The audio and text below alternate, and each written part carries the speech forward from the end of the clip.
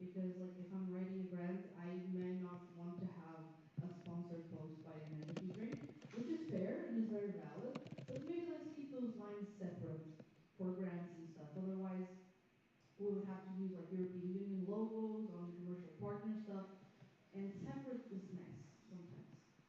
Thank you. Is anyone else writing a question? No. I have a So, comment, please. I have a comment. Can I? So we would like to have more feedback from you to understand if we are doing good, to have more questions about our work, and for you to be more engaging. So please, in the next topics, try to be more engaging for us to know if still if you are doing good. Say something, please. It's very good for us to receive some feedback about our work and how to improve it the next term. Thank you. okay. Let's move to the next topic. The proposal of amendment in the budget 2025 by the National Board. It's in the second one. Eh? É no mesmo tablet. Ah, espera aí que eu já fechei. Espera, que eu já tinha fechado. Então não precisas do PDF. Tá bom. Thank you.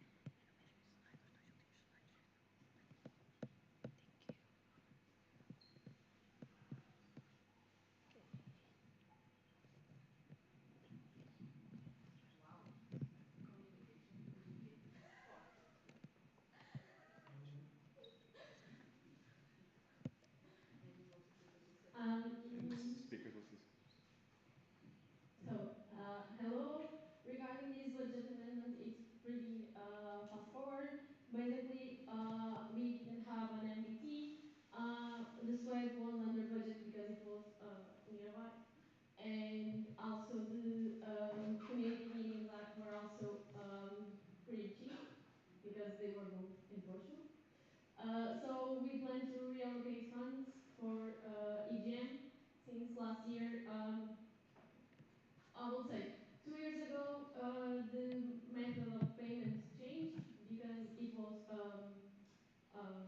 instead of being in the same year, the fees payment instead of being in the same year as the event was in the previous one. So we had to do an amendment last year, and we were still managing and seeing how it went. So we saw that it was not enough because some payments still were done only this year. That's why we are reallocating funds and doing this amendment. And that's it. If you have any questions, let me know. Speaker list is open. Posso fechar? No questions. A minha... Is anyone writing? No. No? Okay. Speaker list is closed. Okay. Let's vote.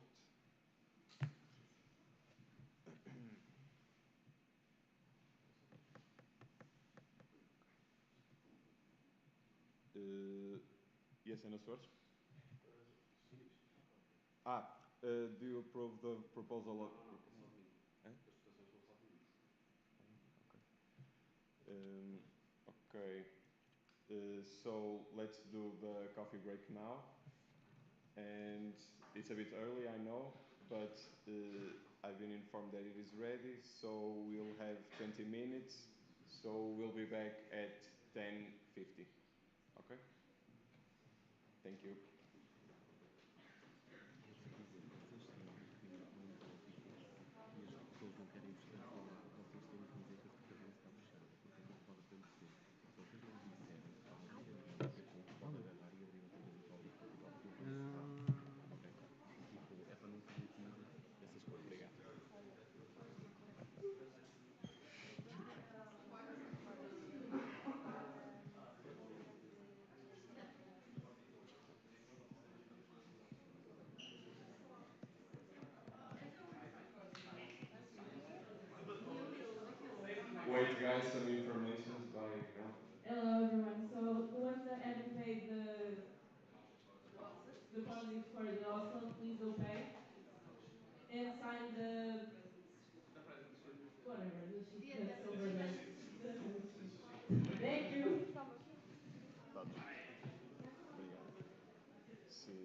microfone está a ser silenciado. Então passa a bateria. Se calhar metes agora a cagar durante o coffee break. Onde é que se quer? Pois, deve ser lá na mesa. Coffee break, 10h30. Ok, agora só preciso mudar estas coisas aqui. Como é que se muda, sabes? Já me lembro. Quando é que depois voltamos do coffee break? É às 10h30? 10h30. Não, é às 10h50. Mas começa 10h50? agora.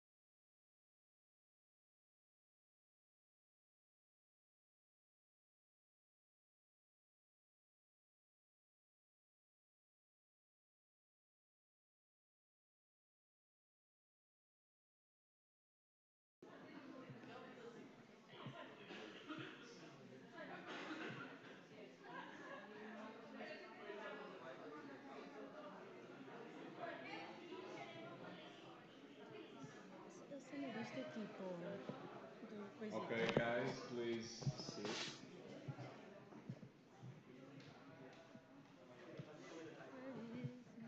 Hã? Costumes.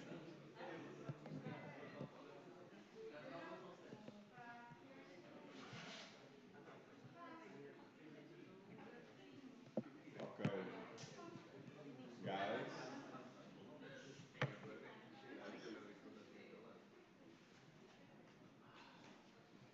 Okay, quorum check. Yes and Ebro? Yes and Ebro? Yes and Lisboa? Yes and Minho? Oh, comecei mal. Yes and Açores?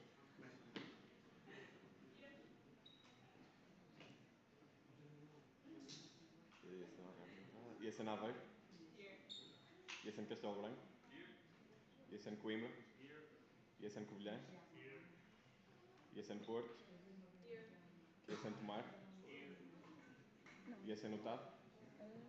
Não, to your study. Okay, everyone is here. Calendário, Sim, projeto sim. Also, please fill in the attendance list that is on the agenda. Please, as soon as you can.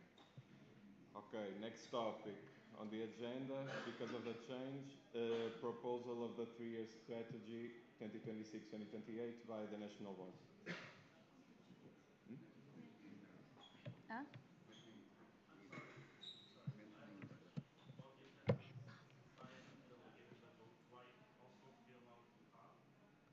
Do you also fill out you also fill the attendance list, yes? Olha, é o link. É o documento. A ver se a gente era o campo. Boa questão. É bom. Uh, Ah, pois já. Tenho Thank que you, ir Flávio. agora para ir lá procurar aquilo.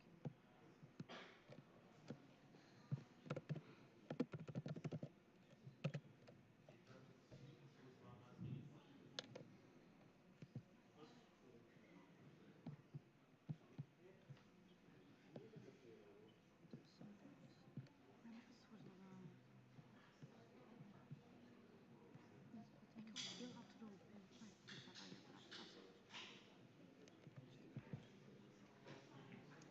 Mas depois para vocês passarem. Vocês não têm nenhum rato do YouTube, pois não?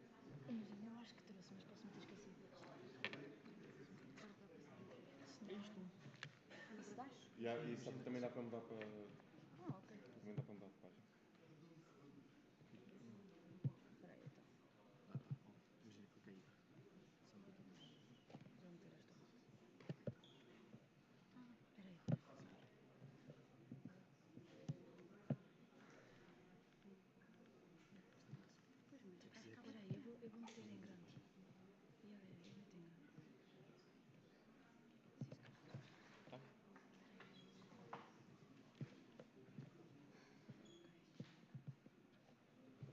Podem começar quando quiserem, tá bom?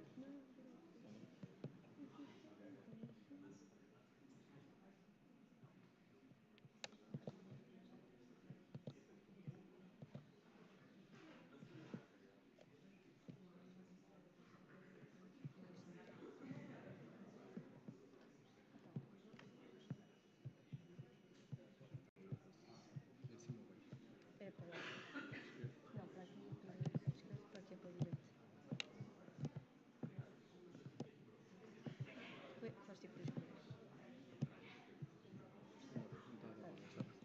Pois também não estou. Mas já aparece aí. Ele aparece aqui. Vamos ver. Deixa eu ver como é isso. Não, aqui. Este rato não deu. Agora sim, agora aqui encontrar o meu. Não sei se foi bom para ti. Eu tenho sempre necessidade. Mas mete só.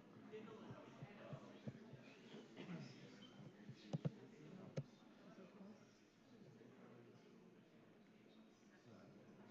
Pronto, isto também é grande, não é preciso passar. Aqui. Perfeito.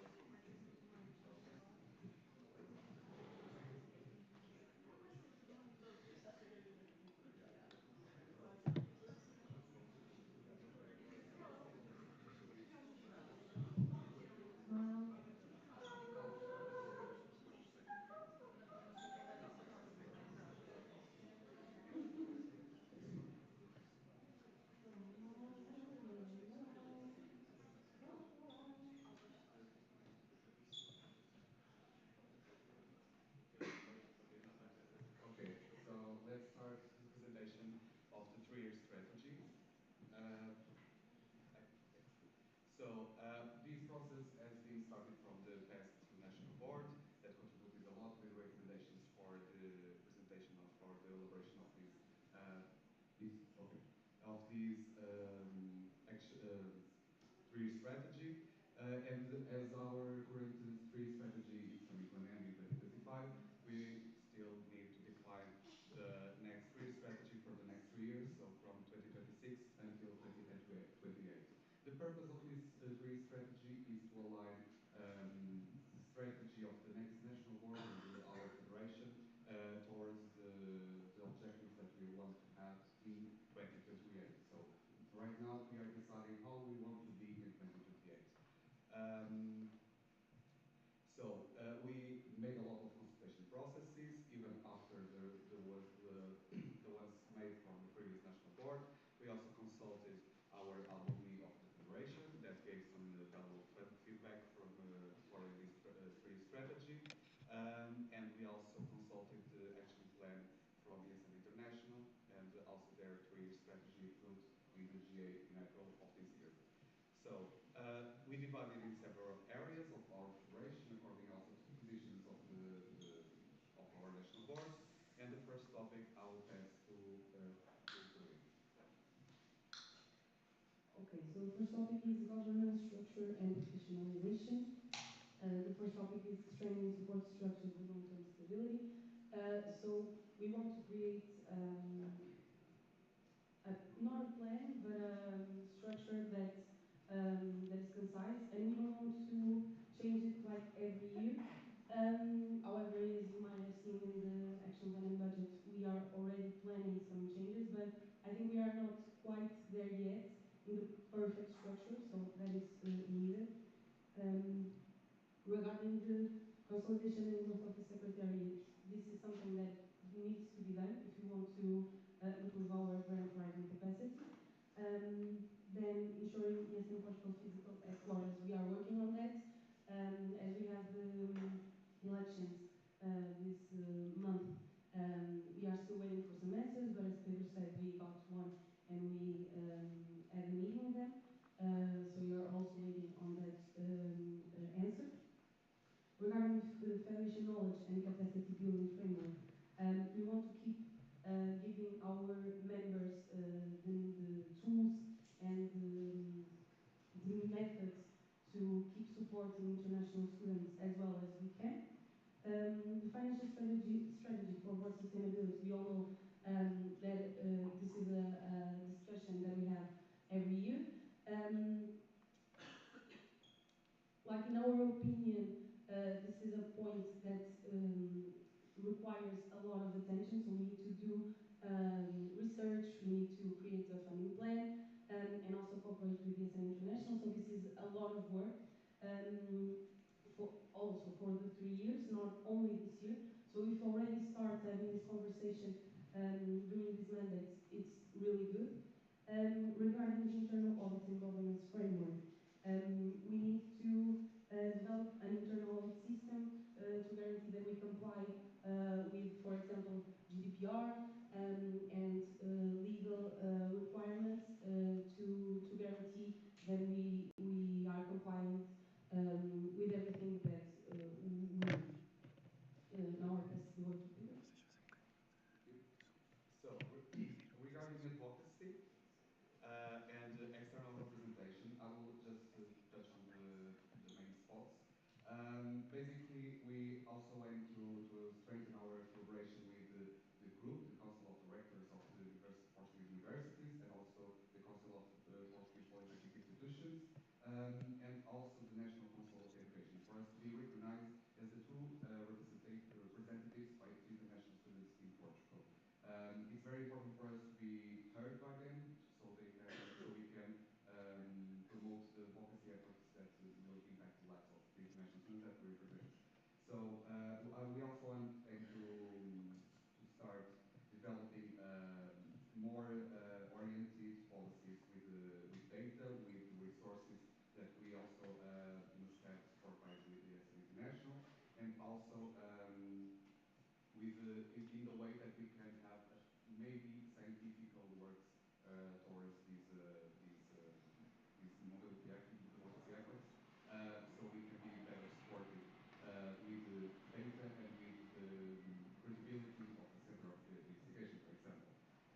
We have to increase our presence in European alliances because it's not only ESM fault that we do not have the knowledge yet, but it's also a new project from the European Commission.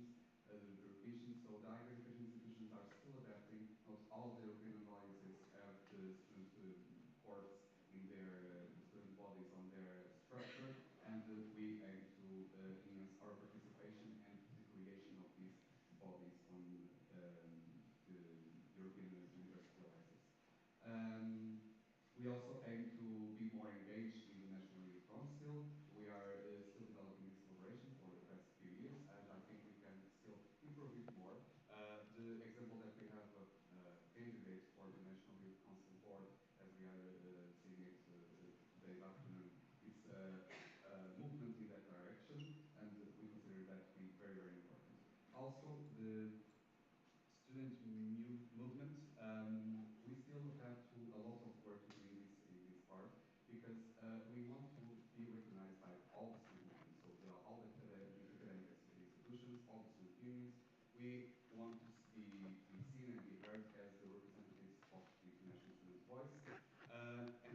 I'm very happy that we are already seeing some results regarding this aspect because we are still already being invited to events like, for example, the national meeting for higher education with the candidate for the presidential elections.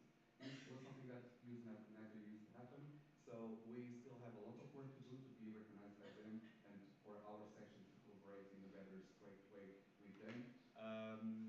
And that's something that we should focus on the next years, also because this can improve a lot the collaboration, for example, in our projects and activities that we can develop together with them and reach more students and make more impact.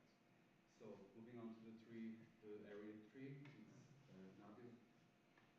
Okay, now regarding section development and federation capacity, this is all about the strength of global sections. So the section mentorship and development program, so try to create a structured mentorship program between sections and even with the national board to create a more unanimous connection between all of us. Then the expansion strategy 2.0, because the current expansion strategy is finishing now in 2025, so we have to reinstall and modernize new expansion strategy.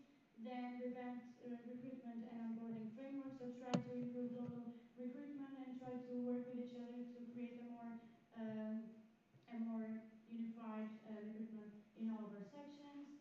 And then enhance recognition and certification of volunteers' work. So creating a formal structure to recognize volunteer skills through certificates, badges, and partnerships with academic institutions for recognition. Okay, now for area 4, I'm going to call Carolina. Okay, so regarding area 4, regarding the national training plan and the knowledge transfer, we believe that the training is in the basis of everything in our federation. So we want to keep giving our members the tools, the methods to improve their way of work and to develop their volunteer experience. The pool of trainers is a really important body, structure in our federation, since it helps not only as national board, but also you as a section, like capacitating your members um, and also complying with the training plan that we feel like, as I said in the beginning, is the basis of all. Regarding the international students and mobility services, we want to develop the buddy program. So as I answered in a question done by Lisboa, we want to, rather than standardizing the buddy program, we want to support you if you see that the platform used, Papaya, it's not working for you because the sections have different ways of working and different needs. So if you feel like you find something better than Papaya, you can and you are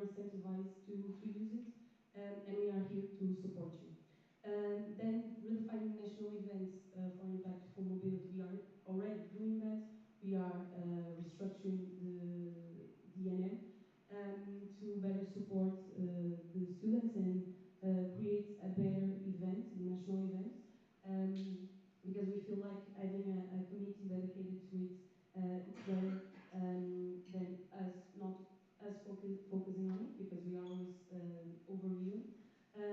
But taking that workload of us, it's better so other people can work better in the event and provide a better service for the students. Regarding the green, inclusive, and accessible mobility, it's important. We already have this in place, but it's important that we think about other measures that we might implement to promote sustainability, inclusion, and the accessibility in our events that sometimes are not accessible. Then, empowering local communities. It's important that we find some common ground between the local community and the international community. You do that when you do events that mix the two communities, and that is really good. And we need to think what else can we do, what events can we promote to make this happen. And now I come. Okay, communication and marketing.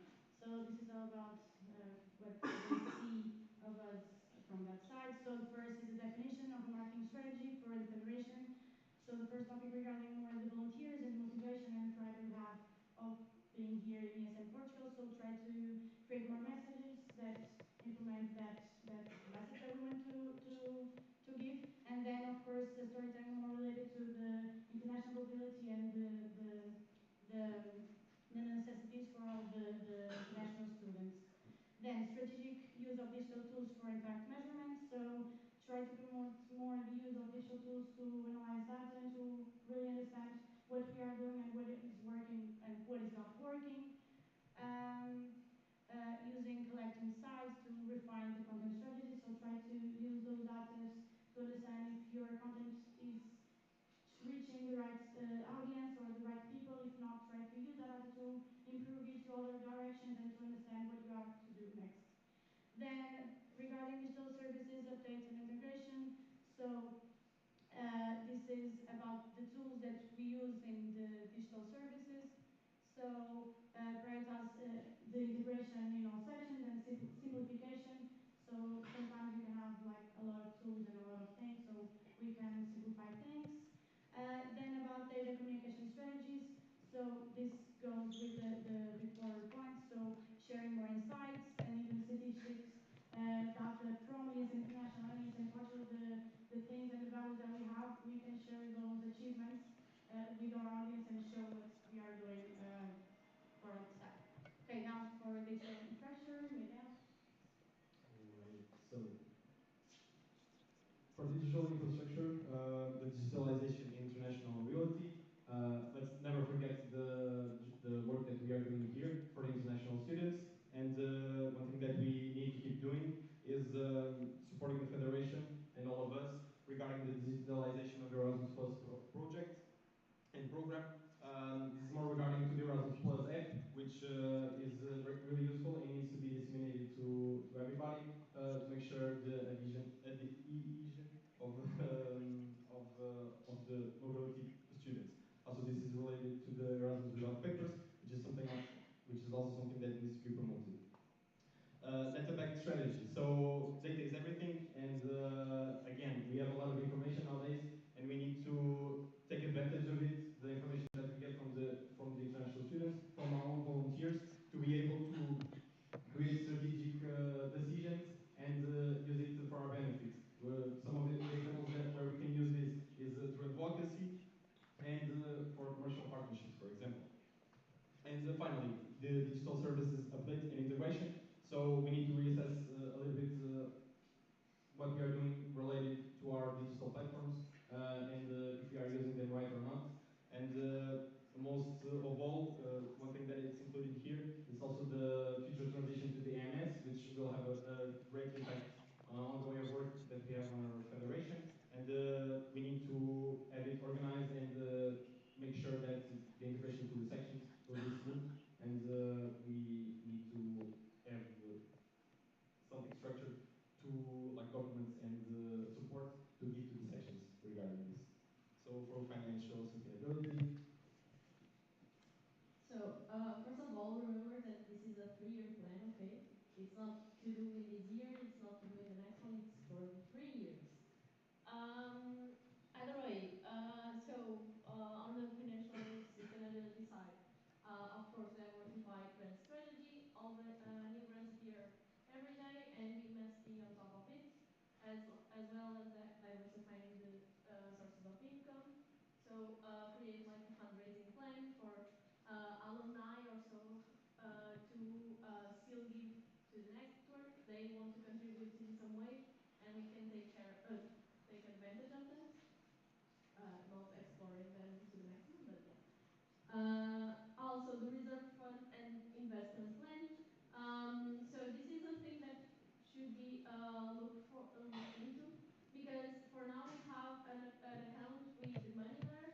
We have like a deposito prazo. I don't know how to translate it into words, but into English. But this could like go to another type of investments and so on, so that the way the money that we have there, it's not it's always growing. It's not stuck. Yeah, basically, like we can earn something from it. An investment plan must be created. Um, Also, always take into account our local sections and financially empower them with all the knowledge that we have as a network, not only as ESN Portugal, like beyond our borders and look for the strategies they have in other countries and try to pass it to the local level more, as well as providing the template and so on. That, for example, the new committee of ESN International is preparing, not committee, the working group, basically, like give that templates to you. Financial transparency and internal capac- capacity. This is a thing that we've been talking about for the last years, and unfortunately, it was not done yet.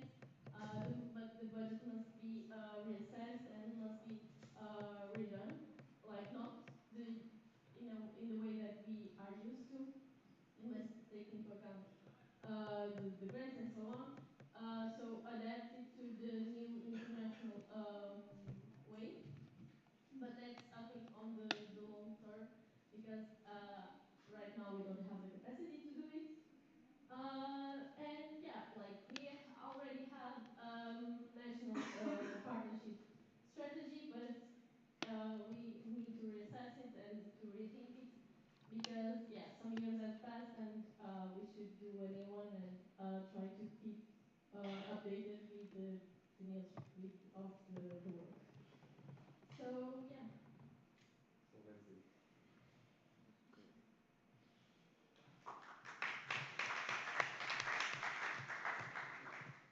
The speakers list is open. Tiago.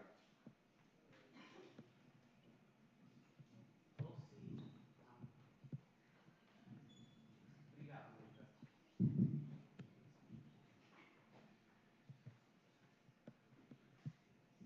So, hello, Tiago Machado, Santilhão. I would like to ask about point 3.1 section mentorship, and if you could clarify what defines a mature and experienced section, and also what is your idea or intended approach for how the mentorship program between a mature and developing section will be carried out. Thank you.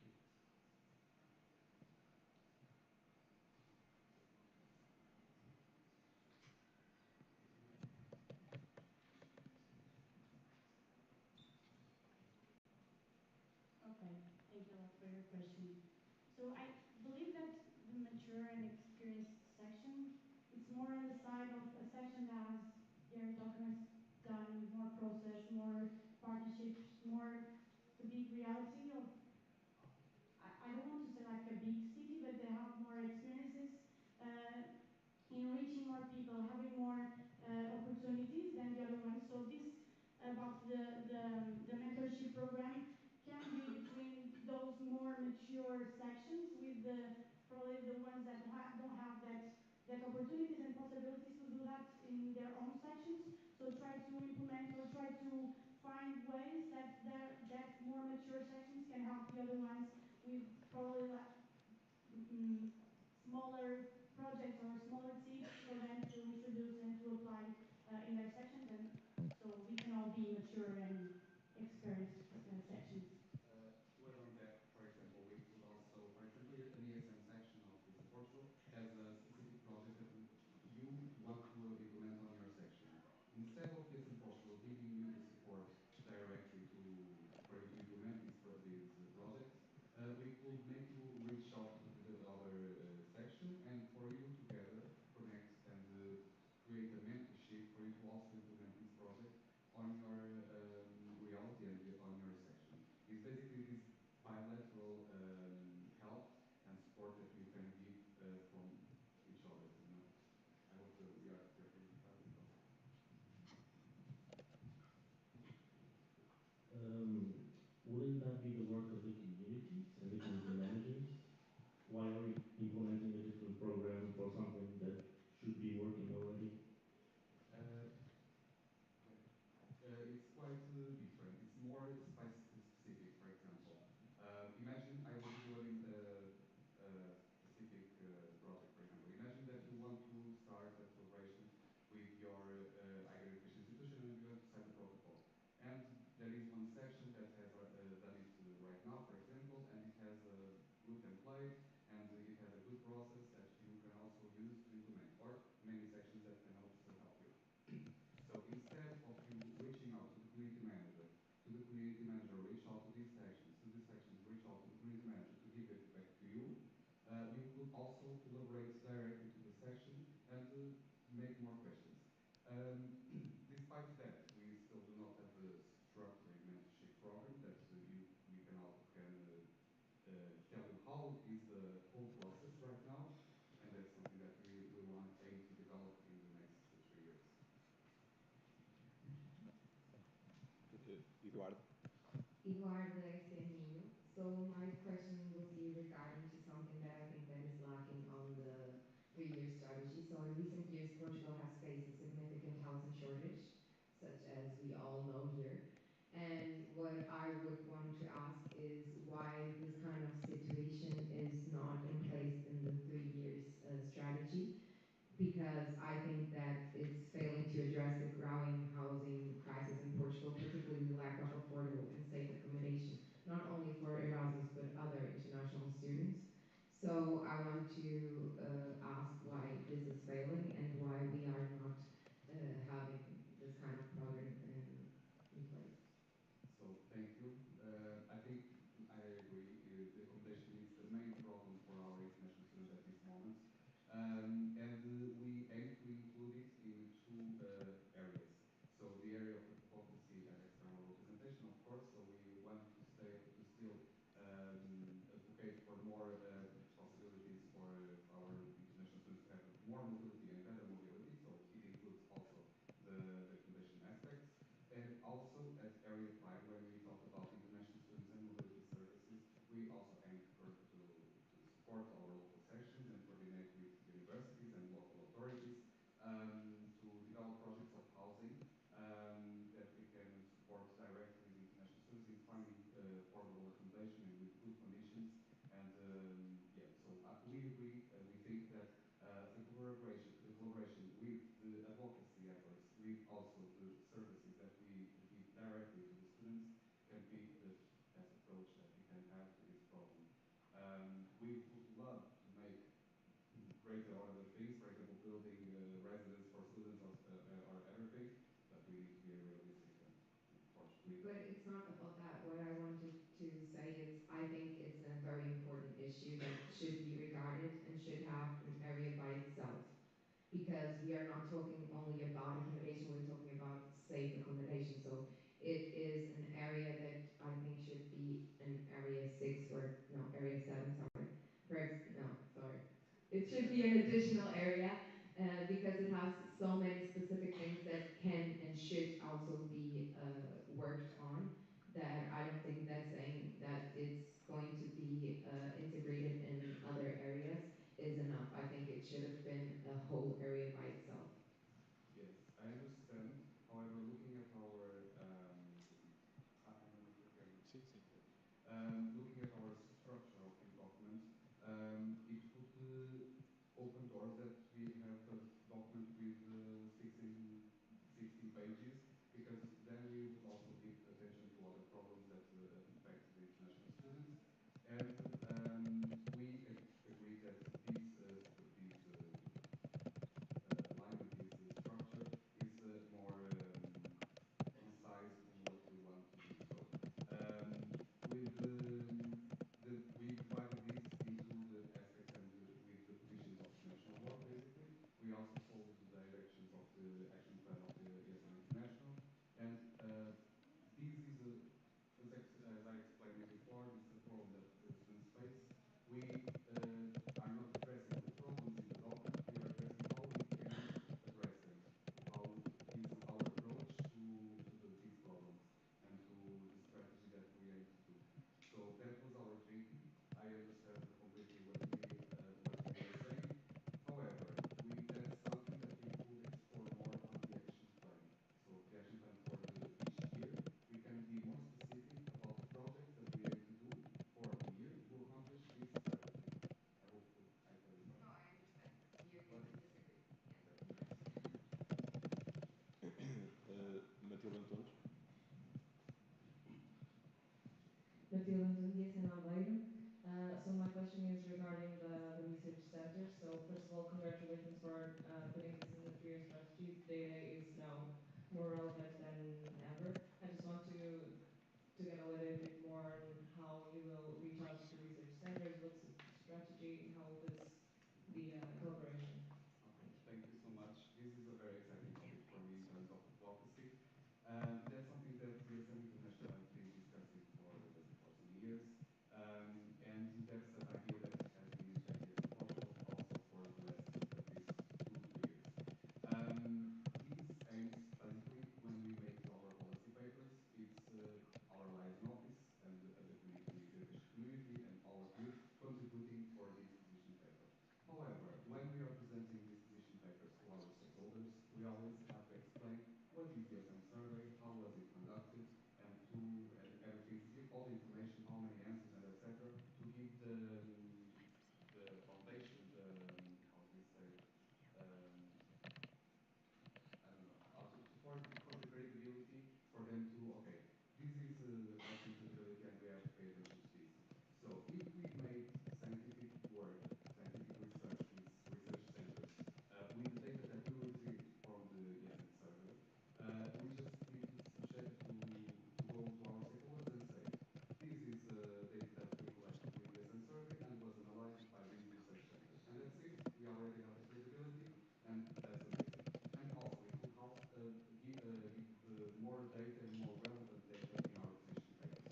However, ESN Portugal, we recognize that ESN Portugal has not the capacity or to create a structure to develop research, scientific research with the writers that we want to have. And because we depend a lot on the knowledge of the research that we have. So what I already met with João Pinto, previous president of ESN International, that also has an idea on this, and we are thinking about a strategy how we aim to reach out to the research centers and which research centers we aim to reach. Is it going to be political sciences? Is it going to be psychology, for example, for speaking about mental health, the impact of the mobility in mental health, for example? And we have to define a strategy still. So this is the topic here, is to define a strategy and then contact. I also can say that we already have been contacted by some researchers that want to have our data to make some research in this aspect, which is amazing. So we see the need in ourselves, and they see the need on the data that we have. So this has everything to go. However, it's not being the first top one priority for education right now, since the sake of our federation that we have to focus also in other areas as well. That's it. Inês. Hello, Inês José, DSM Lisboa. I would 8.3 to 8.2, sorry. So, investment plan is a good opportunity, but can also have a negative impact. And I'm just curious if you guys already discussed what level of risk AstroTech and how do we find it for the future? Because yeah, we need to make this at the end get less money. No, like if it's in the 3 years plan, it's because it's planned to be to the future. We are, as I said, we are. I'm not from finances, nor I have a deep knowledge on it. So, and I'm just an intern. Okay, I'm not fully on the position. So, this is like a side task for, and this is a plan for the next 3 years and to next treasures to come to assess this and to see what's the best way to deal with it. Uh, Also, we and to clarify that we will not make any investment without consulting you guys. So we are not making a risk investment strategy, and that could put in cause our financial sustainability. Aris? Aris, yes, important. Like it's kind of like a topic that Eduardo brought, but we are believing that it would be important to having 3 year strategy part about the competition that is still growing because it's not a competition about organizations that they are making events and stuff like that. Competition is start going inside our institutional partners. They're having their voice, and he talked about that we are trying to build the main organization that helps international students, but this is not the reality. Inside our institutional centers and partners, there are other associations that they are not associations, they are companies that they are talking about international students and they're helping it. And like this competition is growing and growing more in the big cities, but it will continue growing in smaller. And we wanted to see if yes, and Portugal can help on helping the smaller section to complete this competition. Yeah. And it's not only about as advocacy, it's about everything. Like we're losing partners because the partners go with them. We're like their communication, they're using our trademark to promote everything. So Yeah. That's a very difficult topic indeed, and we know that many of our sections are dealing with this problem. And we need to think about what is our added value. So, what is the main difference between ESN and these companies that are making competitions to us? So that's what we have Yeah. to stick with. So Yeah, our projects, our reach to international students, the fact that international students reach out to us already in the beginning because they know about ESN before the departure. Um, but it's still depending on the kind of projects and the kind of activity and the kind of engagement that you have with the international students at the local level. Uh, to be honest, there is no strategy in this action plan regarding this problem. It's only what we can do right now towards this strategy is to focus in improving and enhancing our amount and quality of projects that we have and the reach that we have and the impact that we have. However, we are open to receive some proposal and some ideas if you might have to put it on this 3 year strategy or in the action plan because it will always, if we have some idea to overcome this, it will always reach out in some of these topics. So if you have some proposals, some ideas that we can add to the action plan of the next year or in the next years, we are happy to receive them. uh, we are bringing this here because we really like what you said about we need to be the main voice in the institutional partners about international students. But it's getting hard. We're going to welcome sessions and we're having other people promoting the same what we're doing, and they're companies, and this is not helping us. So it will be really important from us if ESN Portugal, when they're collaborating with all the institutional partners, try to help us to not having them there, basically. Okay, that's something that we can work on. And that's something that I have been working on also. Like in the 2 weeks ago, I had a meeting with all the higher education institutions and with a national agency, and I promoted what you can do for them and with them locally. So we need to make them understand the value of ESN, which is an association and not a company. We are not having profit from the students. We are here to help them, and I hope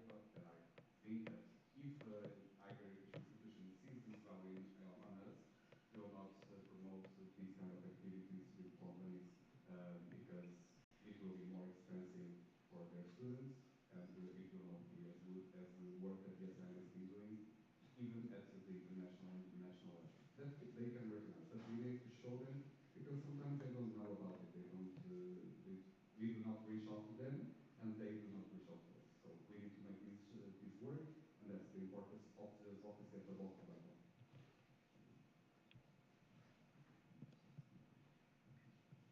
Matilde? Matilde Corrida, ESN Coimbra. Regarding the new bank account, can you clarify the reason why did you decide to create a new account for the Deposita Prazo and eventually for future investments instead of setting up the Deposita Prazo in the existing account since now you'll pay benefits from both accounts? So this was a good question to link board updates, first of all. So sorry. But yeah, like we decided to pursue this way because it's easier to have the money separated because when the deposit prazo comes to our account again, um, it's separated from the money that we have there, and the money that we will earn because it's on the deposit prazo, it will cover the fees of the bank. Okay, like it's for it to be completely separated and for us not to uh, do the mistake of going there and mixing the funds with the rest of the money, basically. Thank you. Pity. Tiago Coimbra, ESN Port. So this is a follow-up question on the question raised about the section mentorship. Did you consider that maybe creating these labels of small and big sections may help to create a bigger wall and a bigger gap between them? And did you consider approaching this problem more of a national, like, perspective, like we talked about the other end, like we have the communication hub, creating this for everyone when we can all share the materials, we find it helpful and resourceful, and maybe have this space that the sections can share what they want to help others without having to be asked for. Um, did you like think about approaching this point of view, and did you consider this issue may arise? Thank you for your question. So don't interpret us wrongly when we say small and big. This is just I don't want to say the reality, but we all have different realities, and each section has their own potential and partnerships and everything. Oh, sorry. I'm not pro. So yes, we can try to implement more for example, the communication hub that we have in communication. That's a thing that our communication manager tried to implement, and that's a thing that other communication managers can also implement. But that's the thing that the communication manager approach the sections to understand their challenges. This view is more about the sections themselves try to approach us and the other sections to to find answers and new ideas and all of that. And also in ESN Portugal, we have a shared drive with a lot of documents. What's the name of the drive? All you need to know. All you need to know. We have to up, update it. But yeah. Yes, I think like my point was not regarding the manager's position to do this, but like from your like from you, the national board, to have this approach with us, because like you explained a little bit about this collaboration and this mentorship, and will be like, oh, when we have a project, you can approach. Maybe if there was like this open space, like if we start from the beginning building like this open space and creating more initiatives that promote this problem like about like these labels wouldn't arise. And like I know it's just the reality, I'm not disagreeing with you on this, but this might be a little bit problematic in the future. And I was just asking if you thought, like with after the suggestions we gave and everything, to implement this,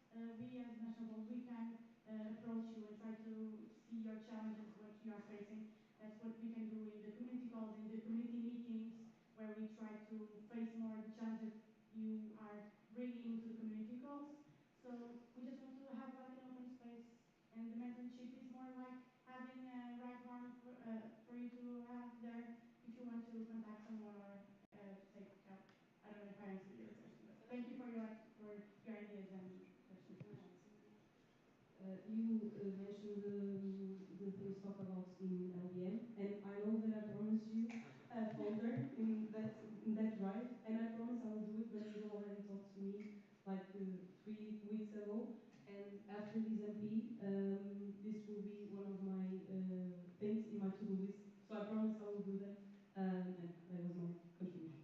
So thank you. Nuno? Yeah, sorry. Nuno Ferreira, Innocent Coimbra. So regarding this topic, how do you intend to do it? Actually, like, if the sections already, like, one of the plans is really for the sections to have these protocols, what are the difference between your protocols and our protocols? And wouldn't it create a conflict of interest between both sides? So to clarify, we do not aim at all to make any kind of protocol with any part of the student movement. So we are not going to be directly collaborating with the academic institutions. This is on your side, on the local level. What we can do at the national level is when we reunite with all the other federations, for example, the Federation of the National Federation of Academic associations for private for polytechnic institutions or for the private institutions or any other federations of the student unions, for example, and also in the National Youth Council where we are present, we can foster or try to foster collaboration between all of our innocent sections and their associate members in their federation. Also, in the meetings that we have, we aim to be more present in these kind of meetings, to be more present towards the student movement, and also to start advocating with them. So unifying all of our voices to reach out and to have more impact. Um, this way, we think that they can see develop in ESM and they can see develop and start collaborating with all of our sections. And I see some impact already, but we still have a lot of work to do. And this can also be a good thing to improve in Ari's question before regarding how we ensure that the stakeholders at the local level will not collaborate with these companies and collaborate with us. So, for example, I have a meeting, casual meeting with the academic institution from a local section, and I started to say, oh, how do you collaborate with this ESM section? Oh, we actually don't collaborate with them. We collaborate with this company, and I was like, okay, then we have to change it, and I started to showcase the value that they have to collaborate with another association, with another NGO, and not with a company. And they try to, and they actually understood, and they say, okay, we only have the problem that we already have the protocol with this company, but that's something that we need to check in the future. So this kind of support that we can give at the national level, and then you can collaborate locally and protocol locally. Thank you. Does anyone have any questions now? No? Speaker list is closed.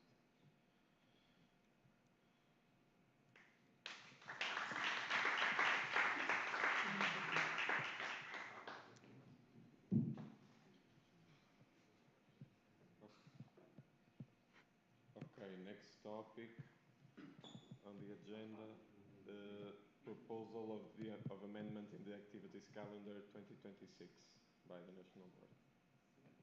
Queres aproximar alguma? So everyone, this amendment of proposal of change of the activities calendar, the proposal is to change the national strategic meeting from the previous weekend for the 23 to 25 of January. This is due the another commitments of SM4 regarding the representation. So this meeting is very important for the national board because it's where we define the strategy with our support positions for the rest of the year. Uh, Usually this is not proposed to change. The national board only change the events due to our availability. But in way to make this more transparent, science is approved in the last calendar in March last year.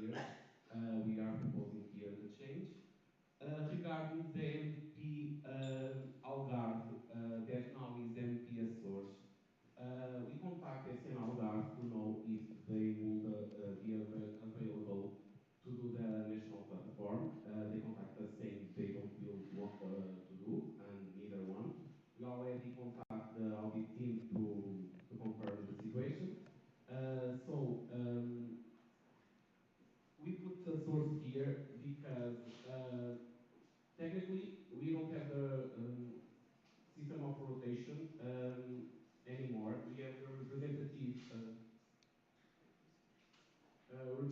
by sections. So basically, doesn't matter the type of event, all the sections must be included in the calendar.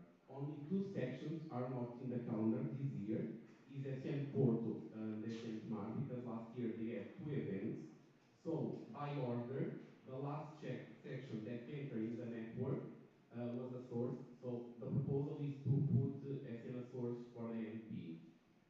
If this is not approved, to make clear, the Siena stores only will have a event in 2027 because they only will appear on the calendar in March next year. Okay.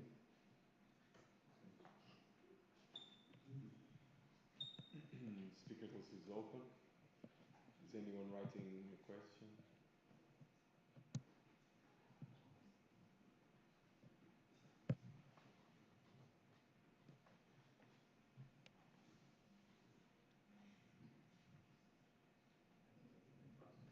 Aires?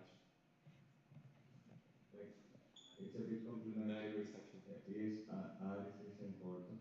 It's a bit complimentary in the question that I made already in the GA about the fund, and because like funding the smaller section to be able to go to Azores, and you said that they can always use the travel fund and stuff like that, but like it's not really a reality with the travel fund being that low to take sessions to go to an event like this. Like for me, we should find other ways to try to at least for the main like delegate to be able to go paid from a grant or something, because we will see later also to the action plan and the budget that the travel fund it's even getting lower, and we are saying that we are going to count on this to take the people there, so it doesn't really make sense.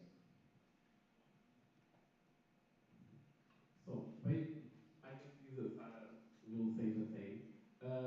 Maybe the travel fund is lower because last year only one section asked for the travel fund during all the year. So, and technically the travel fund was taken out from the events policy paper last year on 2 years. It's okay about the travel fund. The question is not about this. We can talk on the action plan, but about supporting at least the main delegate to go to Azores, because it's different to go from Porto here, but it's different, let's say, from Évora to reach Azores. Yeah. Okay, so first of all, I think that we need to remember that ESN Portugal funds at least one representative per section. That is guaranteed. Um, Second of all, I believe that if this is approved, ESN Açores will start now reaching to their partners to present the project and say, okay, can you fund us? Can you give us money to make this event here, to promote our region, to promote our section? And of course, me and Patricia, as I said before, we will start looking for grants because yes, it's not feasible if there is no grant, if there is no fund, and this is our priority now, as I said in my update, no, in the 3-year strategy. Sorry. So yeah, this is a top one priority for us in Portugal, and for me, Secretary of State. Remember that this is being proposed now, so it can be included in your page, and that's how you can also get fund. Like, please remember that we can get double funding for things. Okay, so if you put that in your page, we can put it anywhere else. Of course, that we can fund the event and make the fee cheaper. But if we are already paying for the fee, uh, like there's no way of making it cheaper for you. Okay, so that's also part of you for looking for funds. Like it's one event, you have to take at least one person. I think it's not that big of an issue. Like if you see, you have to sell 10 in worst case scenario, the flights are 200 euros. You have to sell 10 ESN cards. Okay, so I think every section here can sell 10 ESN cards. Okay, and yeah, like try to find different ways. Like put do some t-shirts and put the logo of companies in your t-shirts and say, yes, I'm representing you in the Azores and so on. Like do different things, think outside the box, and yeah, a rural region, even though, so it's even easier. Also, when we made the visit to ESN Açores, we met with some stakeholders, as I said, and I don't know if Carla wants to say something regarding this, but we really understood that in Azores we have a lot of support from their stakeholders. We have a lot of interest for them to receive a ESN Portugal event there. So I believe that we will try, and in the section we will try to make the cheapest fee possible. Also, you can also try to check with your higher education institutions if they can fund at least one spot for you to be present at the General Assembly of TSM Portugal. We need to explain the importance of this for you to be present, and I think they understand. They know when is the General Assembly, and if they have the funds, they might have the possibility to help you. Um, let me, and also, if we accepted yes and Açores, so if we want to have a section in MES and Açores, we think that it's also fair for them to have these kind of opportunities to organize events and to show the impact of TSM Portugal locally.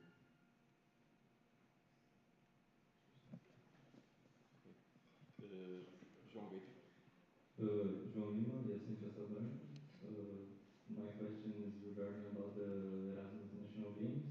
Since this year is going to be in Aveiro, I want to ask if it will change every year, the city, or if will stay in Aveiro. This year we changed because we are looking for another venues with more accessibility, not only from the hotel to the venue, but in the city in general. This year is in Aveiro. I can say that next year I will change because we didn't make the event happen yet. I don't have the feedback to know if we need or not to change the event, but it's a process. Maybe on the next national platform we have more information to share with you. Thank you. Afonso. Afonso Mar, DSN Porto. So my question is about the situation of changing the NP location. So, like, what is like the procedure you when you check the events to send the email if or to know if they were organizing? Is this part of any procedure? Was just a normal checking by you? Like, what is the procedure for them refusing to organize it or not wanting to organize it? Is there any specific timeline that doesn't hurt the federation? And how does that affect these future positions on the representative list that you were talking? So basically, when we make the open call, we give 15 days to the sections to answer the open call, stating they will want to organize the event. Then they have a time frame to make to schedule a call with me to start the processing. This is the normal way. However, when Pedro had a meeting with Senalgarde, we debated the question again since last year they didn't organize the level up. If this year they will be available to do the event, and they confirmed to do the event. But regarding that, technically, since in the events policy paper of this in Portugal is stating in chapter 3, national platforms, section 1, on point,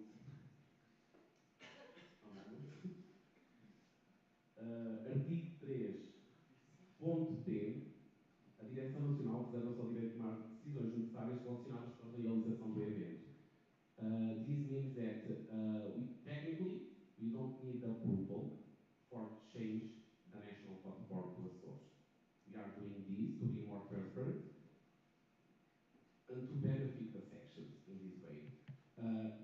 For if it was an event of training, we can make an open call or move on to another section. But usually, when it's a national platform, we don't need to do this.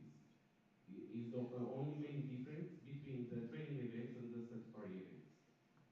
And does that affect any way, like Algarve positions in the future representative list, since we know it's a recurring theme that it requires these changes after the calendar is approved? No. Last year they didn't make the level up. They are already on this NP. This already happened with SN Castelo Branco last year. They didn't make the SN upgrade. However, they are in the calendar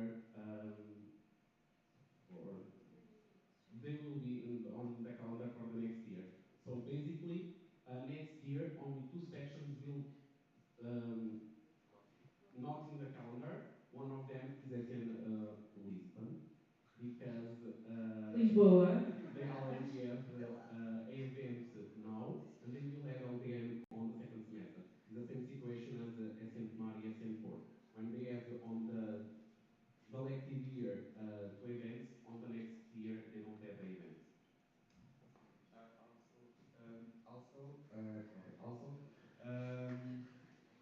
we have something there that says that we need to have an email from this section stating that they do not want to make these events and why. And the reason that they presented to us is that they actually would like to have the event at the ESN Algarve. However, they prefer to focus on the stabilizing everything because, we know, they are not in a very good spot right now. Does anyone have any questions more? No? Speaker list is closed. Okay. Now, because we are way ahead of schedule, the chairing team and the national board talked and discussed about moving the two topics to before the lunch break, which are the proposal of an English version of the internal standing orders of the Federation and proposal of an English version of the statutes of the Federation to before lunch break. So we will do it now. Did you understand? Okay. Okay, let's vote. Yes, and Açores? Yes, and Aveiro? Yes. Yes, and Castelo Branco? Yes, and Coimbra? Yes. Yes, and Covilhã? Yes. Yes, and Évora? Yes.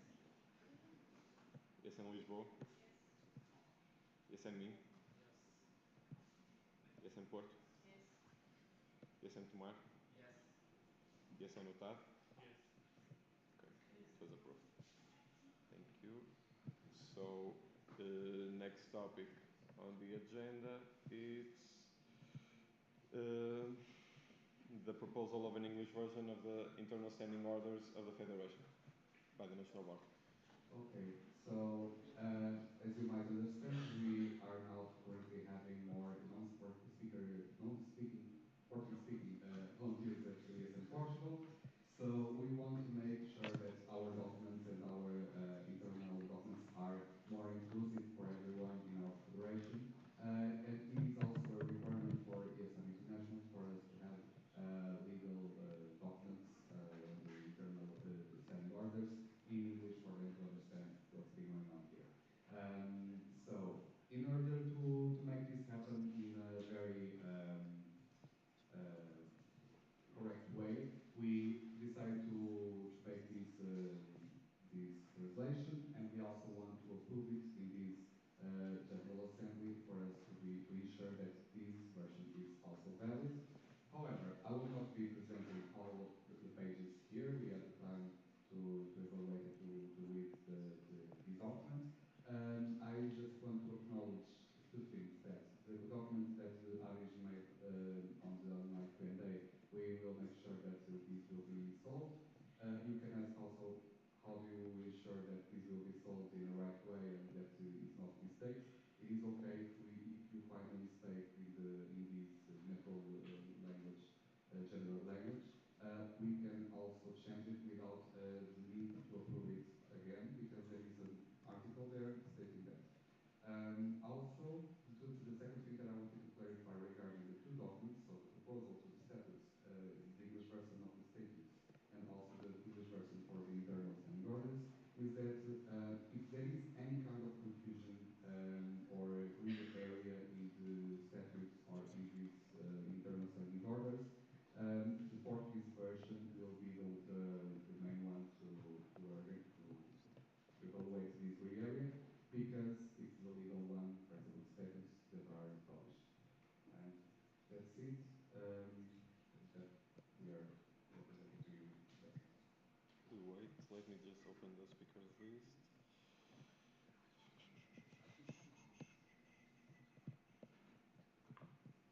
And I will also the audit team gave to us to elaborate these documents. Thank you. Okay, speaker list Pode is ser só open. como introdução. I'll give you. Nem obrigada a dizer nada, pode ser. Faço É um bem. livro. É, tudo bem, uma pessoa vai estudar e faz. Não sabia. É mesmo, eu tenho muitas aplicadas. Faço bem. Do you have any questions? Or? Porquê que eu nunca? Esquece. Esquece. Oh, yeah, you can do it now. Okay. But write it after first. Hi, so yes, I'm Guilherme International. My question is, so like clarifying, this is not a legally binding document, it's merely a translation, is that correct? More or less. It's also a legally binding document for the Federation. That's why it's being approved.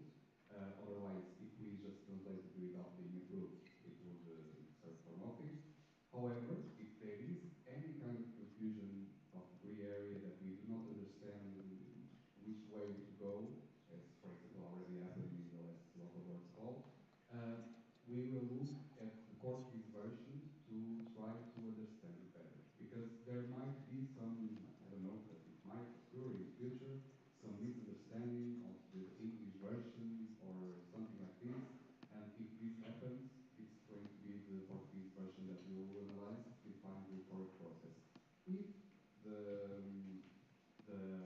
Portuguese version is also confusing, then, as it says there, it's the audit team that evaluates the situation. Can I make a comment slash question? Yes, hello.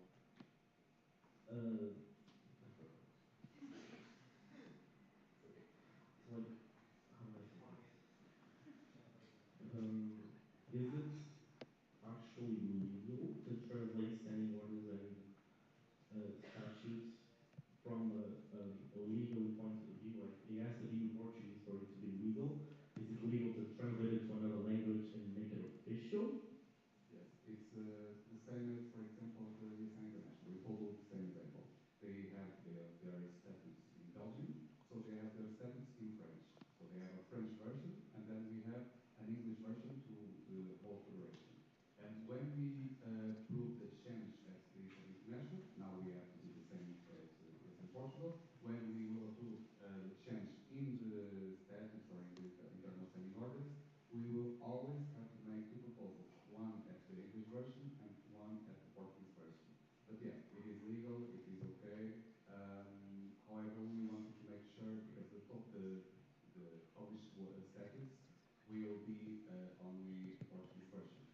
So, but the internal standing orders is something that we do not need to deliver to an external authority or organization. It's only something that is binding to us, so that we can do whatever we want with it. Okay, thank you. Inês. Inês José, Nissan Lisboa, also very quick. Just to make sure, not legally binding doesn't make a difference who is responsible for updating each time we have a voting. Sorry, can you repeat? I didn't understand. Does it make a change since it's not legally binding? Who is responsible for updating the English version? It's legally binding to us. So you as the General Assembly and the audit team as the audit team have the responsibility to ensure that these two files, two documents, are in accordance and that are updated because it's the fairest thing for all the volunteers to understand the internal standing orders and the statutes of our federation. Yeah. Is anyone writing questions? Okay. Speaker list is closed. No, no. Next topic on the agenda, proposal of an English version of the statutes of the Federation by the National Board. Oh my God. Oh my God. Copy and paste it para apresentação. Oh my. Queres que eu meta o Uh, PDF? we will not make any extra presentation for the statutes because it's the same process. But if you have any specific questions to this document, please go ahead now to make it. The speaker list is open. Let me open the topic, sorry.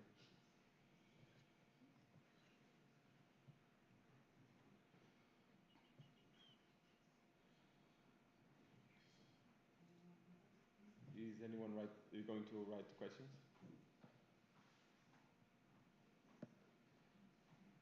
No? No one? Okay. Speaker list is closed. Thank you. Okay. I don't know if those has the lunch ready yet, but If not, we make another proposal. if it's not, I can make another change. Depois mais tarde se fazer, não se importa. Fiz uma- Just open so I can send the question that I didn't. Sorry. Yes. Bem.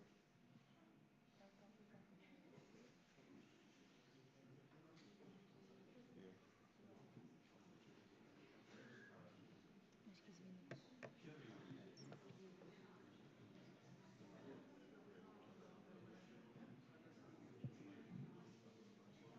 Tiago já está. Isto vai acabar logo assim.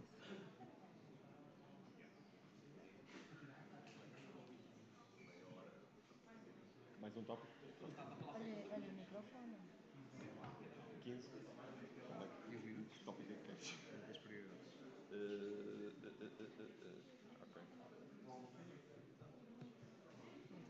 Okay, so we're going to make move another topic to before lunch. The topic is, guys, it's the proposal of the priorities of the and Portugal for presidential elections to now. So, you understood, right? Yes and Açores? Yes and Aveiro? Yes and Castelo Branco? Yes and Coimbra? Yes and Covilhã? Yes and Évora? Yes and Lisboa? Yes and Minho? Yes and Porto? Yes and Tomar? Yes and Utah? Okay. So, next topic on the agenda. Priorities, the proposal of the priorities of ES and Portugal for the presidential elections.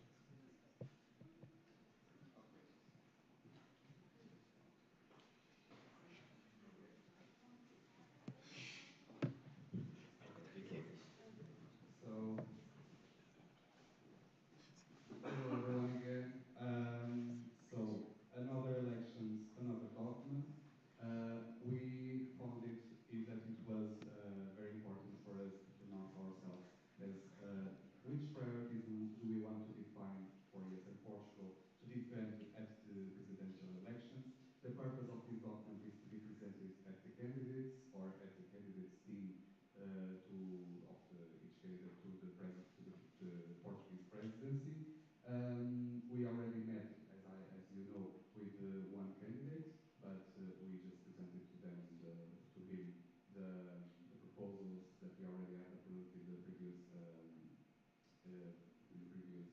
general assemblies.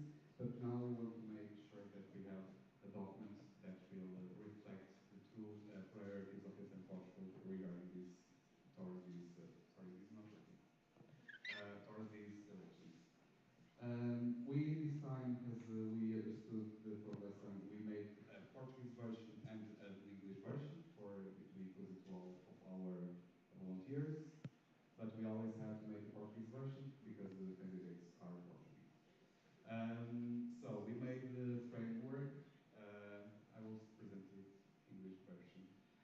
We made a framework to include why is it important for us to promote these kind of proposals towards these elections.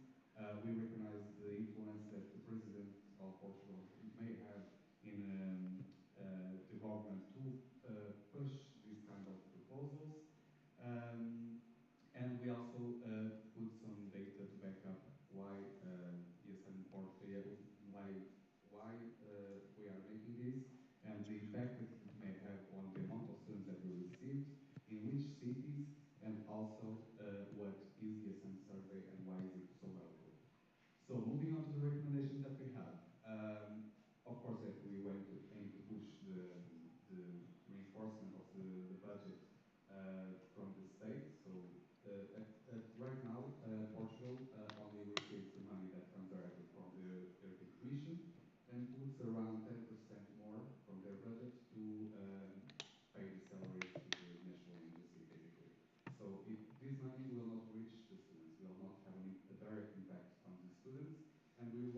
sure that, as other states of the European Union do, that the Portuguese government starts to put more money into this program so it can have more students going on mobility with better grants.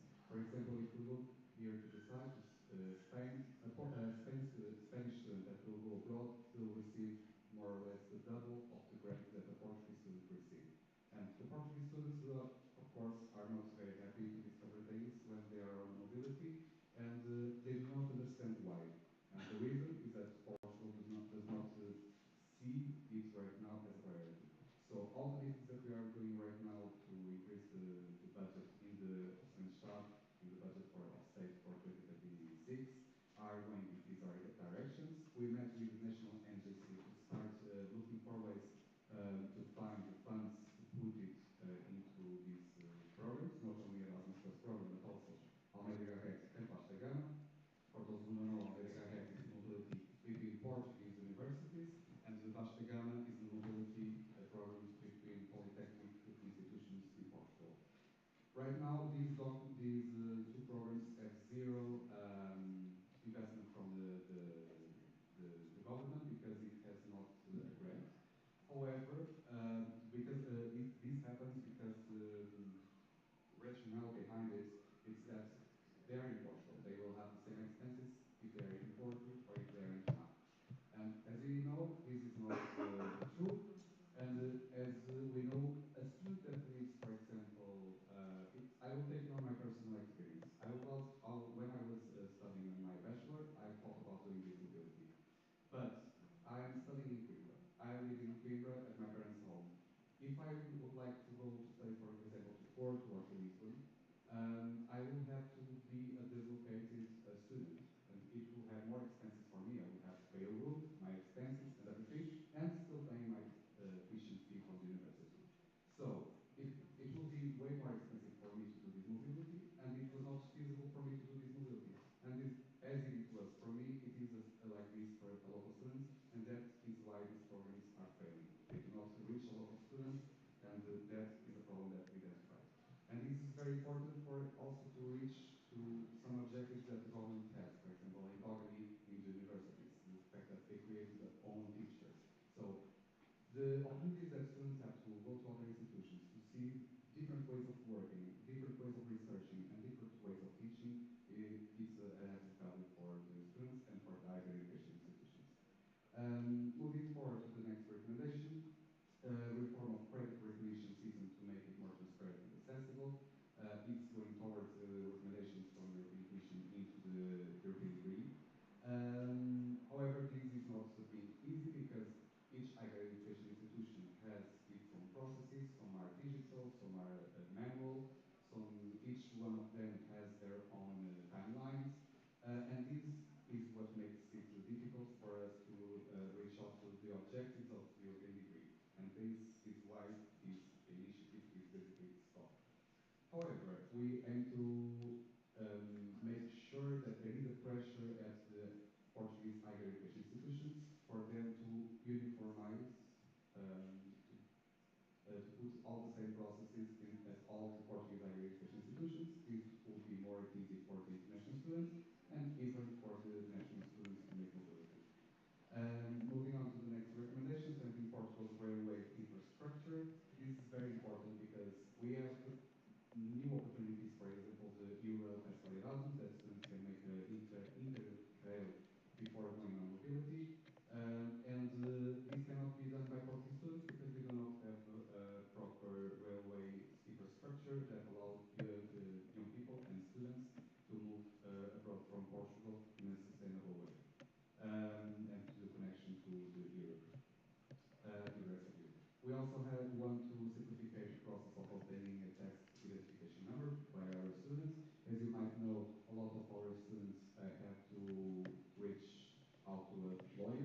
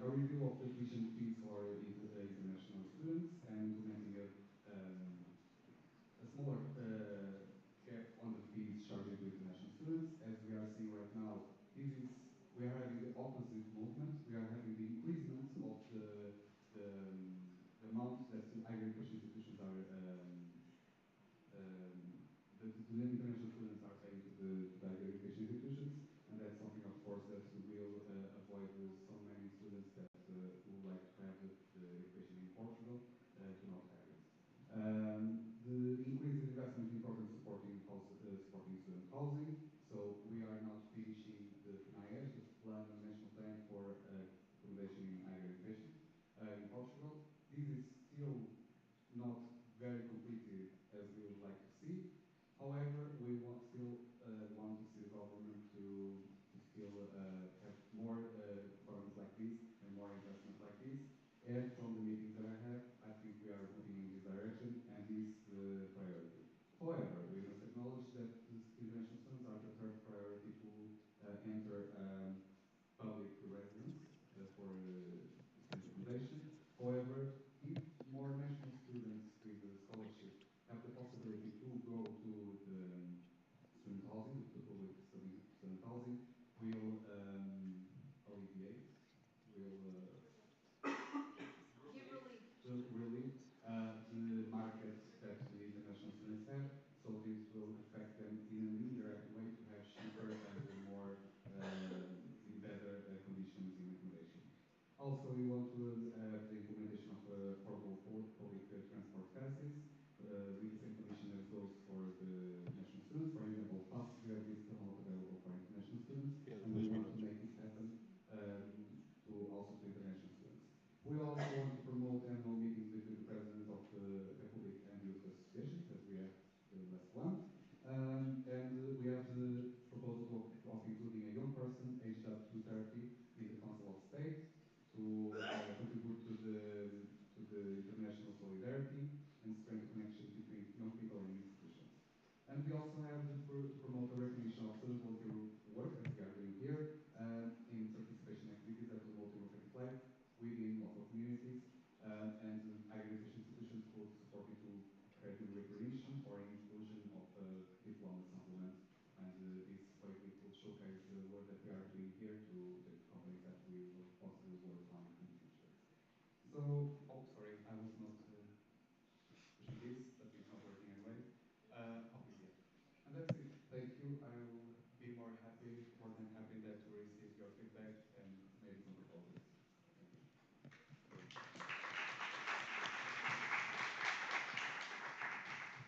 The speaker list is open. Tiago.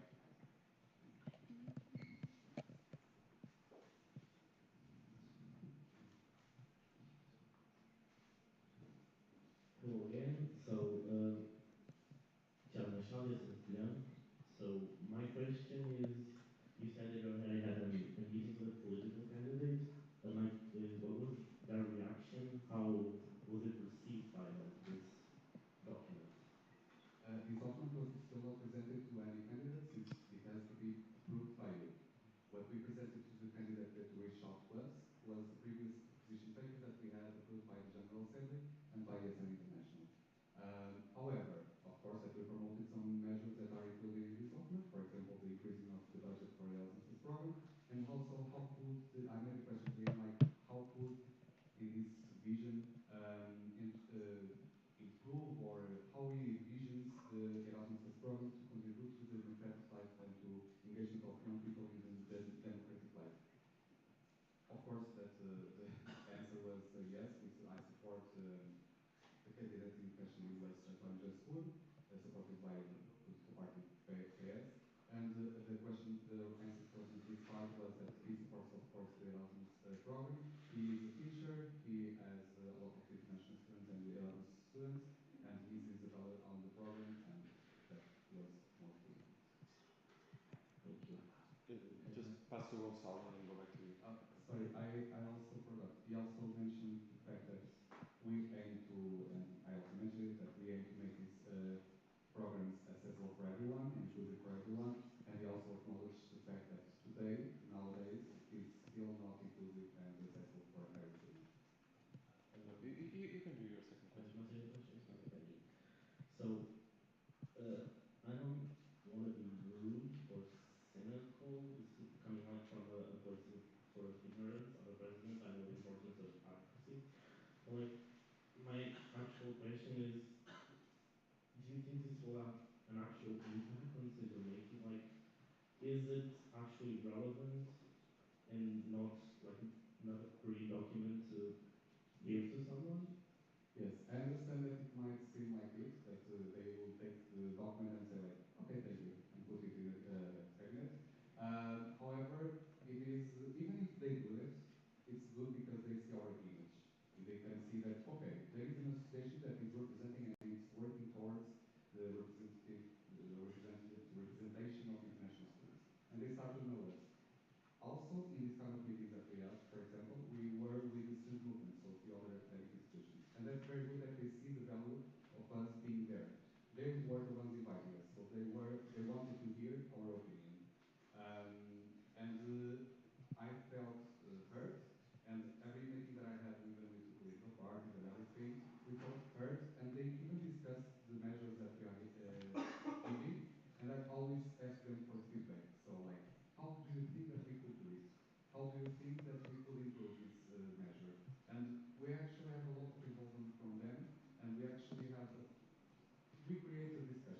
just take the document, right?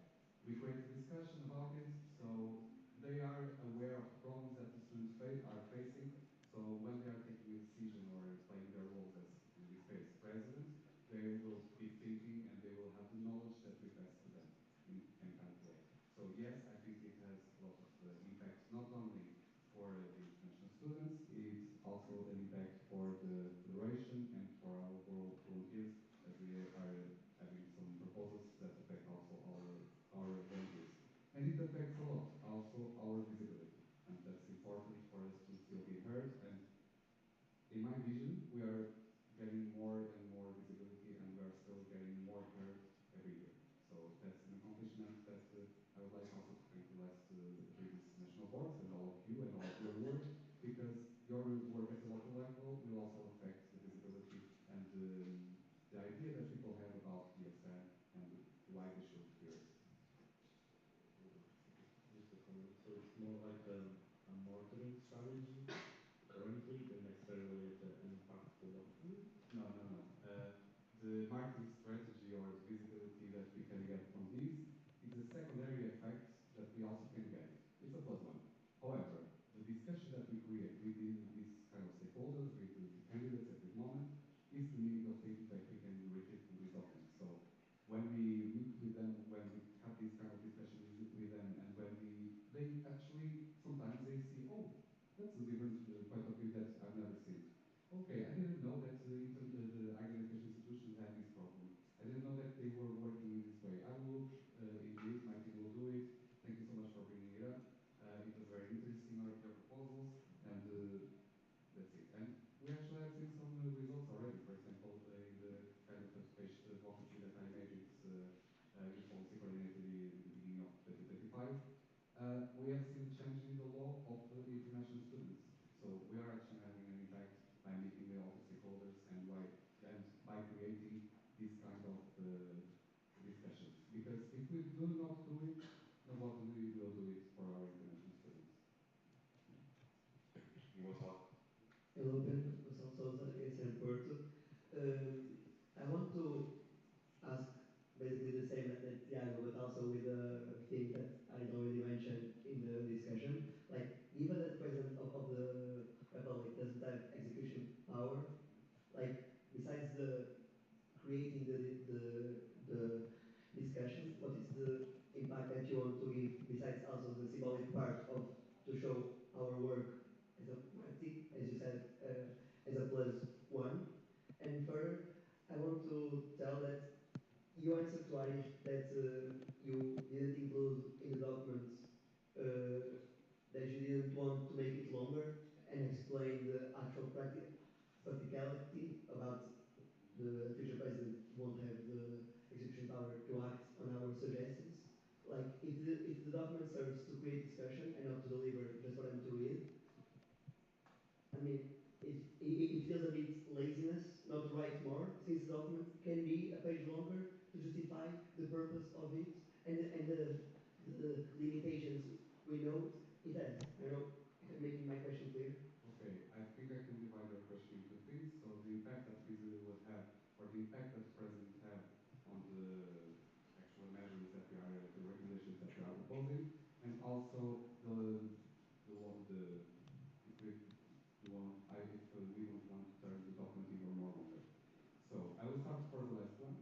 I received from presenting several documents such as this one for political stakeholders. I received the feedback from them that they do not want to have a full 100 pages thing that we're presenting. And I already had some meetings that I was 1 hour and a half turning pages and this and this and this. And it comes to a point that which they see as like, okay, you do not have the focus. You just want to make the work perfect, but you do not have a practical objective. You do not have the focus. And I will not have the time, they say it, I will not have the time to look at your proposals of more than 10 pages, for example. You should stick to 1, 2, 3 priorities, and then tell us what you want from us.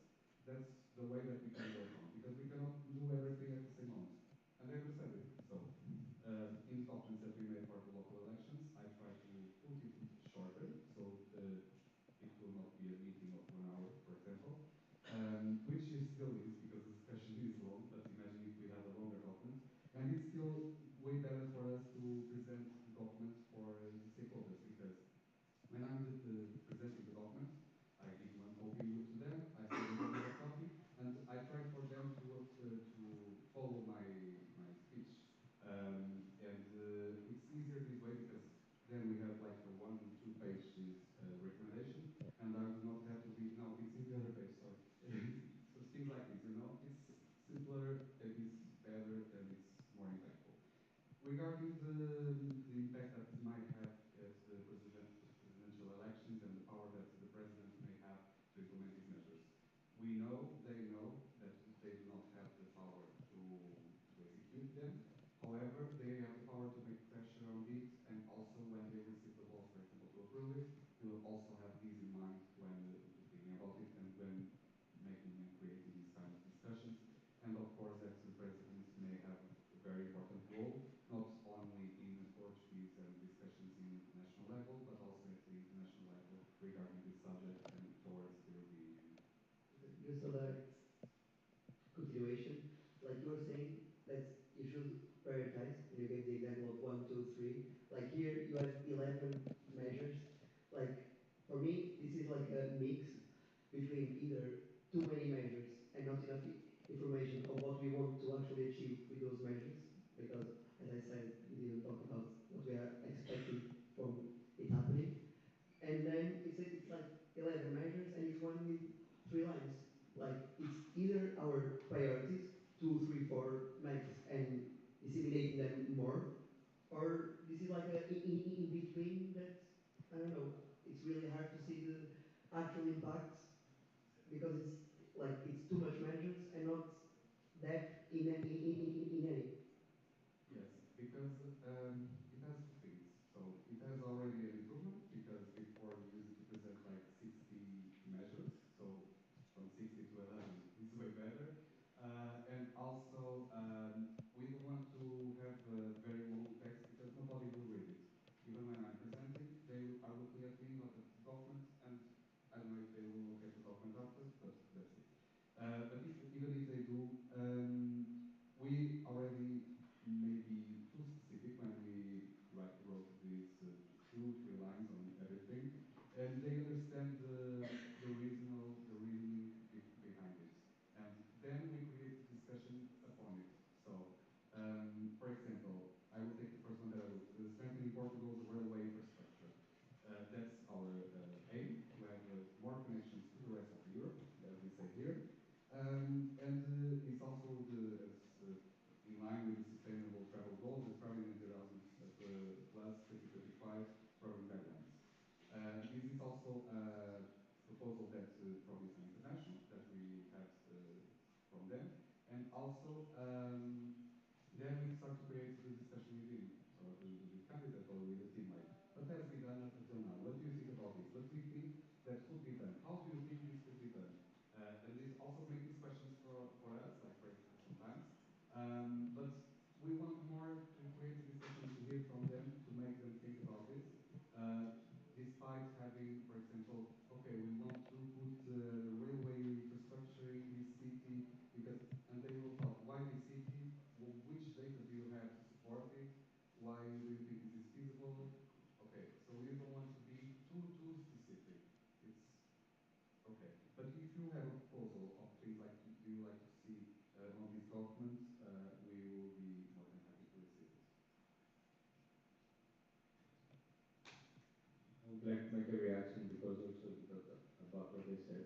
Like I really agree. We really agree with what you're saying about the law and everything. But like we feel that without telling a bit of like in the answers you gave me in the GA about the president can promote national debate, convince key stakeholders, all of these are super good to be in this document because you said that they know what they can do, that they are the face, they can do those things, they know it, of course, they are electing as president, but like it seems that we don't know in this document what do we want. It seems that we are telling them to focus on it seems a bit like cold calling. We are calling them to tell them you should do this and they're like, okay, but like I can't do it directly. Like it's like you're doing a wrong target.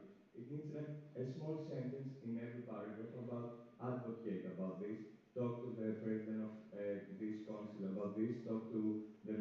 much of this about this, just for them to understand that we're not sending them a document that like that making them to change things because they can't change them. They will not be there changing them directly, but they can do all the good things that you are mentioning in the GA on your answer.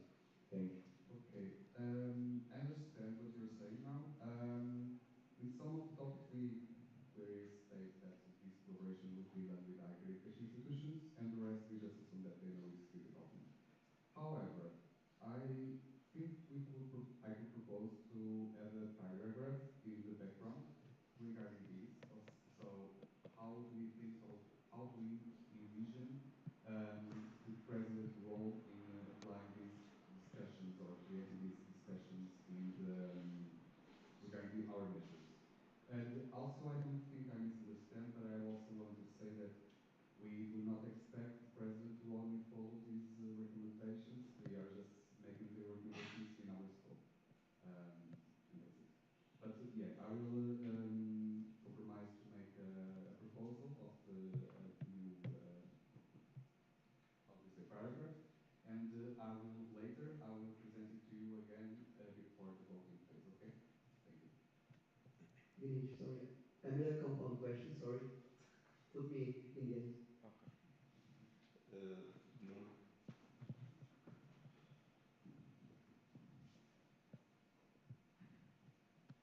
Nuno, yes, I'm Coimbra. So my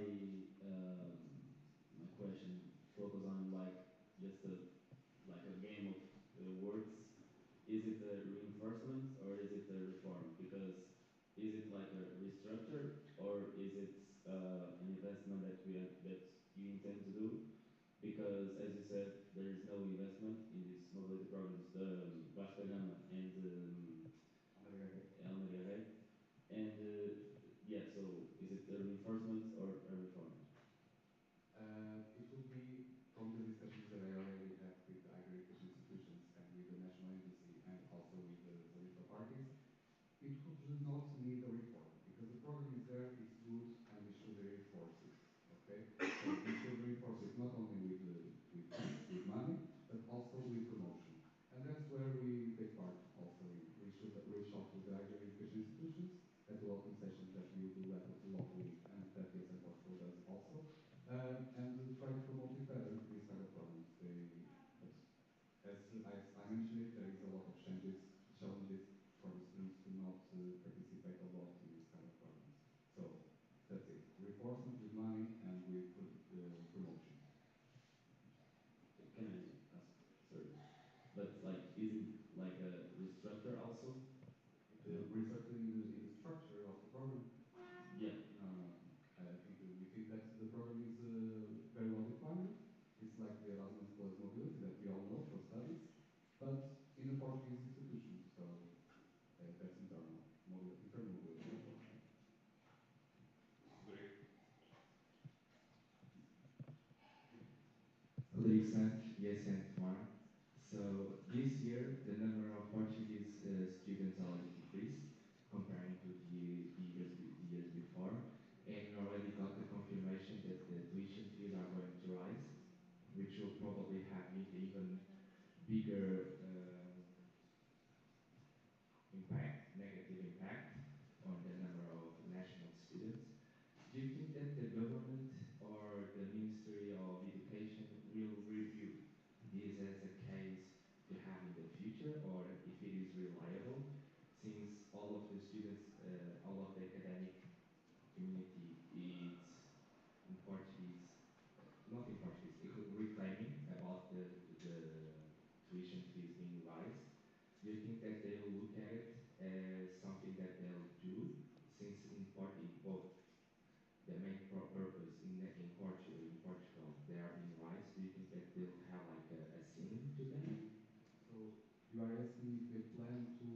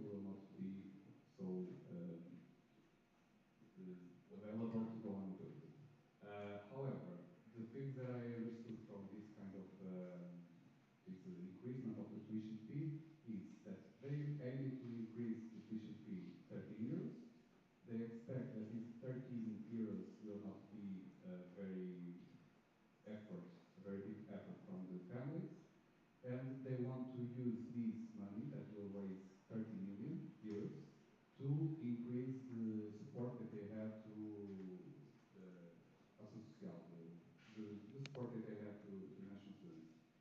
In our vision, 30 million euros is not enough to fulfill the needs of the national students, and this opens doors to increase even more the tuition fee in the future. Regarding the fact that they could use this amount of 30 euros, for example, to reduce the the tuition fee for international students. It's not a priority to them. They are saying this, that this is not a priority. Their priority at this very moment is the national students, and the tuition fees for international students is a very good way to finance higher education institutions in Portugal, as it is in other parts of the world, and they are seeing that even if they raise it to the double, there are still people paying it, so that's good for them. That's the importance that this in Portugal have in advocacy efforts and continue to strive with this. Anand?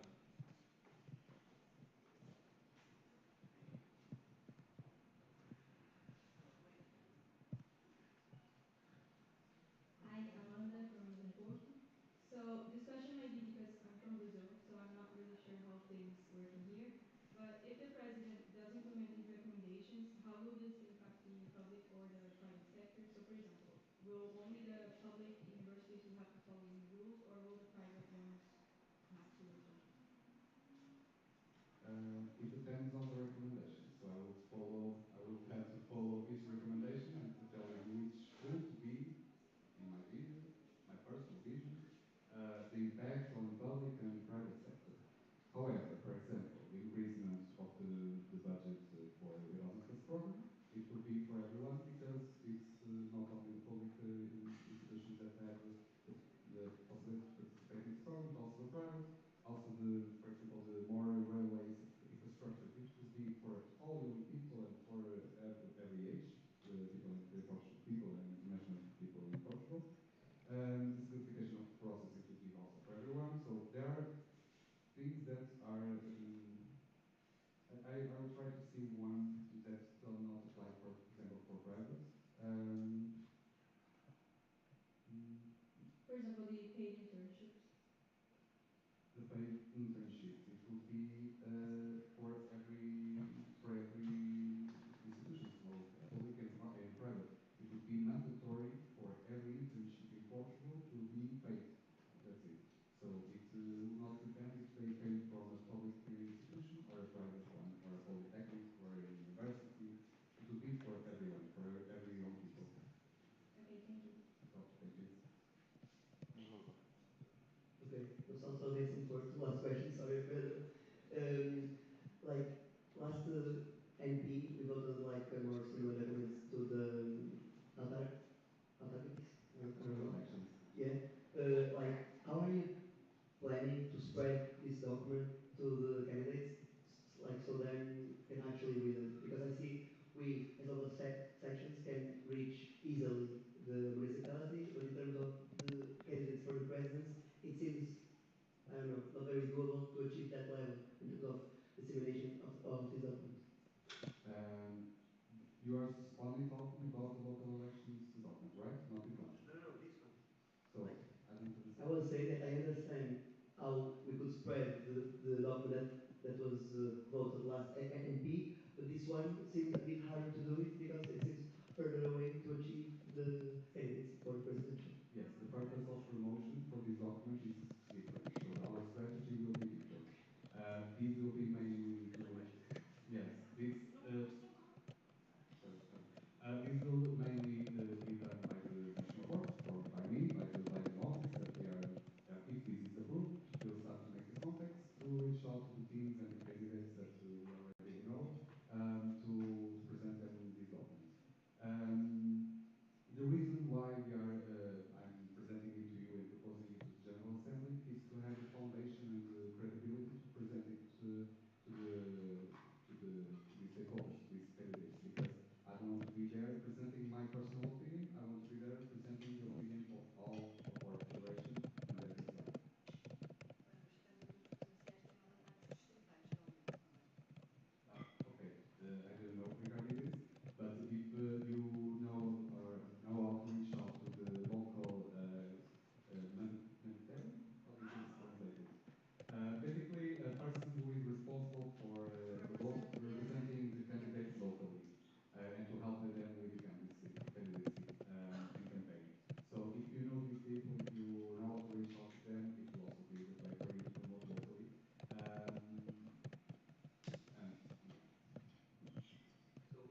context we should talk to you. Yeah, of course.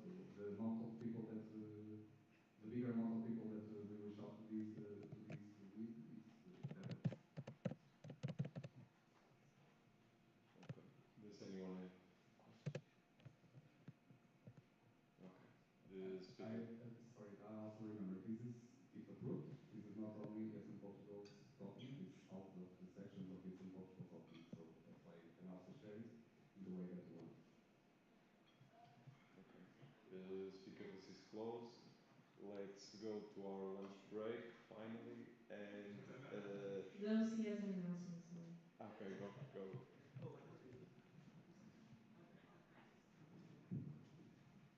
Hi everyone. So it's lunchtime, and we'll ask to go through here and serve yourselves with the food that you chose on the forms. Please respect that. And then you can stay here. We have some chairs. You can come back here, or you can go outside because it's not raining and we have to make the most of it. So yeah, good luck. Okay. Ask Margado for what he put in the Guys, forms. just Guys, sorry. If you need to charge computers or anything else, there's tomadas on the right side of the room. And if you need to fill water bottles, there's also a water machine on the right side of the room. we Final. we will be back at 2:10. Okay, 2 horas e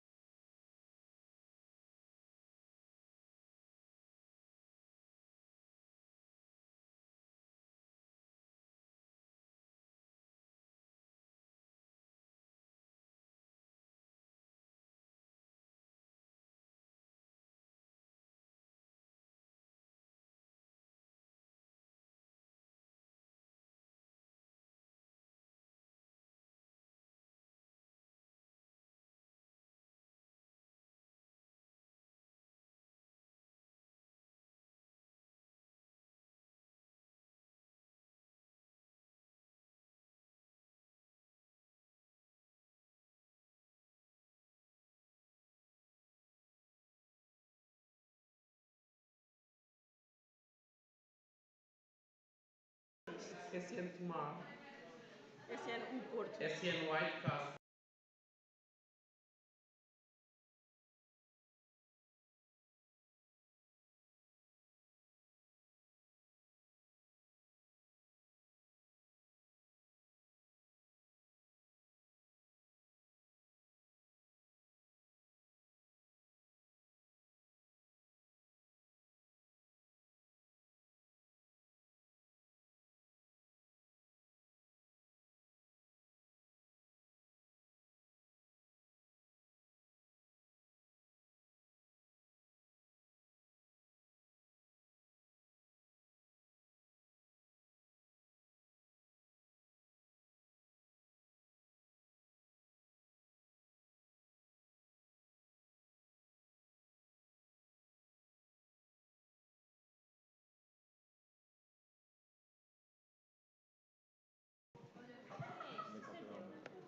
É meu, é meu, é meu.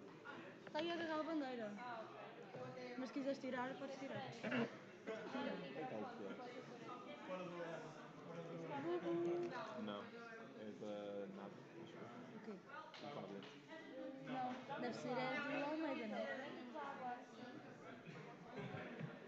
Imagina, eu tenho aqui coisas para fazer peso, se quiser. Eu tenho coisas para fazer peso, para lá. Pronto. Okay, everyone. Let's do the quorum check. Thank you. Yes, and a search. Yes, and Aveiro. Here. Yes, and Castelo Branco. Here. Yes, and Coimbra. Here. Yes, and Covilhã. Here. Yes, and Évora. Here. Yes, and Lisboa. Here. Yes, and Minho. Here. Yes, and Porto. Here. Yes, and Tomar. Here. Yes, and Otávio. Here. Okay. Next topic. We need to turn off the Exato, disclosure by audit team, Cláudia. Okay, so basically, during the morning, like we did some changes to the agenda, but the thing is that votes delegated can only vote on proposals that are already at the agenda. So, when we propose a change to the agenda, that proposal wasn't predicted on the agenda. So, people that have votes delegated cannot vote for those proposals. But it's the same topic. What? But it's the same topic. They're voting on the documents. They didn't change. No, but a thing is when you vote for the documents, that's Oh, so it's a already thing. changing. When we propose, the proposal is to change the agenda. This proposal wasn't predicted in the agenda when it was released. So, since votes delegated can only vote on topics that were already at the agenda, if those were not, they cannot vote for those. So it's abstention basically. We didn't notice this during the morning. I just remember during lunch. So from now on, we have to do this, okay? Does anyone have any question regarding this? No? Okay. Pedro wanted to make the national government to make a change to the agenda. Yes, since I said before that I wanted to update the document of the priority process in Portugal for the presidency elections, I already had the time to make an update on the documents, and I wanted to show you the little update that I made for you to make a conscious vote tomorrow. Okay? So it's to add the topic. To add a 5 minutes topic for discussion before the proposal of the action plan on budget 2026. Okay. Did you understand? Yes. No? I didn't hear the last part. So it's basically to add a topic to discuss the 5-minute topic to discuss the presidential thing.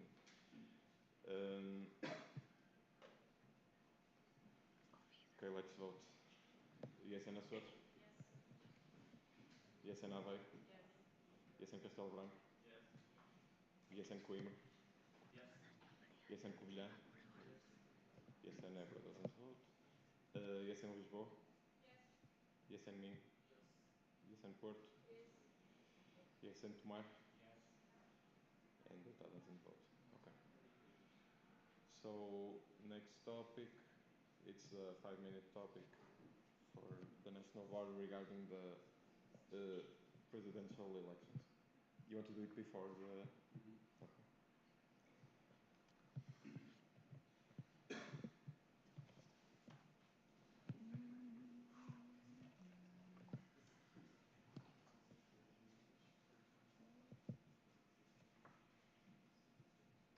Okay, so the one thing that I changed was adding reforming this last paragraph here.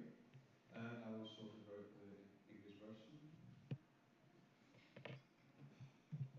which is here. So basically, what it says is in the we presented the data, and at the end of the background, we put this paragraph saying that we believe the President of the Republic can play a decisive role in promoting these measures, not only through their political and moral influence, but also by recognizing the integration of international students and the empowerment of youth that is priorities for the country. We therefore hope that the next president will use their mandate to foster consensus and encourage the competitive institutions to ensure that these recommendations are translated into concrete policies that improve the lives of young people and contribute to a more open, inclusive, and international workforce. I don't know if it met your expectations, if your claims were reflected in this um, paragraph, but if not, please tell me to change according what you expect. Speaker list is open. No one. Speaker list is closed. Thank you.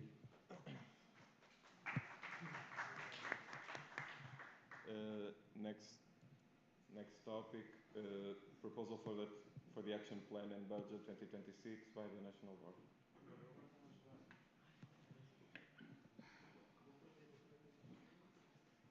Action plan. Yeah. É não porque eu sou PCI, e não mas provavelmente pessoalmente se puxarmos também sim. Mãe obrigada e quando ninguém morre na passar mais. Sim, sim. Show.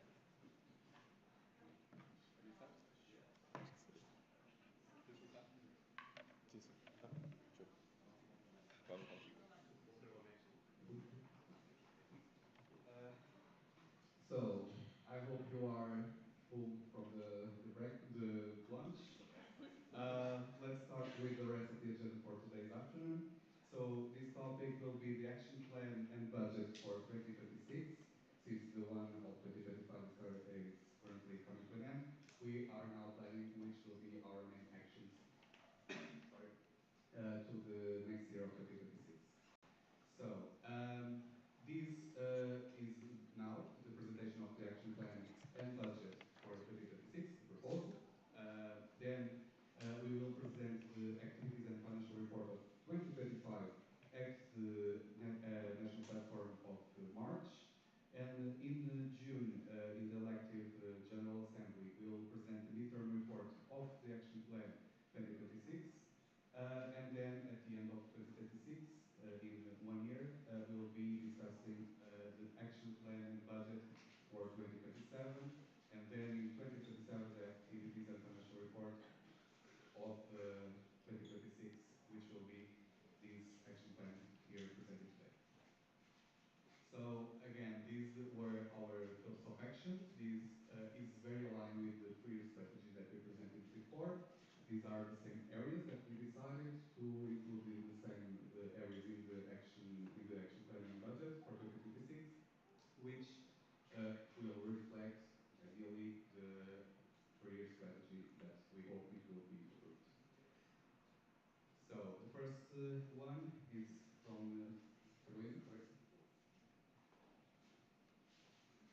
Okay, so the first point is again governance structure and professionalization. I want to highlight these 3 points. That is structure network care team, maintenance of pool of trainers based on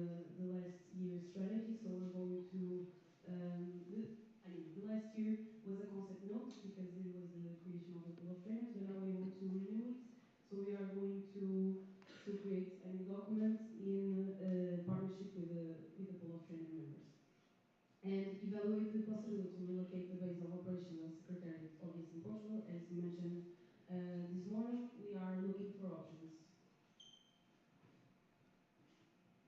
Okay, so on the advocacy,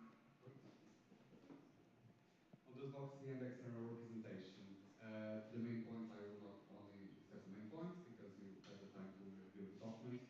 However, we may highlight the Erasmus Elderly project. We aim to make a lot of activities, a lot of, to promote, to start promoting activities and to start promoting this project more to reach even more students, especially in the part where they are coming from their mobility period, so they can join the Erasmus Alumni project. We also aim to foster collaboration between our ESN sections and their higher education institutions by enlarging the amount of protocols that we have currently right now with with them, uh, and fostering their collaboration between our sections in order to give more support to students and to create more impact. Also, more engagement with of our sections in the European University Alliances. So, in a way that we will aim to start to foster creation of student bodies within the European University Alliances, and also our ESN sections as representatives of the students towards the alliances, and giving the correct tools and knowledge of our sections to do so. We also have the development process of the European degree in Portugal, so we are monitoring this with the the national agency. We are trying to see which are the news under this project of the European Commission, and trying to get the much information that we can so we can work on it. And also try always to give the perspective of the international students and try to cooperate better in the elaboration of this project. We also aim to continue the cooperation with the representation of the European Commission in Portugal and the European Parliament office in Portugal also, and advocacy efforts with the Ministry of Education, Science and Innovation that I can say right now that we already have scheduled in the next Thursday, Thursday, meeting with the Secretary of State for Higher Education in Portugal, which is amazing because we've been trying to connect with them for at least 3 years, never successfully. We also, besides these ministries, we want to go also to the Ministry of Youth and Foreign Affairs.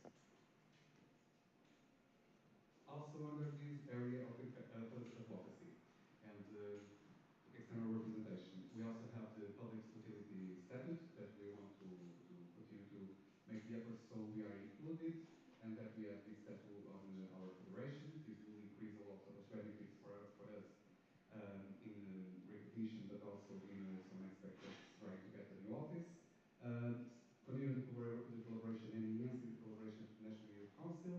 Continuing to start the promotion by promoting the Euro Quest for Erasmus, so more students know that they have this opportunity and they can enjoy this opportunity that is an international made directly with the European Commission, because a lot of higher education institutions and students still do not know about this new project. And also, we aim to explore the possibility of organizing an international forum with our student organizations that represent international students in Portugal to once again to unify our voices and make our voices more heard, because united we are stronger. So to the next, which will be.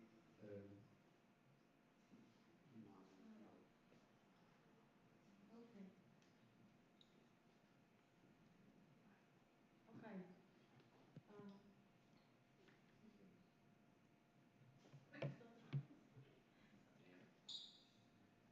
So, on Service for International Students, we have organization of the National Strategic Meeting. No, Tem volunteering conference. Isto é velho, entrar no. Sorry. Já estava aberto. Okay. So. Okay. Okay, we're going to organize the national strategy meeting in the beginning of the year. We're going to organize the level up to level of 2026. I'm sorry, the local boards meeting of 2026, the SN upgrade, the community meetings of next year. This year, community meetings are already being organized. We will try to validate the volunteering activities that we do through the creation of training participation. We are also aiming to think of a new concept of Lisboa. And we are going to reinforce the knowledge transfer between national boards. We already started doing this in previous years with the transition weekend and everything, but we will try to do it more concisely. Now it's me. Sorry about that. So here we hope to have the possibility to do the next awarding of the iLife initiative next year, the continuity of the quality assurance process, the implementation of the ongoing expression strategy. So we will have to probably review or rethink the next one. Then planning of the study trips to local sections if applicable and necessary, and also tools and strategy to align with the HR management locally and nationally to try to implement and have more regarding this area. For international students and mobility services, still organize and improve the Erasmus National Meeting. Regarding this, last year we implemented some activities during the morning. So this is a process. We can change the NM from one day to another one. We still work on this. This year we'll try to implement new things, new activities. We are searching for maybe a new solution for a new hotel, but it's a process ongoing, so we can't expect that the restructure um, for the ANM of this year, next year, 2026. We need the feedback of the next edition so we can see what we need to do or what we can do to improve it and give the best event we could to, to our Erasmus. Start the Erasmus, organizing the Erasmus National Meeting 2027, define the plan for restructuring the Erasmus National Meeting, organize and improve the Erasmus National Games. Regarding this, the change of the Erasmus National Games to Aveiro was a step that the National Board decided to do last year to, in a way, to improve the accessibility of the event. So again, it's a process. We can't expect that the event will be amazing, 100 times better than last editions. It's a process. We need to work on that. Partnerships to ensure the suitability of the NM and the ENG, reporting all the national events. Again, regarding this, we will release reports from Science and Fiebra, the financial and logistical reports, and support the OC of the national level event. Okay, regarding national projects, we want to keep the implementation of the Christmas with Portuguese families, the Go Green and MESH. We want to continue also the Erasmus in schools with a microgrant, so we will try to include this in our page. Define strategies to analyze long-term development of all projects. It's basically the reporting and the collection of data, so we can think on how can we improve it. And the local sections reporting on ESN activities portal.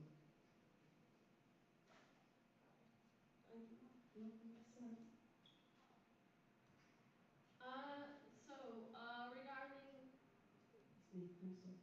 Regarding grant projects and cooperation, the leading coordination grants and projects, this is basically financial sustainability of the federation. It's trying to find more opportunities to also make the events accessible. The pageant it's the normal. We will try to find funding also for ENM 2026 and ENG 2026 also. We will do the reporting of the ESC 2025, so this is one that passed. We're going to manage the ESC for the next year and apply for the ESC of 2027. Then we're going to keep the mobility opportunities for volunteers. We will try to candidate ourselves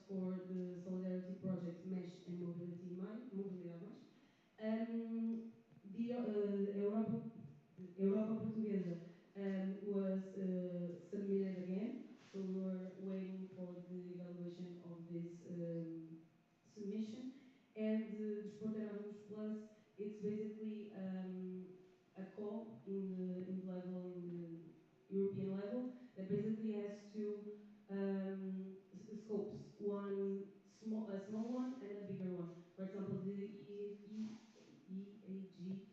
plus or in the big one, but we will try to search in the small one and also in the big one if we see that we have good opportunities to fund our events. Regarding the cooperation grants, we will continue with ELCA that started in 2023, if I'm not mistaken, ends in 2026. The Speak Out will also end in 2026, and the Voices of Change will end 2027, if I'm not mistaken, right? Okay. The Civic Innovation Fund is a new one that we are going to cooperate with the ESN Italy Secretariat, and it should be submitted during the next months. Was already submitted. Okay, it was already submitted, and it should be approved or not approved in the next months, weeks. So here on the financial part, as you might have seen, it's a little bit reduced, okay, because meant to be it was meant to be feasible, not to have big dreams, but to be something feasible with resources that we have. It's also to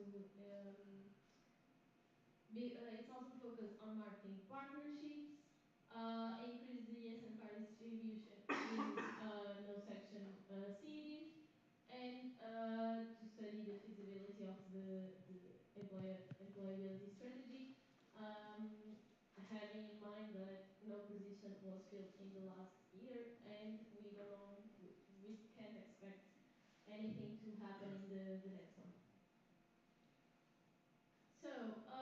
Regarding internal actions, as always, diversify the sources of income and to develop materials to promote not only our actions, not only our events, but our projects, um, our internal structure to present to the partners, institutional and commercial ones.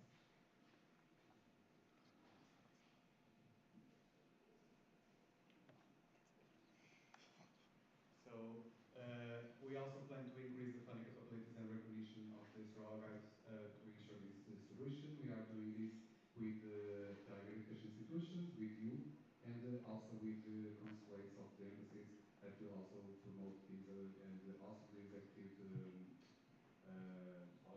core body of the CFLP, which are also meeting soon in order to try them to expand the solution and the funding of our smaller guides. Yeah, communication. Okay, regarding communication and marketing. Uh, Supervision and coordination for the national event, of course, this is a regular task. So after that, monthly planning routine. So I really want to keep a monthly planning routine with my sport position and my communication team, so we can make sure that everything is organized and everyone is on the same page and working and know what they have to do. Then the maintenance of the SN Portugal image in all different channels. So make sure that we are always sharing the same message in the same tone, in the same voice. Then increase the use of LinkedIn and video content strategy.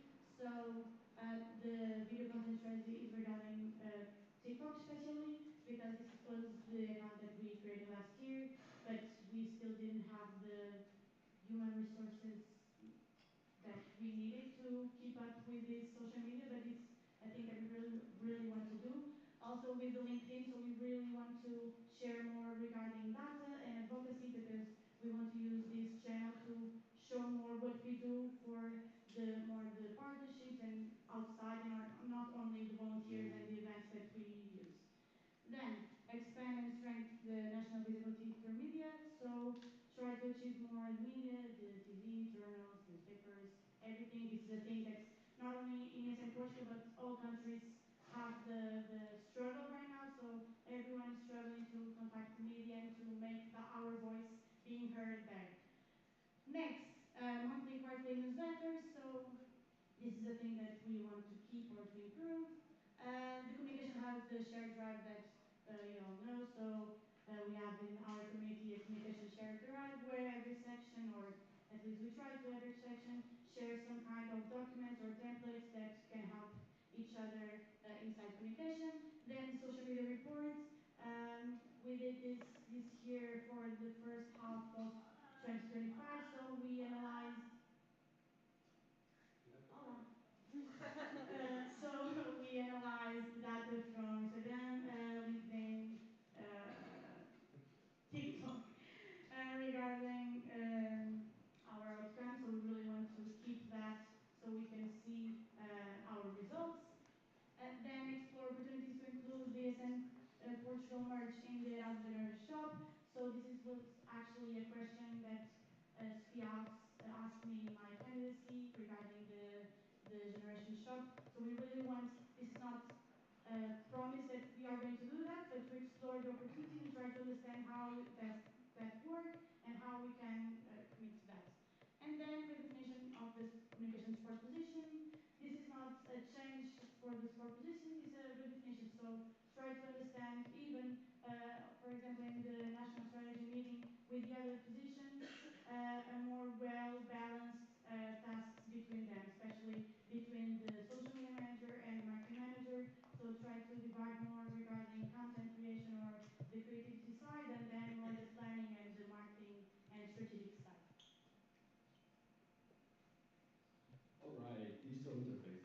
So, I kept it short and simple, simply because I think this is the best way to explain. Mainly, so what I presented in my candidacy was regarding Satellite 5. This is something that I will do and I intend to do throughout the next year, at least on my part of my mandate, because this is crucial and it has been talked about for years now. So this is something that will be done. Support to sections. This is something that it's one of the main points that should be tackled here, simply because there are sections that are well established, but there are some that that are not, and this needs to be insisted with, and we need to provide support and chase and give the tools necessary for anybody that doesn't understand anything about IT to actually implement their structure within their sections. When I say this, for example, the use of Slack, which is something that a lot of people do and use, and it's really useful, and a lot of people should move to it, but they need to know how. So this is the kind of support also related to the websites, which is one of the main points.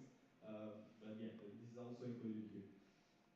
Infrastructure optimization. So this is regarding to the also to the costs that us, ESM Portugal, have with the hosting of the several websites. Just a reminder, you as sections, or most of you, do not have to pay for the websites because we do it. And we choose to do it because we think that this is a service that we should provide to you in case you need it. So just a reminder, but since the current way that they are deployed, it is not the best one. So this needs to be reassessed, and it has already been reassessed, but needs to be improved. So this is obviously a point that needs to be on the plan of action for the next year. And most important of all, documentation. Documentate everything, processes. This is something that is really simple, probably really boring to do, but it helps a lot to have stuff from the past, and for the next ones that come and pick it up, it's way easier, and it's just a simple and logical thing to do. So obviously this is one of the focal points for the plan of action for the next year.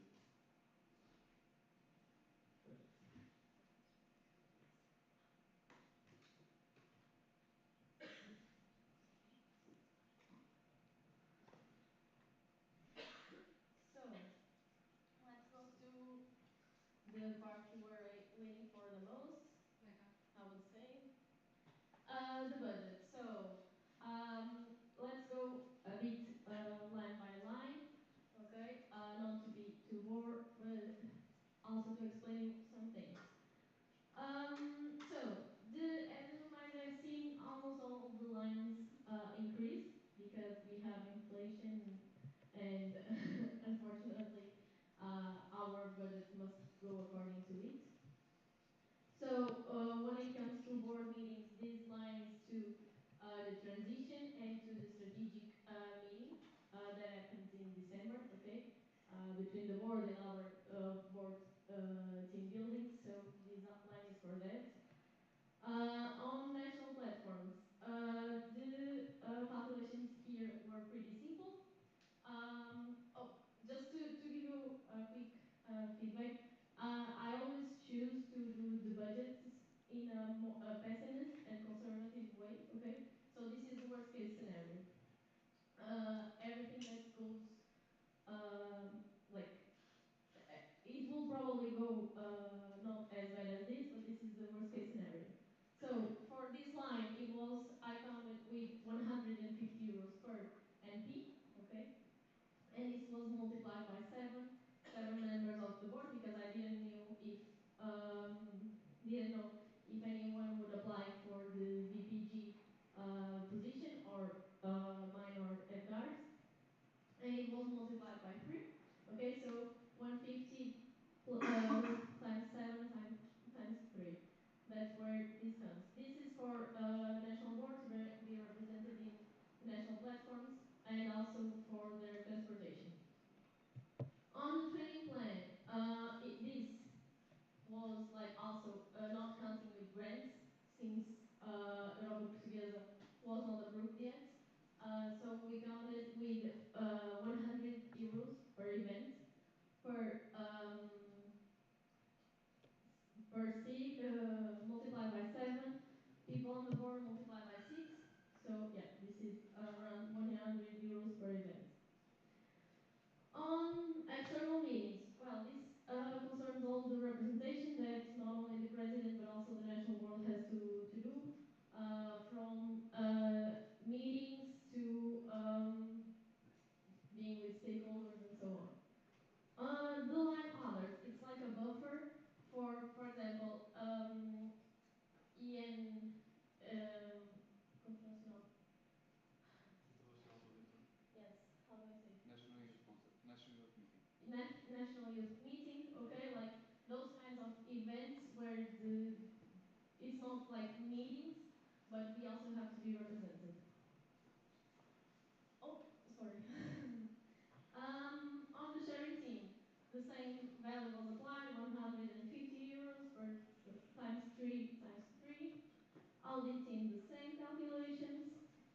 Secretariat, this took into account also the 150 euros times 3 national platforms, plus an amount for our secretariat to be present in other events.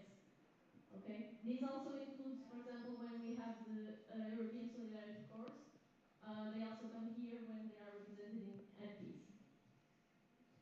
Support structures, they still have 500 euros because, for example, this year this value was more than enough, so we didn't increase it. And yeah, local representatives. This is the same calculations, 150 times 3 times 12. Okay. And let's see for the national representation. Going to the international ones. General Assembly, we always count with 500 euros per person for the international events, and this is multiplied by 2, multiplied by 2, okay? So 2 people in 2 General Assemblies. No, not 500, 750, sorry. Because we never know how far it is and so on. So before it was calculated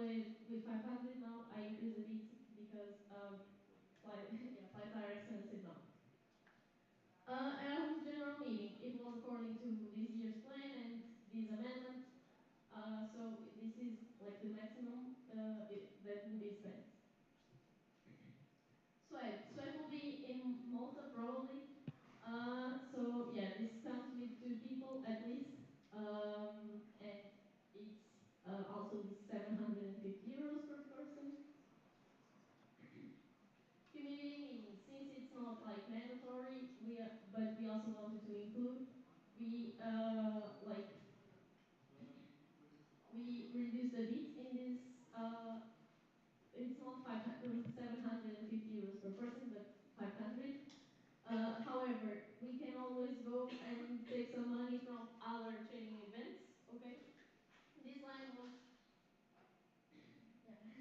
yeah. The line of other training events was before just for NVT, but since NVT has not been done or some like the national board doesn't think it's like not like it's not good for them or it doesn't go according to their expectations, we choose to change this so it can go to educate, it can go to local change makers, it can go to other training events of the network. Thank you. And international cooperation. This is to go to an NP on on other NO, mostly to change ideas and to give feedback from a different side. For example, Italian and the Italian NP, like the Italian National Board last year, asked us to go to their NP to share how the process of turning into VPG plus VPD was going to us and how we did it and so on, because they also wanted to include it. And this value, this amount goes to that. And with that, representation is gone. So, network support and development. This here, training plan, the amount is the same. This goes to, I'm sorry. This goes to funding your local events. It's 500 euros per local per event, per training event. Non-statutory one. It's like a help, a little help, not to fund all the events. Then we have 100 euros for network expansion. This is for quality assurance, for the quality assurance team to go to the sections or to the expansion part. And these 500 euros. I know there's a lot of talk. We put it this here, like I could just leave it 0, 0, okay? Because this doesn't matter. Basically, we only ask for travel fund when people ask, like, we, how does travel fund work? So, 1 euro per fee is taken to travel fund, okay? And we only ask sections for for that amount if someone asks us for the travel fund. Okay, so if no one asks for the travel fund, the section gets to keep the money for the travel fund because, like, for us, it's not like we have like okay that we could put that money into other events, but like for us, it's not that big of an issue. So if someone asks for the travel fund, we go and ask the section for it. It's always on the budget of the event. It's like a safety margin, an extra safety margin. If sorry, and it's only applicable in that case. So, ENM, this was like an approximation of the value that was spent during the last years, and that's all. ENM 2027, it's the amount that we have to pay to the hotel in case we stay in the same one, so that's why it's here. ENG is also an approximation of the value, it's not binding. IG. Since we are having so much trouble, probably IG won't even happen. Okay. That's why no money was put in this line. Even though we know the the national board doesn't cover for fees of IG participants. Okay. It only covers for our national delegates. Yes, and car project. Well, this was taking into account the order that was already made, this your last order, and a perspective of your next order. So that's why this value is here. Yeah, yes.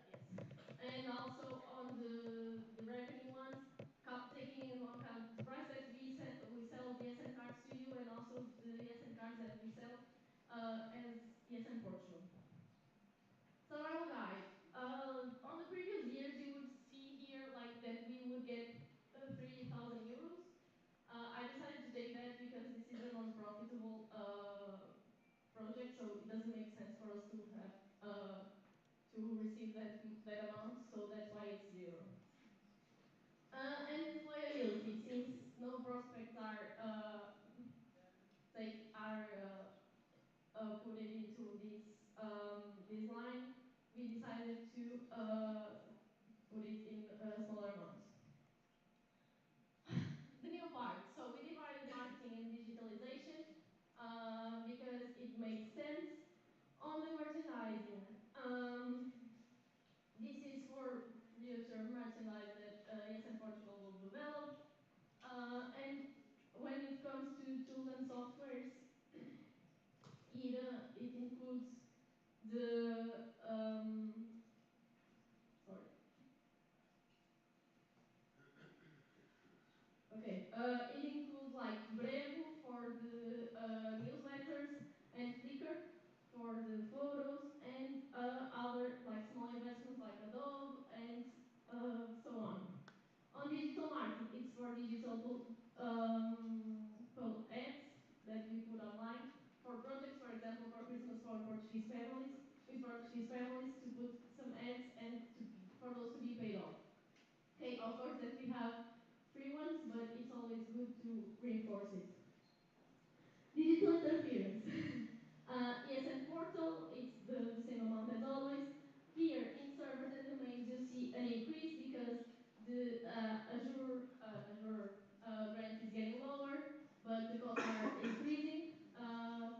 That's why we have our IT manager taking care of it and looking for other ways of uh, putting this amount lower. But for now, this is the worst case scenario. And into others, we have issue, the platform where we put the survival guides. We have ChatGPT also broke. We are going to assess if it's possible or not, and that's it. Institutionals. That's the grant from Erasmus Plus agency. Oops, sorry. That's the grant from Erasmus Plus agency. On commercials, we prospect to maintain the values. Vodafone. Others, it's Spotto Home and Eurocenter. Okay. If more come, the better. But for now, that's it. 100 euros. It's the 100 euros that we expect to like if we need to do like a marketing some marketing ads regarding these partnerships, this value. It goes to this value. Grants. Well, this will be explained in more detail tomorrow by Patricia. Okay. But this is what we expect. We expect the annual page to be smaller because it's the tendency in these last years. We will receive some grants that were already reported, some that will receive the first things, the first parts, and so on. So this will go to tomorrow's questions to Patricia. It's better. When it comes to administration, so as you saw, this has to do with the bank, accountants, and the lawyers that we have. So it's like 80 euros and something times 12 that it's for bank, and the other monthly allowances that we have to pay for the other services. Secretariat, this includes Patricia's salary and training and all the other things because as you know, we have to provide like 40 hours of training per year, and that has to be like a paid service, so that's why it's also included here. Telecommunications, like we don't expect to use all. We have our mobile phones from ESN Portugal, okay. Me and Pedro, but we never use it. It's just in case, for example, we need to have a hotspot for them. We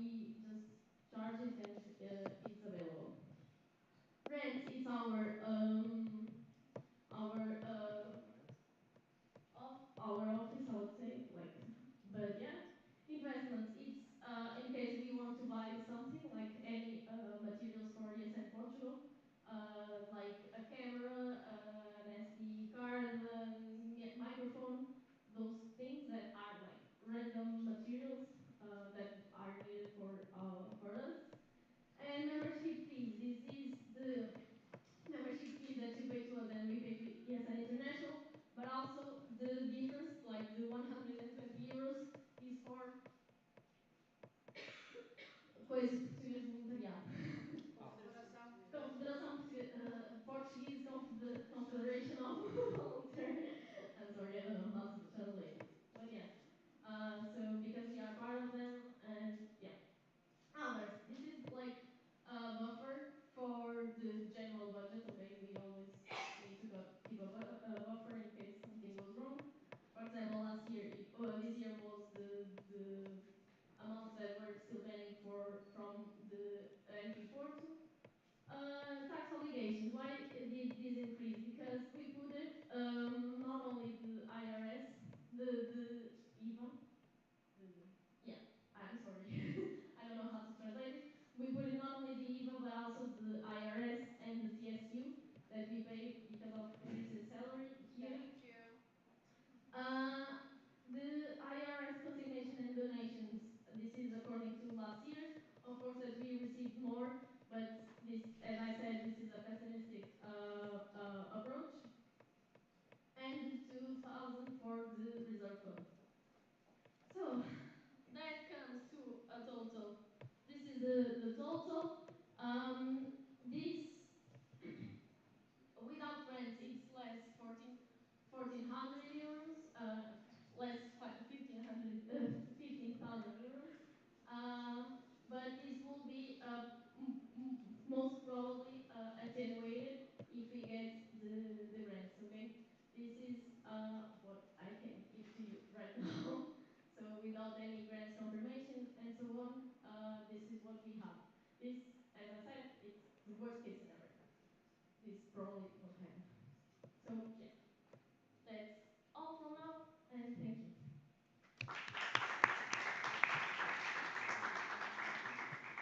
Okay, speaker list is open, and let's try to be concise. There are a lot of questions, so be concise with your questions and be concise with answers, please. Titi. Can I? Okay. Tiago Coimbra, Incêndio Porto. Vinícius, can you show the question? Because, thank you.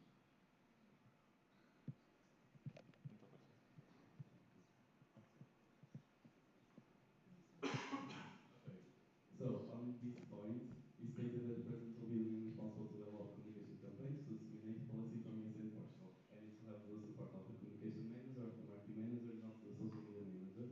However, in the communication part of the action plan, there is no proper focus, or like there is no focus on this part. Why did you choose to distribute this task like this? Don't you think it makes more sense for this to be something related to communication, and then you have the education positions to help this support this project?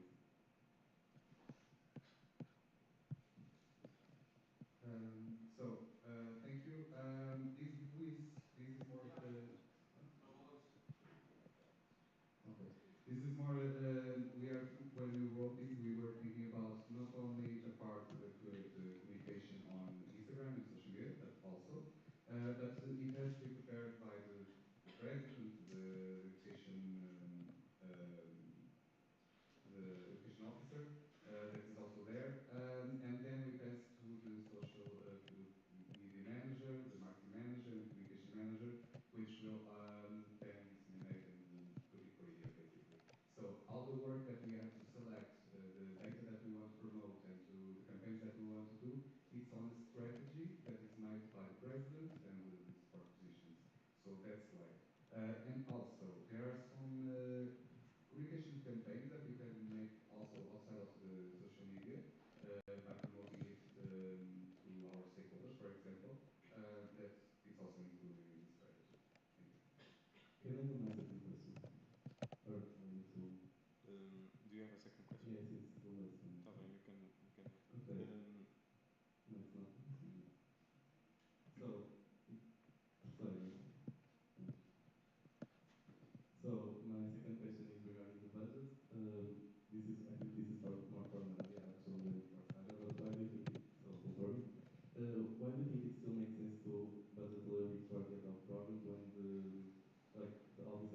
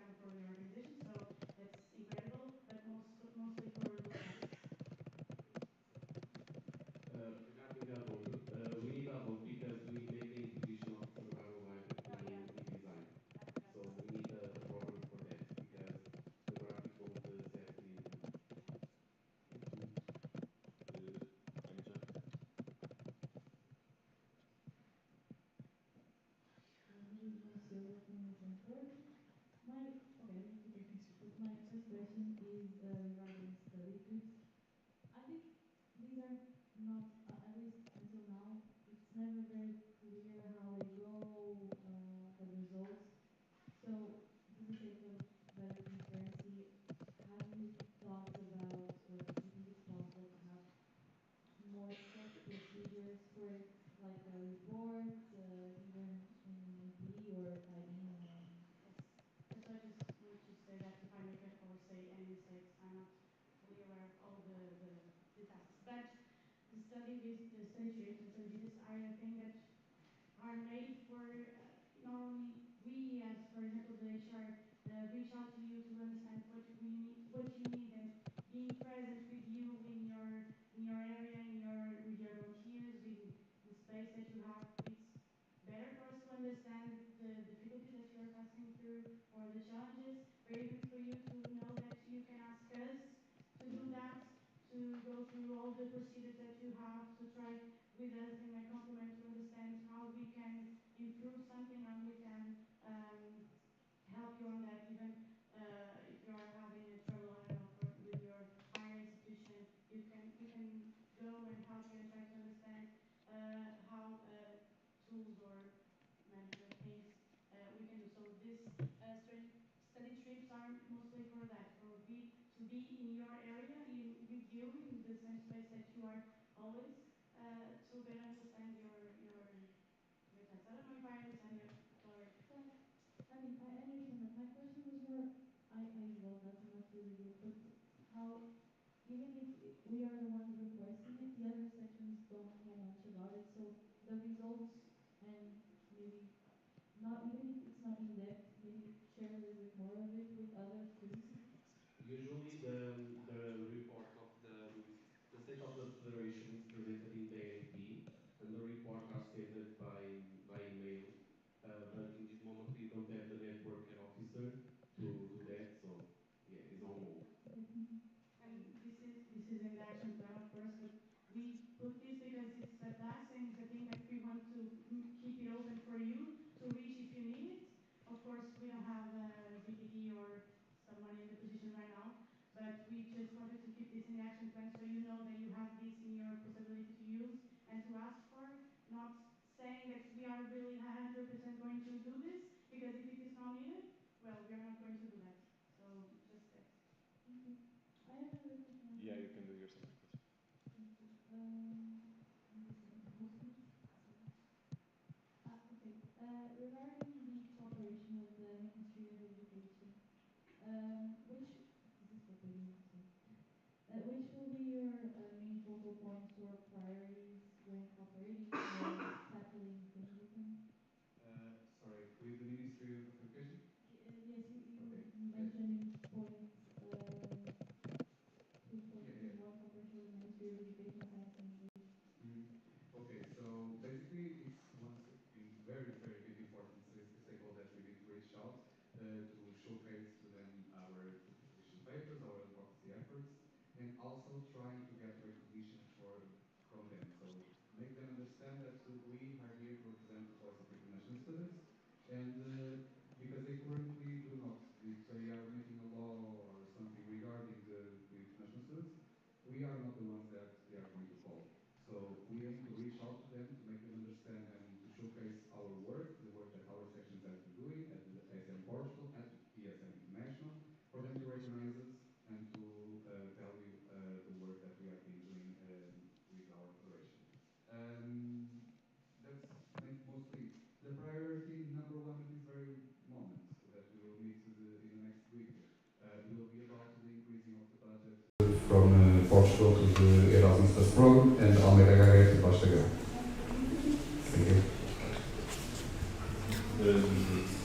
Matilde, Santos.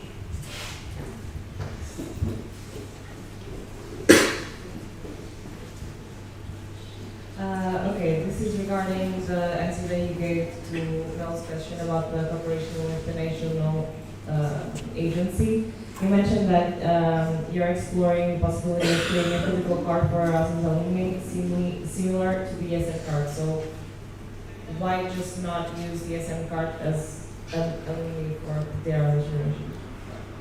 Thank you. That's exactly what we want to, but we are still not sure if we can do it according to the ESM cards policies of ESM International. We need the possibility that the national agency wants to really to make it and to buy the ESM card from us to give to the Erasmus alumni, which if we have 300 people signing up for the Erasmus alumni, it will be a very high cost, and I thought that they will do it. However, we still have to reach out to the ESM International to see if they open this exception or if we can make something different. It's open. It's still open, so I still can't compromise with an answer. But it's something that we were thinking about in the last meeting that I had with the national agency, and it could be amazing if it would be a DSM card because it would give us visibility. However, it's maybe not feasible as I see it for the basal startup. But yeah, it's a possibility that we are evaluating. If not, we will try to make another physical card. That's it. You can do your second question. But I have a follow-up for this one. So, but why would we, what would be the use of this physical card? The national agency believes that with a physical card they would feel more part of the Erasmus alumni community. And that's it. Basically, they do not think that it will be beneficial for the Erasmus alumni because they do not think that it would be beneficial to have some discounts. I don't know why, that's their perspective. We try to make them understand that maybe with some discounts it can be more appealing. However, they were still doubting, and it's still not very defined the beneficials of having the physical card. And also, they don't they are very divided in the opinion to have a physical card or an online card because of sustainability. But that's something that we are still evaluating, and in the next meeting probably we will address this topic again, and maybe I'll have some news for you. Yeah. Maybe just a comment on this, maybe not to the microphone, but inside information. The national agencies are being gently pushed by the commission to create alumni networks and to provide benefits for them, right? So eventually all our nodes will have this conversation. Hopefully it will reach out to us. They don't have to, but they're very the commission is you need to have an alumni community and you need to give benefits to them. So that's why they're reaching out to us. And they're as much work they can give us, the better. And that's why. It's not because they're very, oh, we love you so much parts, but the commission wants something. Thank you, commission. Yeah, you can do second question. So my second question was regarding the HR manager position's role. Because you said in the answer that the role of the HR manager was to act as a bridge between the national board and the sport positions. But as of now, communication often happens more directly between the board and the sport positions themselves. And for me, this was pointed as a negative point, but in my perspective, this is if you don't need someone in between to mediate it, it's better for me. So should this be a reason not to have an HR manager? I mean, we believe that the board should communicate with the sport positions. The HR manager, the main role of the HR manager was to work closely with the sport positions to gather information, to gather all the issues that was happening and bring those information to the board members.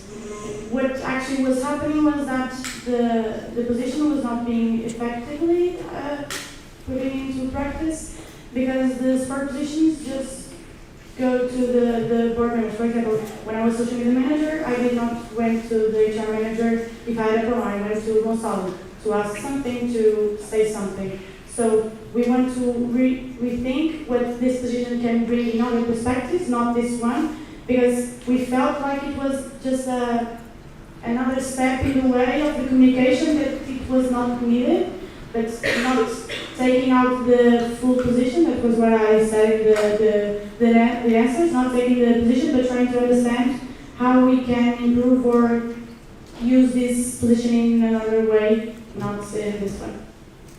But what would be the goal then? Now you're going into you're opening the support positions now. You have an HR manager. What is the task description then? that's it. We want to. The HR manager will still be in charge of the sport positions. The HR manager will be in charge of the sport positions calls, the tasks, to make sure that the sport positions are working and to bring those informations to the board members. But more related to particular tasks and more precise things that the sport positions do. The main goal of this position was to do that. So if a sport position has a problem, you go and talk to the HR manager, and then the HR manager brings that to the board. But we think that can still happen, but not in that specific way. I don't know if I'm being clear. Yes. So, as you might have seen, we don't have a governance position in the board. It's being covered by Nadia. So, this HR manager would be essential to keep that governance part. Okay? Like the governance of the support positions now, more than ever. And it will be more focused on gathering feedback. Imagine that some sport position has an issue with the board member that it's allocated to them. They won't go to the board member and say, I'm having this issue. No, they will go to the HR manager, and the HR manager will do that part. Like until now, maybe it wasn't necessary, or it was never like no one had any problem. But we never know, and it's better to prevent it from happening than to like go after the problem. So that's why the HR manager position is so important, because in case this happens, we are covered. And we have like a second line, should be the first line of talking with the positions and understanding their issues, their concerns, what's happening, how we can improve, and that's the role of the HR manager. And I just have another one. Yeah, but I think we better move to the other.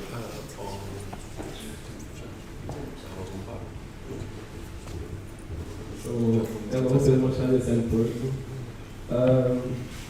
I think I found a mistake, calculation mistake in the budget. Like in the first iteration, in the one, national representation, like the adding for the national board is 12,050, but that's 500 left. I don't know if you don't include the other for any reason. But no, it was just a calculation, like okay. online. Also, like in projects, it says projects, but I think it's that was my first question.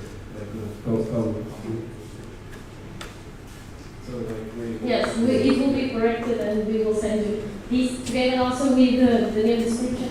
The mistake that we found before on the Q&A. We will send you the document and update it tomorrow before the voting. Okay? Can I do it? Yeah. I don't understand, like in partnerships and grants, I know we will talk about this tomorrow, but there's one of them that's 8.3.9 that is agenda per person new. Last year we had like a big amount of expenses and this one is zero, so I don't know why. Yes, because agenda per person meal is to cover, was to cover this the training events of this year, 25, not 26. That's why we are applying for Europa Portuguesa. Europa Portuguesa would be the one covered for 2026. Okay, so no amount will be allocated. We will only receive after the reporting, not spend money on that. Okay, thank you. Can I have the last? May I give some adding on your question? I would also like to remind you, every time we have these kinds of grants, usually we will put 100% of the cost with 80% of the budget. So that means that we will have to report. The report for Agenda para a Participação is due this month, and I'm completely fine with that. That's going to be totally fine. No, I'm just kidding. That means that we have 100% of the implementation costs, and if everything goes well, the last 20% will be received in 2026, hopefully. It has happened that the national agency does sometimes takes 2 to 3 years to give us money, but that's why the 100% of the grant is spent, but the money comes years later, okay? That is something that happens. Some other projects, and I will tell you which ones tomorrow, it's not 80-20, it's 40-40-20. And it's usually bigger projects that we are partners but not coordinators, okay? Guys, just one thing. We have a lot of questions, so better to pick the most important ones that you have. Otherwise, we will be here for like 1 hour with the amount of questions that we have. So maybe pass to the next person. Like the first one was I just commented because the comment is not a question. My last one is fast, I think, because it will be fast. Like you read it, I think. Like in the training plan budget, it's increased by 1.2 thousand, and you said you did a more conservative choice, and I suppose it's because of that. But since we didn't spend that much this year, why the increase? That's because we are not sure about the Portuguesa, and if it's not approved, we will have to cover the full amount by the national board. And this year it was all covered by Agenda para a Participação Juvenil, or in the events that were not covered, for example, at the Aveiro, the fee was not that high, and that's why. Thank you.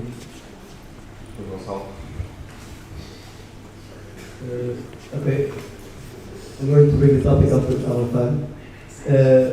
If you say that the way you calculate the travel fund is by taking €1 per participant per national event, that cost goes to the budget of that national event. So it doesn't make sense to duplicate that into the budgets of each national event, plus put them here. And if you put them here, 500 isn't a lot. Yes, it's what I said. I could have 0 in this. Not the normal line should be. I always take the amount from the national events and it comes to the ESM Portugal. That's why this line exists. So every time an event exists, I take €1 per participant and I put it into this line. Okay? That's why it can be 500, it can be 1,000. I don't know how many people go to the events. I don't know how many, if everyone will pay for the fees, or if it will be if we'll have a grant that will cover, for example, the transportation. And if we charge for this, if we as ESN Portugal charge for this, I can put it in this line, okay? But if we don't, that's why it could be 0, okay? Yeah, sorry. But then you shouldn't you put 500 in both expenses and both the other one? It is. Okay, sorry. Yes, that's why it's 0 in the end. One question regarding the travel fund, sorry. Why don't you think it's good to have a travel fund independent from that, especially now that we're having possibly NP in a search? Like, we know that in Malaysia it wasn't used, maybe for lack of knowledge or divulgation from our side, not you of course. But since now we are all more aware of it, why don't you think it should be something that can be added with or without those extra €1? Because if you were using the example of €200 per flight in the worst case scenario, if you multiply that by 12 sections, it's a lot of money. That's the €1 on peanut. Yes, that's a good issue. Maybe from 2026 onwards, we can take the €1 always, okay? For you, it doesn't make a lot of difference in the fee, but imagine that in the future it does. But that's how the rules in the Regulamento de Atividades Nacional is, okay? So we have to oblige to them, and you can also always make a proposal to change it. And so on. But the point is, the ESN Portugal, the main goal of ESN Portugal is not to financially sustain the travels and things. It's to sustain the fees. We do it, we pay your fees, and when we have events with grants, we also pay your travel fund, your travels. But the goal is also for sections to be financially independent from ESN Portugal, because, for example, you yes, of course, we are very independent. But if I have, in the future, if I have 12 sections that depend on Miss and Portugal to travel to some place, it's impossible for us, it's also not feasible for us. Like, we have also limited funds, as you saw here. Like, we cannot financially sustain all the sections, okay? For example, if I go to see every section, now we can have 2 sections in the bad state that need that financial support. But in 2 or 3 months, I can have 5, and that's not sustainable for the federation.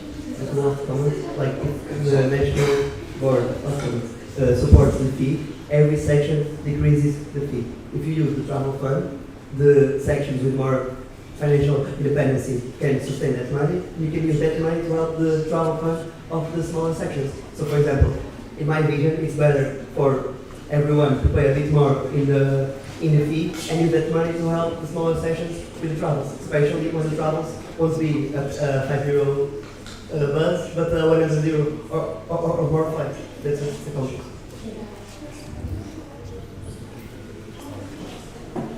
Okay. So I'll propose to close the speakers list because Francisco is waiting for his presentation. So the questions will be answered, but right now we'll move on to the next topic for the proposal for external representation, Portuguese National Youth Council, CNJ.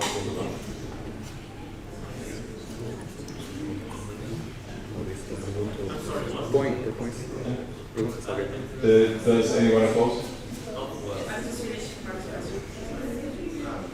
To close the speaker list? Close the speakers list. Francisco does the presentation, then we come back to the. And I can answer the question after.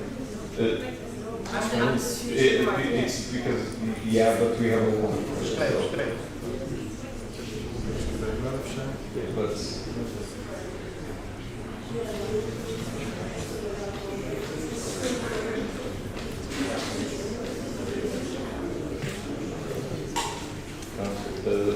Yeah, we'll do the question stuff. So Francisco can come and do it.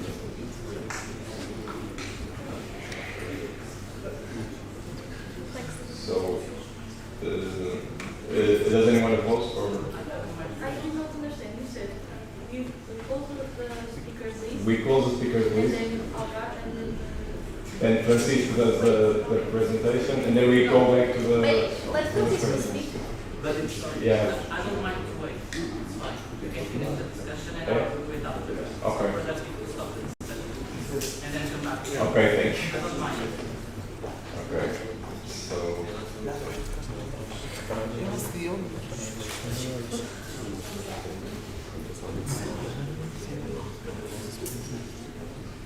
Gonçalo, you can do your second question. Okay, my second question is regarding AGFT, right? Okay, so basically I'm bringing back an old discussion from Felipe Sequeira.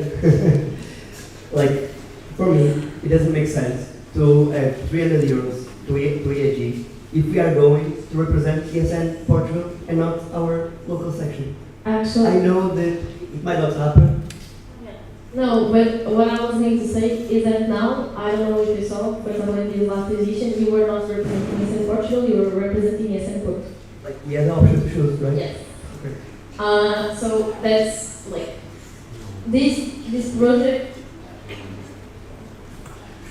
In last edition, technically the sections will represent the NEO in any way.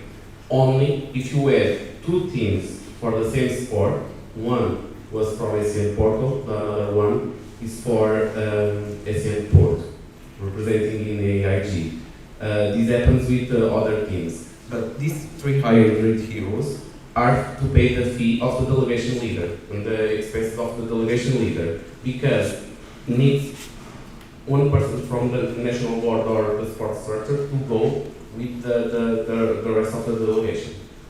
Okay, thank you. But why did you decide to put in community meetings €700, in the GA 750, and in this per person? And if it is for one person, why only 300? That person might be really tight on the budget. No, because normally IG always has like another event happening, like from a grant or something, not IG25 because it already ended. But normally it has other support from the international level for one fee. That's why it's only 300 euros. But if it's needed, we can always increase it and go pick up on another line. It's okay. Okay, but it's not. It was 300 euros because we saw that it was never needed anymore. That's why. Mel. Maria Amelia Lisboa. So basically, the answer is given to Matilde covered my questions regarding the card for the alumni project. But I would just like to make a comment. I don't think this is well thought of because if we give a card that doesn't have any benefits or anything associated to it, it's just a symbolic thing, it will end up in some drawer in the house of the alumni, and I don't think it's feasible. And we have talked all day about the National Board having other priorities, especially with some vacant spots in the National Board. And I don't think this should be a priority right now. I understand that it is something ongoing with the National Agency, but yeah, I just don't think it's something sustainable and maintainable. Can I respond? I completely agree. It's just a proposal from the National Agency, and they are a partner with this project, and that's a decision if they want to make, they will do. But we can have our opinion. My opinion is the same as yours, and that's what I discussed with them during the meeting, but nothing was discussed. Nothing was defined. Okay, sorry, my second question will have some context. It's a follow-up question from the GAF regarding the contact with embassies. In the GAF, you said that embassies should be contacted by the National Board since they are national level stakeholders. Talking specifically from ESN Lisboa's perspective, we have two main aims with contact with embassies. One is more event related and another is education related. If every time we want to contact an embassy regarding our Atlas Night, which is an event we do for a country in specific, and we have to do this through the National Board, then there won't be time for the collaboration between the embassy and our event/section to happen. So we don't find this solution feasible for us. Finally, there have been cases where the National Board established contact and collaboration with resident higher education institutions, for example, LXXV. If the National Board can contact our local institutional partners, how is the thinking process different for us to contact a national stakeholder under the supervision of the National Board? Regarding the first point of the embassies, I didn't know about the events that you make with the embassies, and that's the kind of collaboration that I described in the GA, so that I want to happen. So if you want to make a collaboration, an event or a campaign with the embassy, good, perfect, it's amazing. But please make ourselves to be aware of it. If you need also, if you already have the contact, it's perfect, but if you are willing to make the first contact for a first time, please reach out to me or to us, because maybe we already have some contact and they will be very confused, like why is not the same contact contacting me since we are reaching out constantly, and a new contact, and then they can come to me and I don't know about it, and it's a mess, and it seems like we don't communicate. So that's mainly it. Of course, if you already collaborate, I just would like to know, because if they can to me to talk about it, I don't want to be surprised in their faces to not know about it. Regarding the communication with the higher education institutions in Lisbon directly from me in Portugal, I don't have the knowledge regarding this. I don't know if it didn't happen on Monday. It was from last year. And I want to assure you that it will not happen from my side. As we made, for example, the collaboration for the anniversary yesterday, it will be always the same. I will always contact you first, and then we decide how we collaborate in these communications. I just want to add that I know that the project, it was them reaching out to the National Board, yeah, but it's like we didn't know about that. The National Board didn't inform us that they were having a contact with an institutional partner of ours, and we discovered through an MP that happened last year. So I just think that it can be a two-way street in terms of communication. Okay.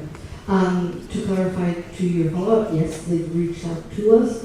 They reached out, and not to get too very technical with it. So the people that reached out to us were not representatives of ISPTE, so like not, I don't know if they have a rector or a president. So of that team, it was an investigator for a research center that was looking for national level organizations for it that had Erasmus Plus, I forget the specific label that they have. So someone that was accredited to implement a certain kind of project and national reach. And they reached out to us, and I had a meeting with them, and I informed you in our updates. We can collaborate if it's something that affects locally, but it was not technically a representative of the institute. It was a researcher for a project. Okay, we can, and if the national board is giving me, be like, hey, I got a thing, just so you're in the know. But to clarify, it was not a representative of ISPTE, it was a particular researcher. Okay, and reach out to me if you have any questions about that.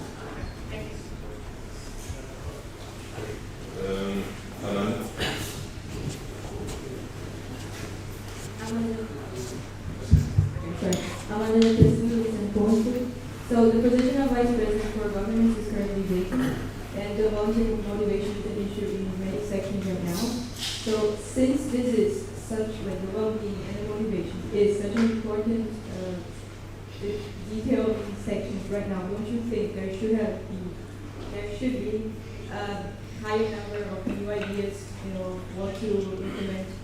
I'm sorry, I don't know if it makes sense. Thank you very much. In my perspective, for me to motivate people or to make them feel welcome and well-being, I do believe in tools and things that we can do, but in the end, it's people being with people. So yes, we can have a lot of ideas and implement new strategies and try to think of probably new events or new tools to implement. But in the end, and of course we don't have the position, so it's vacant, so probably it will not be as deep as we wanted to be about this matter. But in the end, we being in this position that we don't have a person right now, we just want to be open and make you feel welcome. So we don't have right now like a plan of HR tools or HR things that we're going to implement. We still don't know what we are going to do about that. But yes, being motivated is a really hard and always a question that comes to us.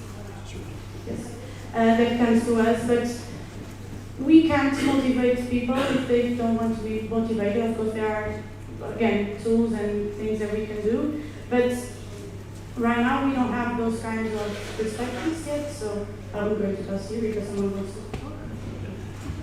Okay, so this is a sensitive topic since obviously we don't have a vice president for governance, but I want to let you know that this is not something that is being put behind our backs. And one clear example of this is, as you know, in SWEP, we have a different track from the participants, that is from the national board. And this is something that was clearly discussed, not only by us, but also from the other NOs, because this is a common problem within SWEP.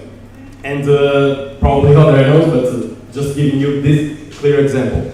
And one thing that was mentioned there was that sometimes the duties of somebody with a position are kind of left in the clouds or not demystified that much, or they are not clear of what they have to do. Simply because a lot of people don't want to have work, they think that's too much stuff for them to do, and they want to do their own stuff. And one thing that has been talked about is to make it really clear so that the people that actually want to go, they know already what they want, what they will be doing. Okay, so this is one of the things that we took out of the sessions that we had, and we have.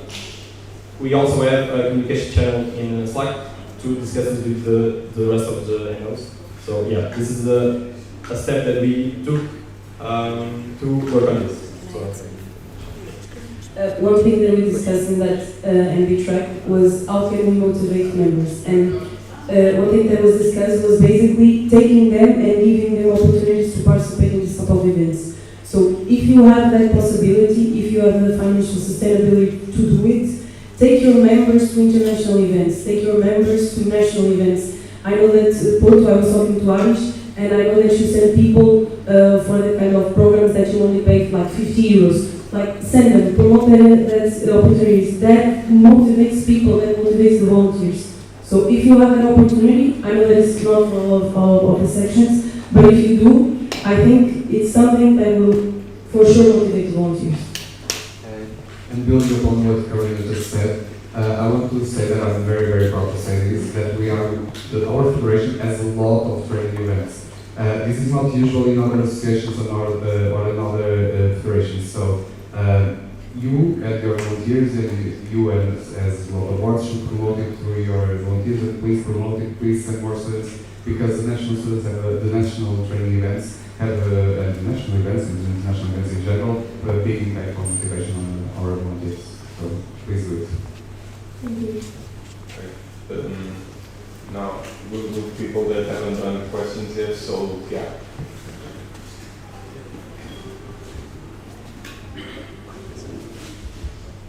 So hi, maybe we can go to my next question, since I think that one is more relevant. The main responsible task? Yeah. And then if we have time at the end, I can ask this one. So my question is about the assignment of responsibilities to board positions that are not permanently filled. This is an action plan for the next year, and currently there are no candidates for the empty positions, just interim members. If I did correct, have this responsibility assigned to people who, according to the regulations, do not have bureaucratic capabilities? Okay, and that's it. So this is an official document. We aim to make it in the most official way, to promote it to external stakeholders and to deliver it to external stakeholders. We understand that we might not have any candidates in the next MD, for example, for the positions that are vacant or with interim positions. And in this way, we will have to adapt, and in the midterm report and the report, the final report, we will have to express, okay, it was ideally think because this way is the way to go.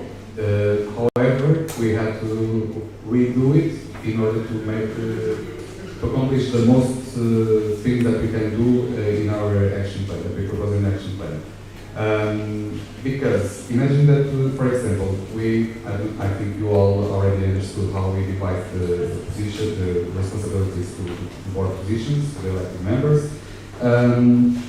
And it would not be feasible to explain to external stakeholders that we will present this action plan, for example, why is the communication manager dealing with governance matters?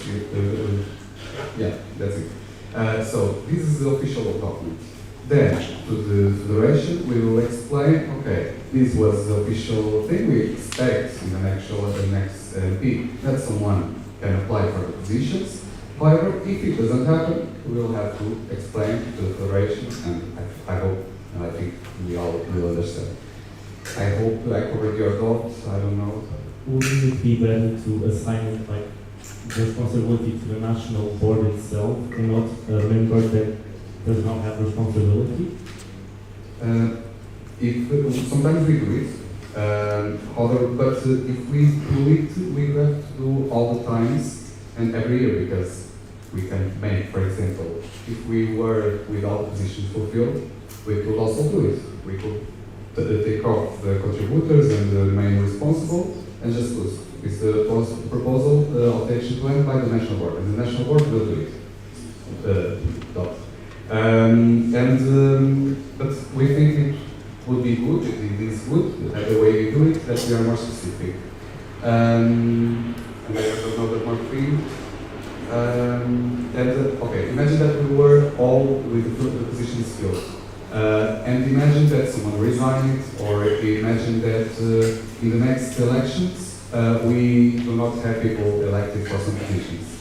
we still have on the final report of the action plan to say, okay, this didn't happen this way because of this condition. However, in the previous plan, on the plan that we are making right now, or that we were making, we would have to make it as we are expecting to have the positions filled, and that's it. So the plan is going like we plan it as it could be perfect, okay? So to all our stakeholders understand the structure of the SM for us to have it very defined. And it also happens this way, for example, where we have the same structure network with care team, and we say that the main responsible is Vice President for Governance. If we continue like this, if we continue without a position, a person in this position, we already identified that this test will be assigned directly to Nadia. But imagine that we decided that, imagine that someone applies in the next MP for the position of Vice President for Governance. We would have to make a proposal to change the action plan, or just to figure out which are the tests again, you know. It's very confusing, I know, and it seems like it's unpractical to have a document like this and to not follow exactly like it is like right there, and that we have to justify why is that happened before, that happened after, but that's the way it is. It will give more work for us, yes, to justify after, but that's the way it is, and it's the most transparent way, I think. I understand your point of view. Thank you. Thank you.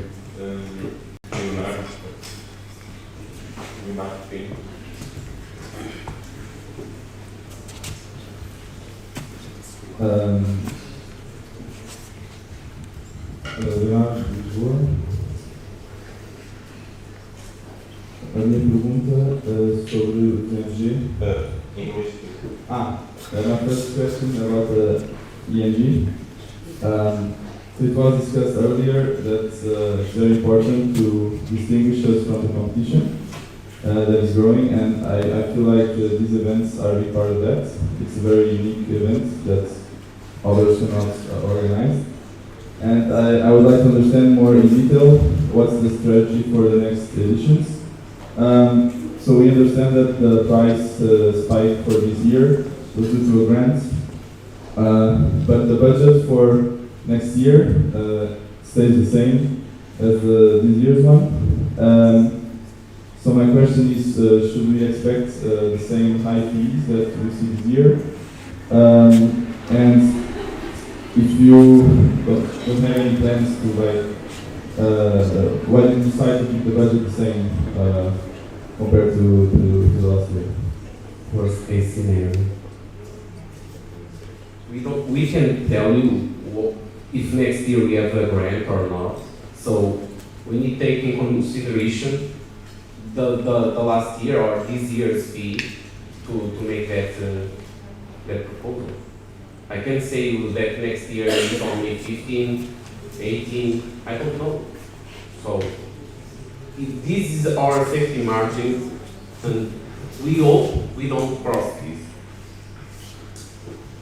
Okay. Now it's just like I feel like you talk about the 3-year plan about improving. You think it's possible to further improve by keeping the budget, the limit the same? When it comes to this type of events, the amounts that are there are not, it's not binding, okay? It's just, we don't expect to make money out of the events, okay? Our costs should be as close as the revenue, I would say. So that's why it's presented this way. We won't spend 1,000 euros on the event, maybe we will spend 20. But then we will, instead of receiving 16, we will receive 21. That's the margin, okay? That's just a line for us to say as it's the worst case scenario, and not we are not investing in the event. We are investing in the event. That's why we changed it to Aveiro. That's why we will assess after this ENG how it goes, what can we improve, and this is a long-term thing. Since ENG 2025 didn't happen yet, I can say to you like, yeah, we'll have the best event next year. Like we are like going and seeing how it goes basically. Okay, thank you.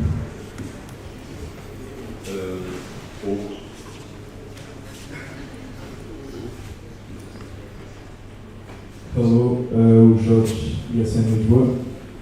So my question is also related to ENG.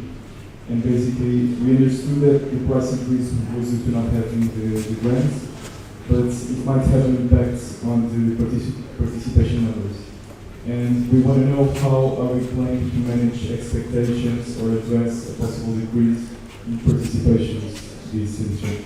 This was also a question to the National Board updates. I'm sorry, like we are presenting things for 2026.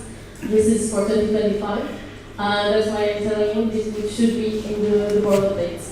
But when it comes to management, as I said, like we can't expect anything for next year. We are doing the event, we are doing the best we can, and next year we'll see what it comes. Like for example, this year we were counting on the IG grant, the new IG grant. It was not approved. It was like maybe another grant because that's fine. Like we don't have any expectations. We are not.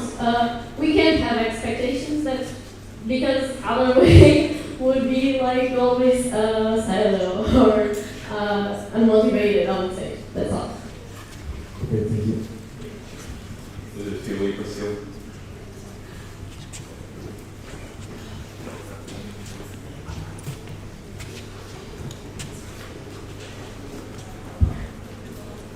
Felipe Silva, Presentura. Do you have a structure for the quality assurance process? Which section will be prioritized and why? Will it be more efficient to conduct the quality assurance assessments in the same month or at least during the same period of the mandates? A quality assurance conducted in the beginning of the month will differ from one that is conducted in the end of the year, as there will have been more time for the sections to address various issues. Although this tool also works for local sections to identify areas for improvement and enhance their quality, it can also compare their performance with the previous years. However, it's important to note that the reports of all quality assurance may highlight certain issues that do not accurately reflect the overall state of the Federation, as the sessions are not conducted simultaneously. Sorry. Can you elaborate your thoughts? My answer is yes. They should have been done some time ago. So right now we are doing quality assurance that should have been done before. So this will, yes, this does not reflect at all the perspective of the sections right now. But in the next semester we want to do this.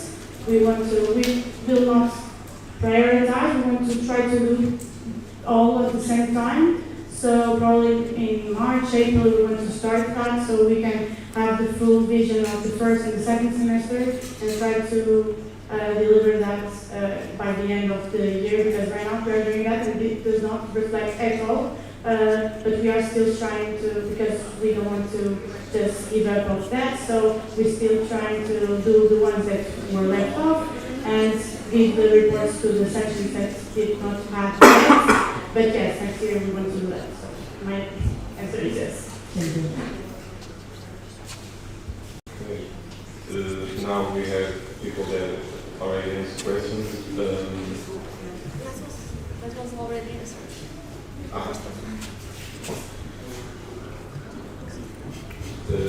Mateo. Okay, sorry. My question is, generally, to just understand what does it mean to obtain the public utility statute? Because for me, it's just, it means that we're non-profit, we are already non-profit, so what are the benefits of having it will change with that? Okay, so thank you. This statute is defined by the Council of Ministers. So there are limited spots for having this statute, and for us to get this statute, another NGO that is there is to lose the statute, and then we have to be proposed by the minister to be proposing to enter and to have this statute. Basically, this will have a lot of regulation for us. We'll have more budgets from the PNJ for us, and we'll have more like priority, like a privilege to have more the office, for example. When we go out, we go to reach out to a municipality, like please give to us an office or a space. Supposedly by law, they have to give us. Supposedly. If they do, it's different. But supposedly they have to do. And we have also some financial, obviously taxes that we are reducing with this sector. So it would be amazing. The first thing, recognition, and then the money, the big system. And is it like reachable? What is why do you think that this year this will be a reality? Or we still have a lot of work to do. This is something that we are pursuing for some years, at least in Portugal. However, when we are reaching out, for example, to the ministries, we are also going to mention that and evaluate the possibility, and then if we have updates, we will have it in the next MP or the next MP. Thank you. Thank you. Yes.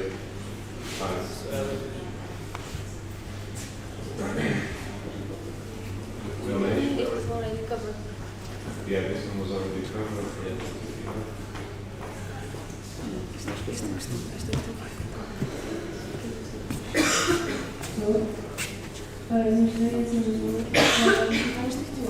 Speak louder. Sorry. Okay. I wanted to ask because we debated this in our work if there was anything regarding how the ESM cards for students who don't have a local section will be distributed, because we noticed that it was a system that was very confusing for the students, and then they would rush off and so on. But I'm not having just to upload in a large everywhere, so I just wanted to know about that too. So now we have our Patricia's Carter, and she sends the SM cards to every student that requests it.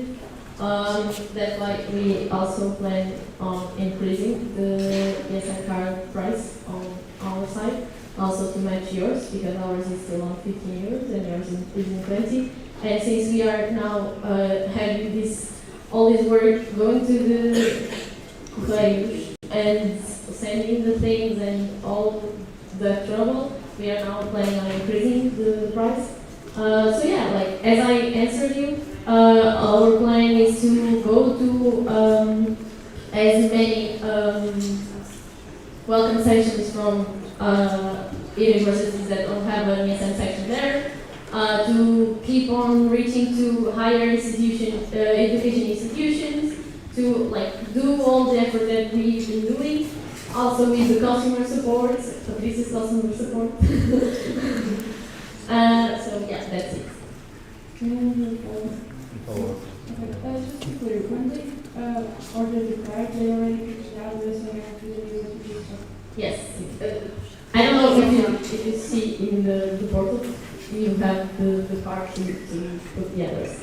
And in case the address is wrong or something, Patricia identifies it and sends an email saying, oh, your address is wrong. Can we give yours? Yes, and I get mail in my house saying it's wrong.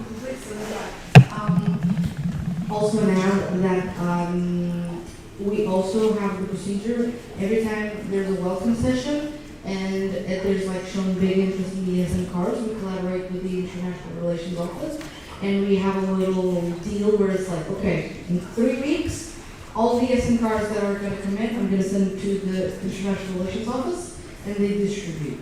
A lot of this is done by hand by me. Me and the post office lady are best friends now. And I know her name.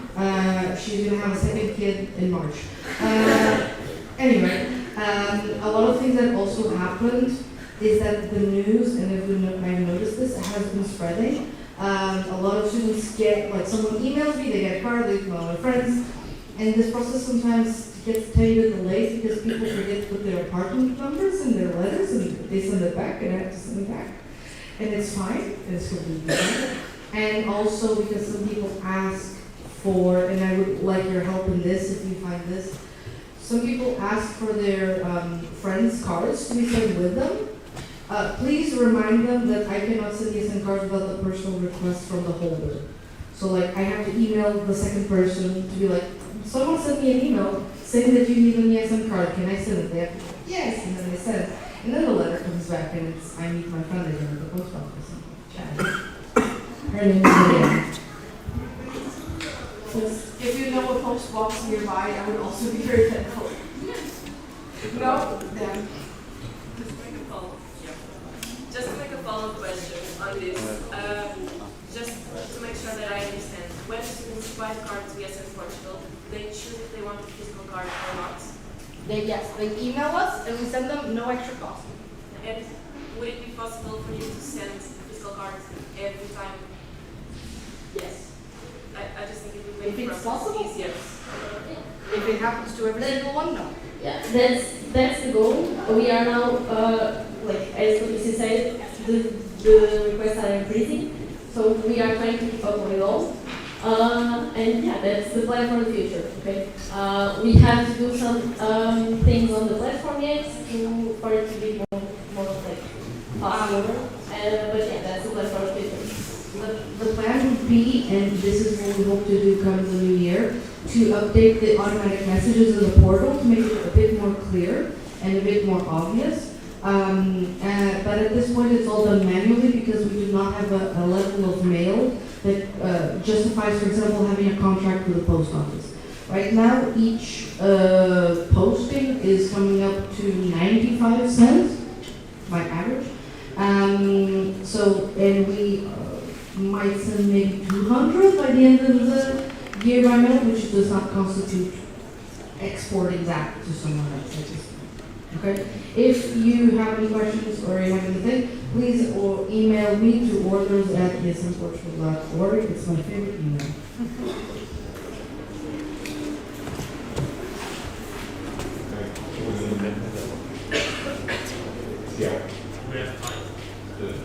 Yeah, we can do this last one. And then. Okay, so this topic has been spoken about, Charles and John. This topic has been spoken about previously in previous years, etc. However, I'd like to know your opinion as a new national board about the transition to a fully digital survival guide. Okay, so right now we already have our survival guides in our website in the digital form, but the survival guide is a very special project for us in Portugal, and we believe that not only for partners, but even for the international students, having a physical version of the survival guide is still important. It's just like, if you have photos on your phone, but if you have like a printer, a photo in your hand, I don't know how to say that, and it's more like memorable. So even for the international students having the survival guide in their hands, it's going to be more memorable for all of their path here in Portugal or in your sections.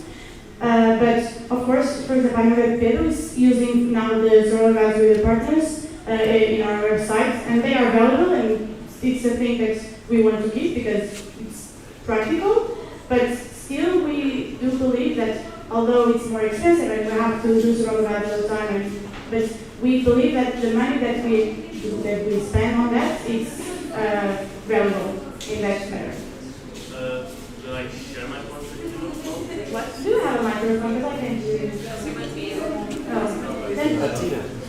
Okay, so the thing is, currently, speaking about my section, the survival guide does not have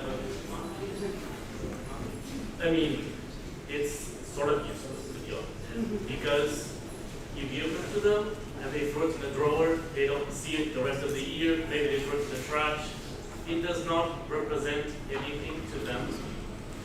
To the partners, I understand it does. I think it's valuable to partners, however, to international students, I don't see a value currently. If it was digital only, we would be able to, for example, send it earlier and have different aspects of it that would help their transitioning into their ability. Okay, I think this is a really interesting discussion to have because I remember doing this in MP Porto, like discussing how can you promote the survival guide. And I remember that, for example, you could, between sections, when you organize a trip, they have a space for to put the sticker there. So you can incentivize your students to use it that way. I think this is one example. I don't recall anymore, but I think we could have like a discussion on this topic on a local works club and try to recall what we talked about in the MP Porto, because I believe I agree with Nadia. I think that for the partners, it's amazing. Like we were in SWEP, and everyone came to our table asking, "What is this? Like this is amazing. Can I take one home?" Like they like it. Even ESNers, they like the survival guide. So I think yes. So I think it's a really good thing to have in physical form. For example, the ESN Netherlands asked us for our editable version for them to do one as well. So I think it's a really good project. I think we need to understand how can we promote it and make it valuable for our international students. I propose to close the speaker, please. Does anyone oppose? Close the speaker, please. No? Speaker is closed. Alice, you can give your question.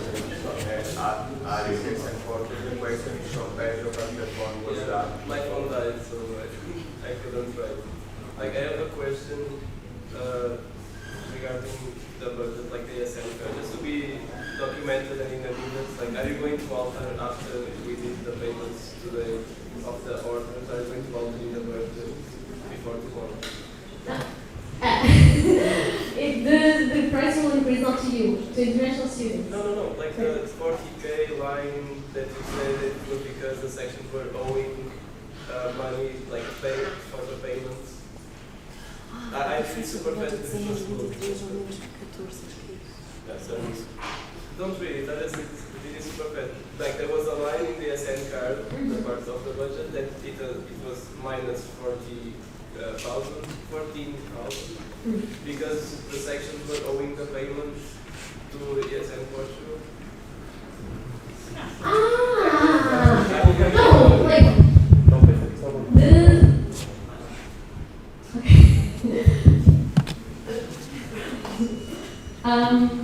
basically, that I explained you wrongly.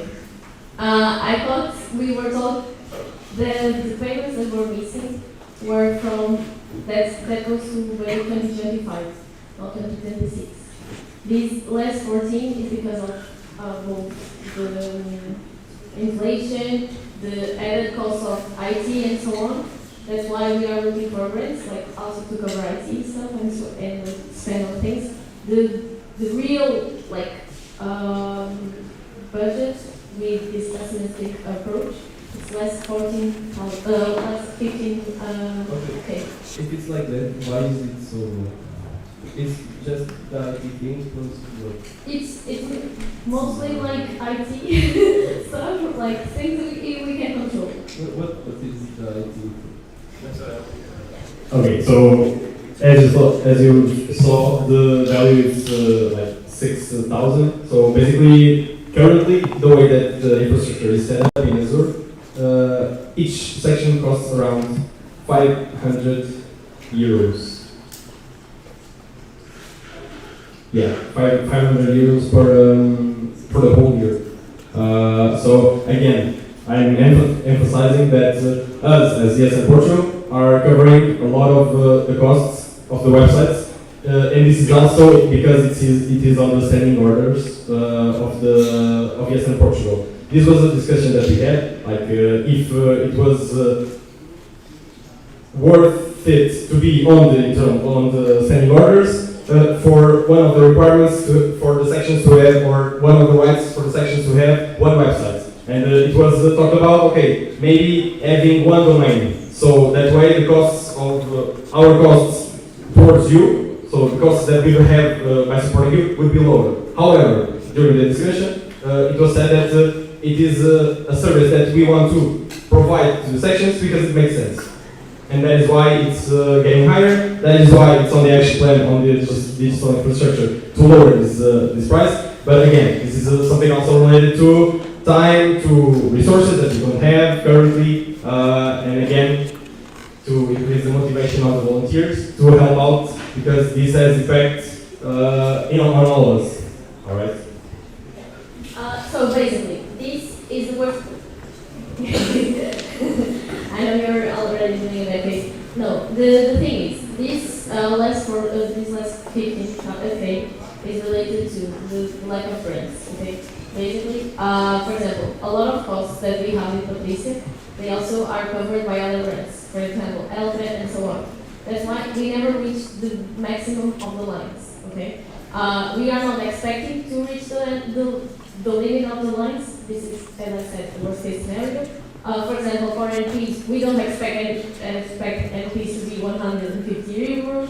We don't expect training events to be 100 euros. Like this is, I expect it to be in the end like the closer to zero as possible. Okay, like this is just because we are. Last year we had we were already sure that the event would be cheaper and the costs were smaller. But next year we don't have it, that's why it's higher. Sorry, we can continue. We can continue because if we have like 11 interventions, we will be here. Really important. It's a big discrepancy between the budget and the actual report. I think we need to talk about it. I'm sorry. And because the question is not like what Pedro was trying to mention was yes,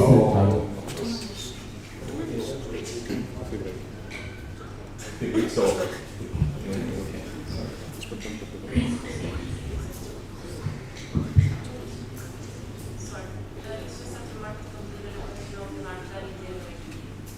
I heard it was complete, sorry.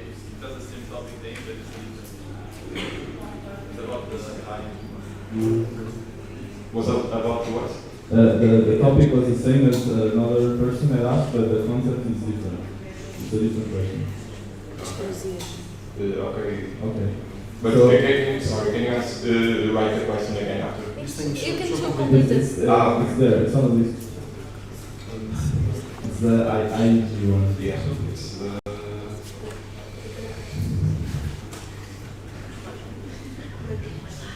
It's it. This one. We are not seeing the same thing.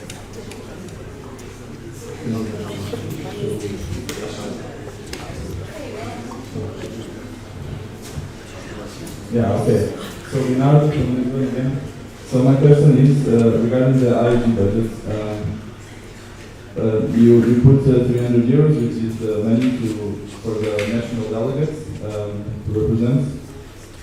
My question is, we've had cases in the past where a section that has won the ENG, they couldn't make it to the IAG because they didn't have enough funds.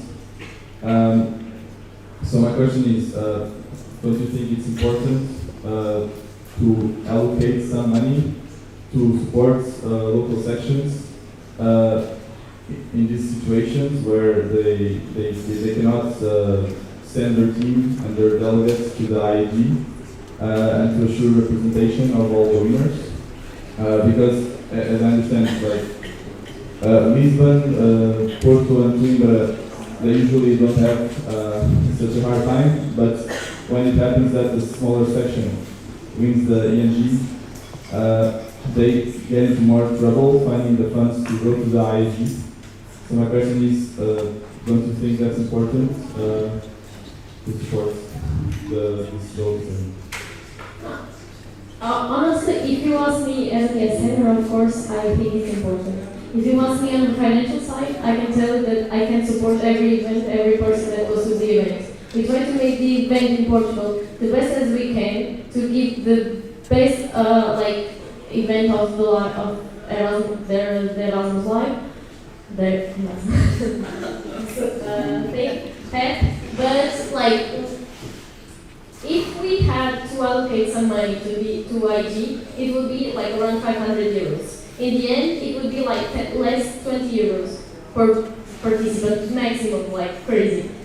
Like honestly, plus 20 or less 20 to those students, it's not feasible. Like it doesn't make that huge of a difference. Like, the point is, if you want to take your teams to IG, you should go to your international relations office, you should talk with the municipality. They have a lot of funds for sports. Like, there's a lot of funds in your municipalities for sports, and that sometimes are only being used for soccer teams, for example. But we, as a national level, we can go to municipalities and ask for that money. But you, as someone that acts locally, you can go. You can go and ask for money, and you have a lot of opportunities that us, since we are acting at the national level, can't. Okay, that's why, like, as much as we wanted to give you funds, it's not possible for us. As you saw, like, we already have a big loss in our budget.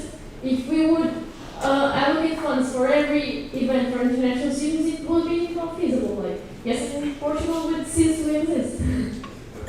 Yeah, I understand. For example, I can give you my perspective. Last year, as president, when I was serving as president at St. we had to bring more than 20 people to Milan, to Milan. Of course, it was very difficult for us, even because it was not planning on budget. However, we managed to get some grants from the municipality, around 300K, to allocate to these events, because they were receiving so your sections can also do it because they have the funds to do it. Okay, thank you. Okay. Now, I propose to move the coffee break to now. The sharing team and the board as well. So we're going to vote to move the coffee break to now and do the basic school presentation after.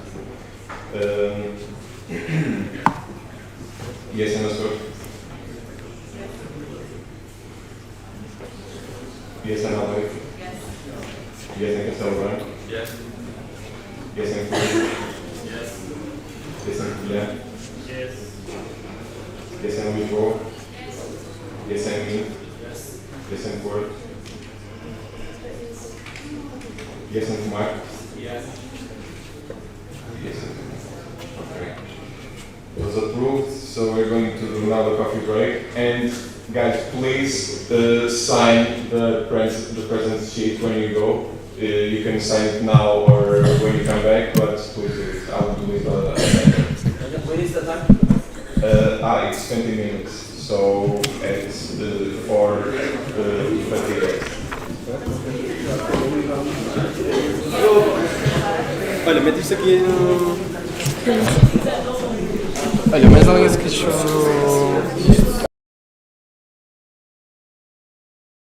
Peraí, que isto aqui tem que meter no O, porque é omnidirecional, tipo,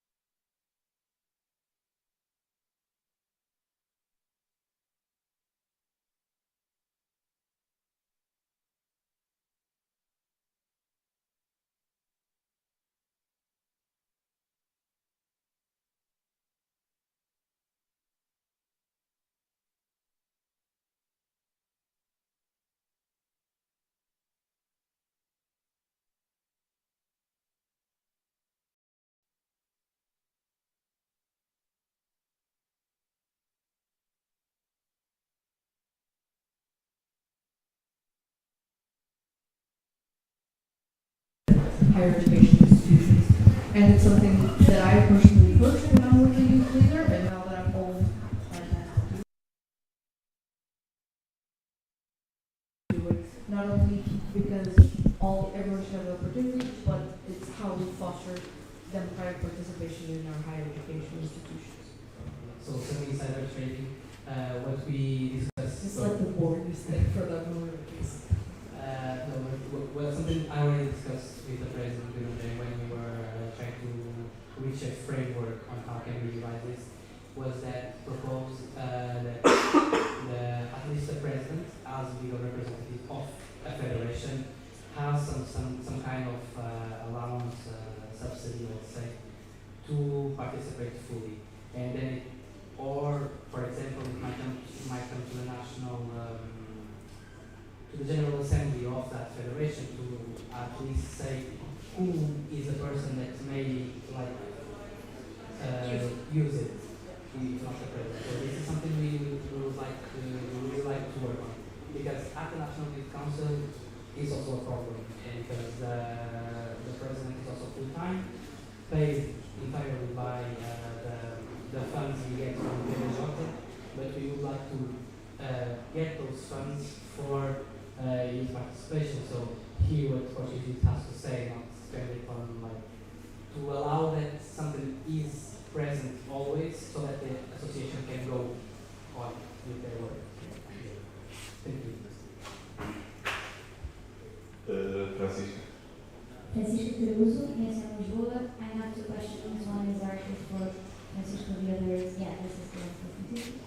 So, for the duration of your mandate, there has never been an update, at least until now, on your role in the work that you were doing in CMJ.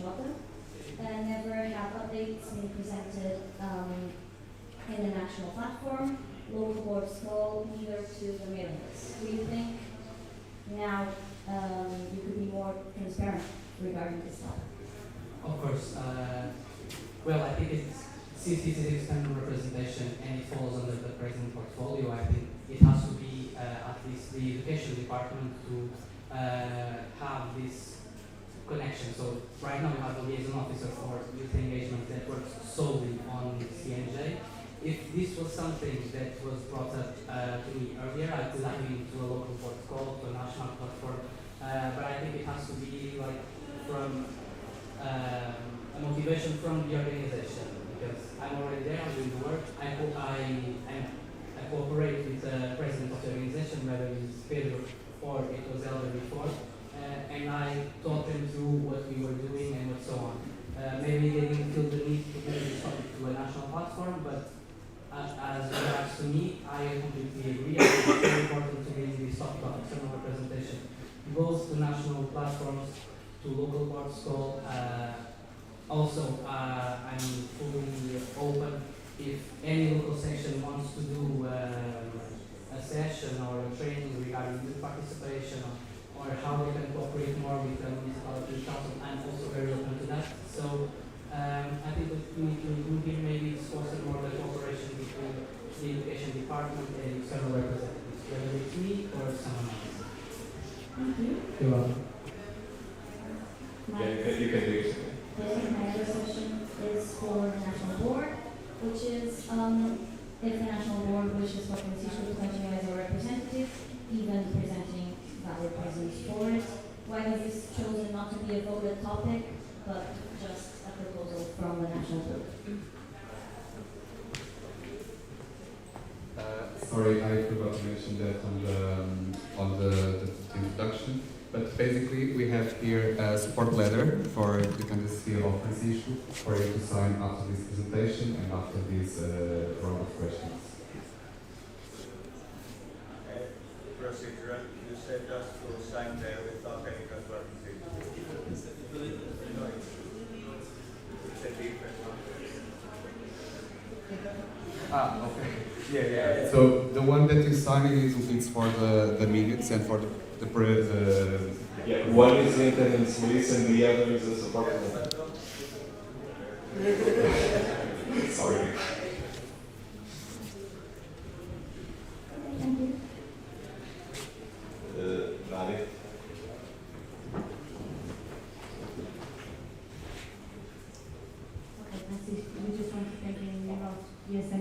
for all your work, for bringing the name of ESN Portugal to other projects, and for always having this amazing work. And we hope you continue to do this amazing work that you have been done so far. So if you need anything from our side, we are always open to that, to help you. So good luck. We are really proud of you, and thank you. Thank you so much.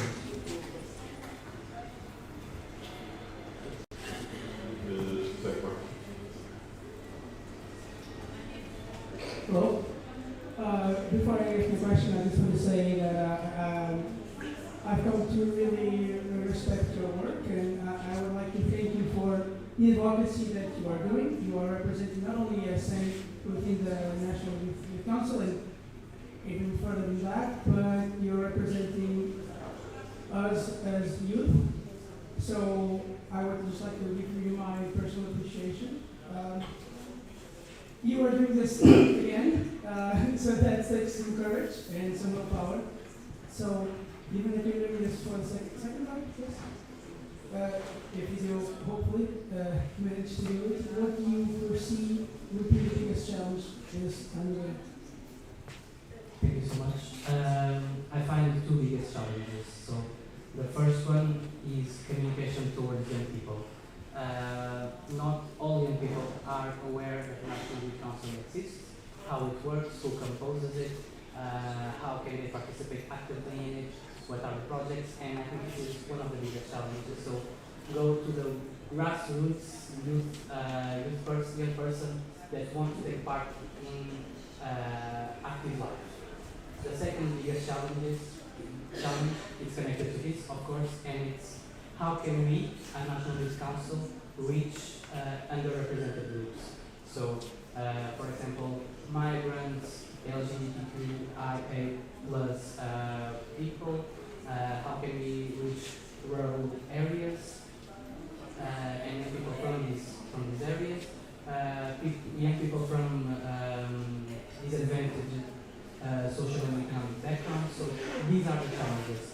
To reach these people, how can we reach these people?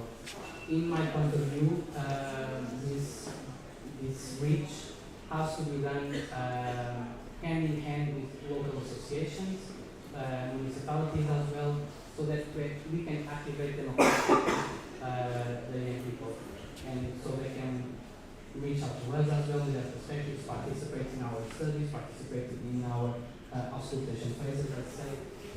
So these are the two big challenges: communication and reach. I propose to close the speakers list. Does anyone oppose? So speakers list is closed. Thank you very much. Okay.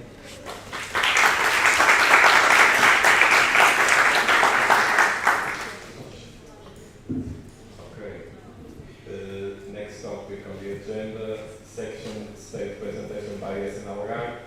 This presentation will be done online. We will see.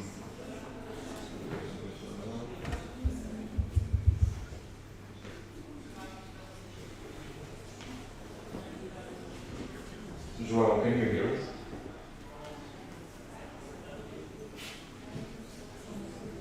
João?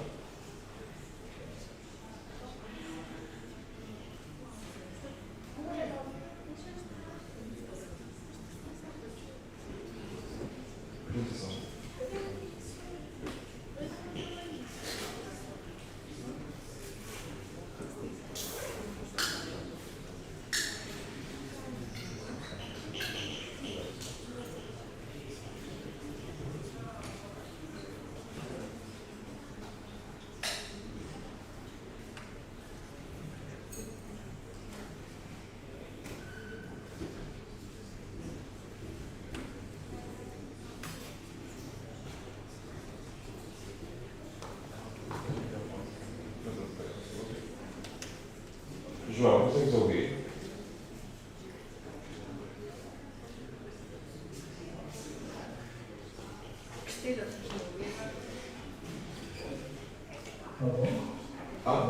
João, consegues ouvir?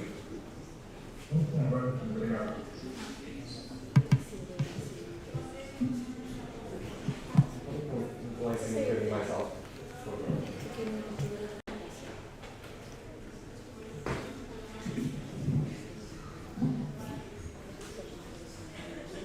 João, we're going to put the sound a little bit higher. Okay, we can see it.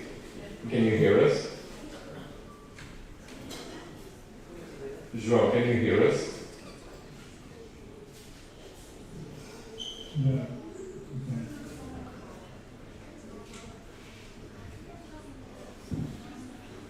So, can we start? No, we're just putting the sound higher so we can hear you better. When you can start, I'll let you know. You can start sharing the presentation, the PowerPoint.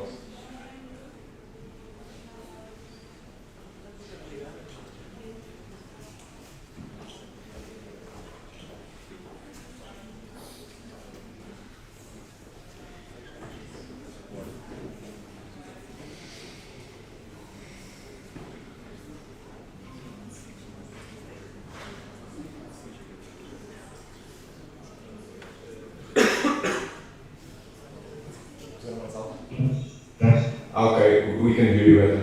If you want, you can start your presentation. Thank you. So,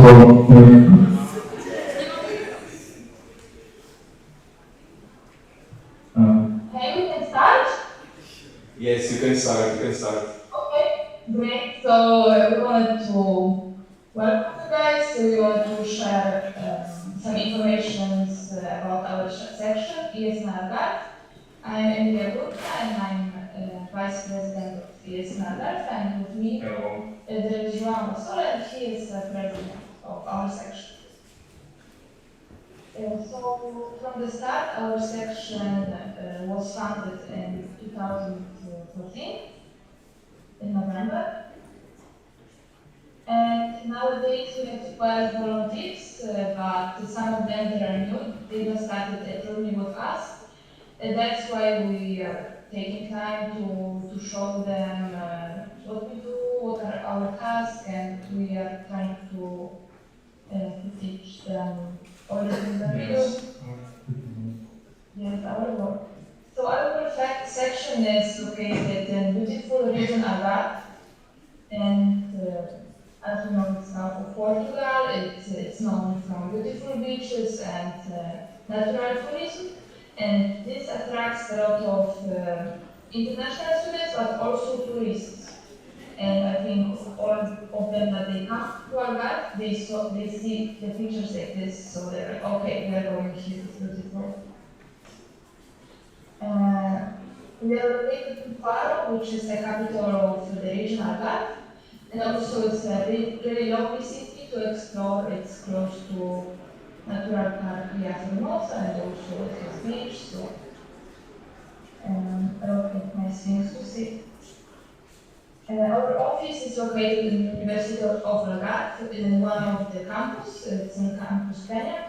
There are three campuses in Portugal, two in Faro and one in Portugal. João. João, just one thing. I don't know if it's supposed to be on the first slide, but I think you're not scrolling down, so we're only seeing the first slide where it says it's. We're still on the second page. So you have to scroll down. It's because I thought that you were going to share, so I wasn't expecting that you first. Okay, give me a second, I'll just go to zone 0, okay? Okay. Se calhar, maybe it's better if we present the PowerPoint and you can say when we need to go down. What about now? Okay, now we can see. It's changed. Yeah, now we can see. Okay, it's working, thank you. Can you see the drawing that I'm changing?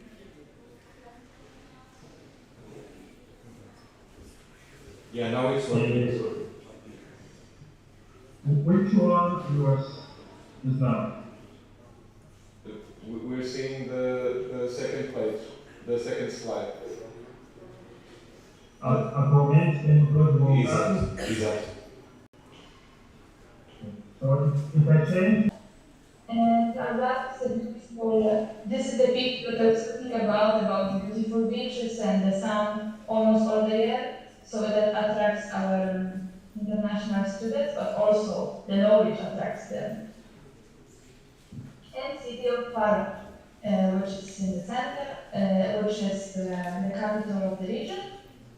And as you can see, it's we come from the Alta, and you can see Via Formosa and Marina here. And this is the campus of Amberes that we are talking about, and University of Algarve. And now we are in the good place. So we see the presentation and also our partners. So as we were talking before, it's University of Algarve, also Amar Surf Club. We organized an open days for the surf lessons. And also it's the group Calling, which organize parties. We collaborate with them about parties and setting up for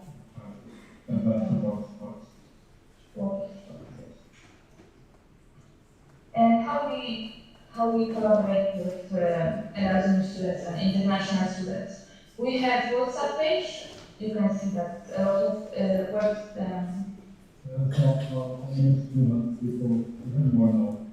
yeah, and our work starts 3 months before the beginning of the semester because the university gives the link to WhatsApp. 2 months before, and we are group talking about everything on the role, ones, ranking tanks, everything.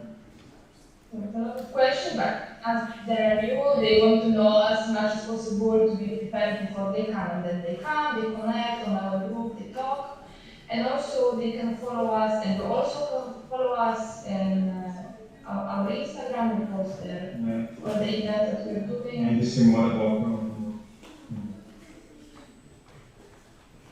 This is our office, and this is the place that we meet in person with international students. We help them also if they have any difficulties, we advise them. And this is our small space in the near campus that we can welcome them welcome. So now we will tell you about some events and general activities that we are doing this semester.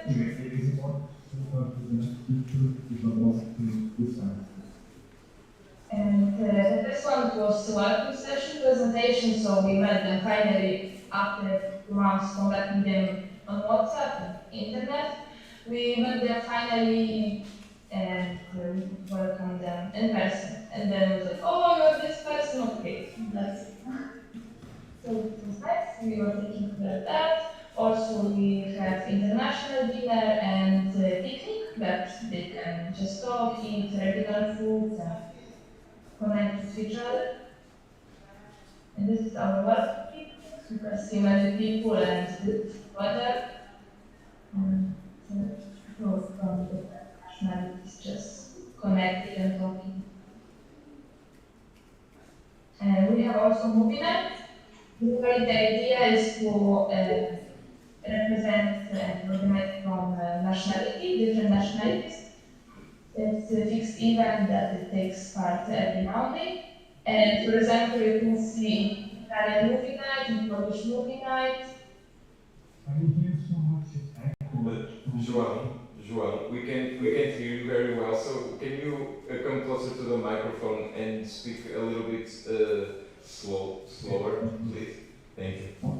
As we used to go and explore the night, okay? So just remember that our night is every Monday, and we're talking to different countries every Monday night.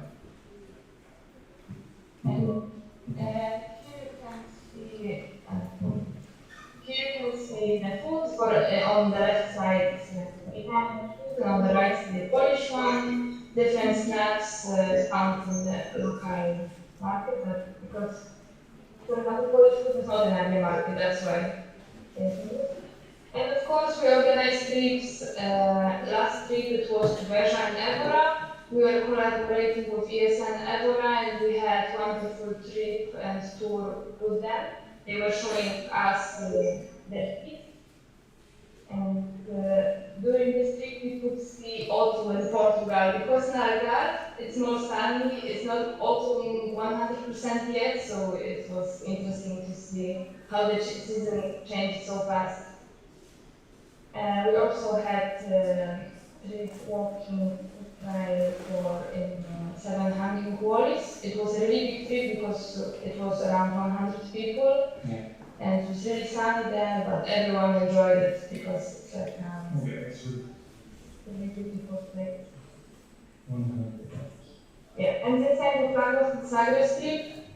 We also had a really big group, and we saw Lagos, Ponte Piedade, Sagres, and Fortress of Sagres, so it was an amazing opportunity for them to explore Algarve also. But to be more local, we went to Centro Ciencia Viva do Algarve, and we could explore science and also learn more about local living animals and the Formosa that I mentioned before. And they had a vegetable session that they put vegetables, and they really enjoyed also some aquariums. And we're also looking for dolphins, watching dolphins, and we saw them. They were really close to Faro, so it was really nice to see and observe beautiful nature around us. And when we were talking about water, we also went to Aqua Show. It's a museum center. And it has also slides. It's in Quarteira. If you didn't go there, I highly recommend. It's really fun. We also organize sports events on the beach, for example, in Faro. Exercise class and yoga. And volleyball. As you can see, we had a lot of sun, so. That's gotta be our mascot. And volleyball, they really like volleyball. Yeah. Just a lot. Yes, a lot. And of course, as you know, we also have parks and cosmonauts with that. Some photos from our classes.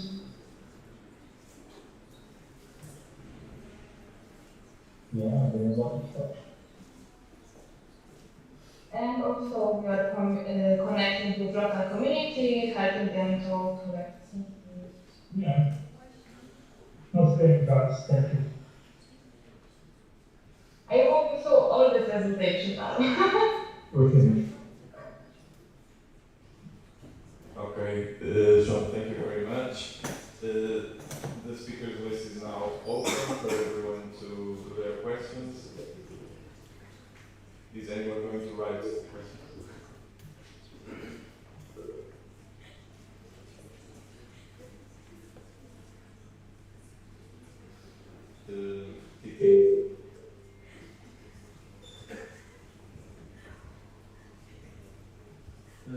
Hello, thank you for your presentation. So I just wanted to know the status update of the situation. Sorry, but we also cannot do you guys.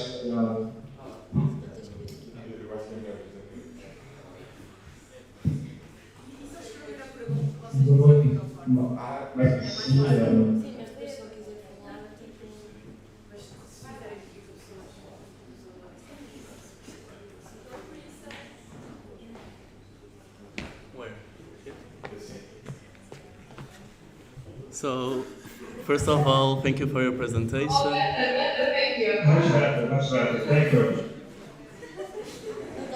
Okay. My question is, so when the Algarves... Say to me who you are first, I want to know. Who are you? Tia Coimbra from ESN Port. Hi, hello. Nice to meet you guys. So my question is, during the National Platform Tomar that happened last year, basically there were some internal conflicts between the members, and the idea that was given to the sections was that if ESN Algarve was kept in the federation, João, you, the president, will disvinculate due to like those internal conflicts, and I wanted to know like the update of the situation. How is this process going? Is this happening? Is this something you decide not to move forward with? What's the situation like? I think I'm not the person to answer that, that's who can answer that is yes in Portugal, not me.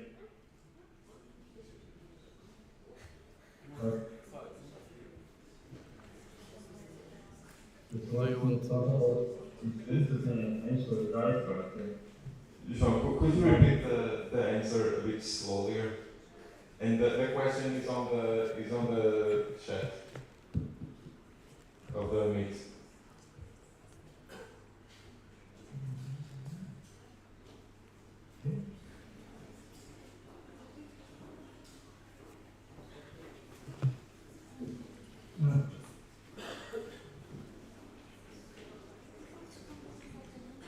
So if you could repeat the answer you gave. Should I like the answer or stay? We wrote the question on the chat of the Google Meet. Yes, but we should answer now vocally or Yeah, vocally.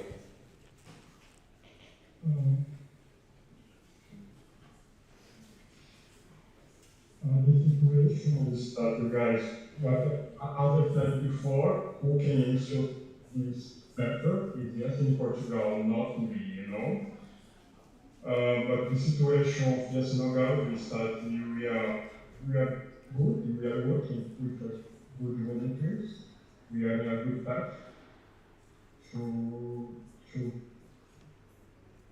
fill our values that we have and to work for our Erasmus students. If you have any questions about the situation, I would be really happy to answer you guys, because in that time I was not able to defend myself because I was not able to join the national platform because I was working that day. So many things that we said in that day, I didn't know these things because it was not fair for me for my person, but that's it. But if you have any more questions for that, I would love to answer any specific questions. And I'm not sure if it was clear about that. Just yes in Portugal. Yes, so basically. Okay, so Cláudia Marques, ESN Portugal.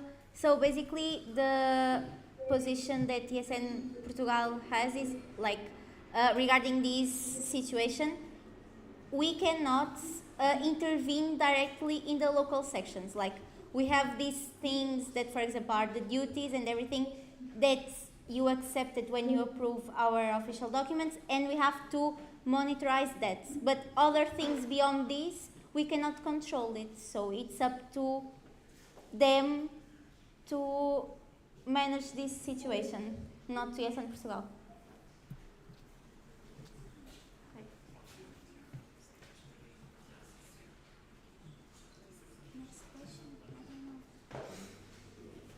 The next question, Ines.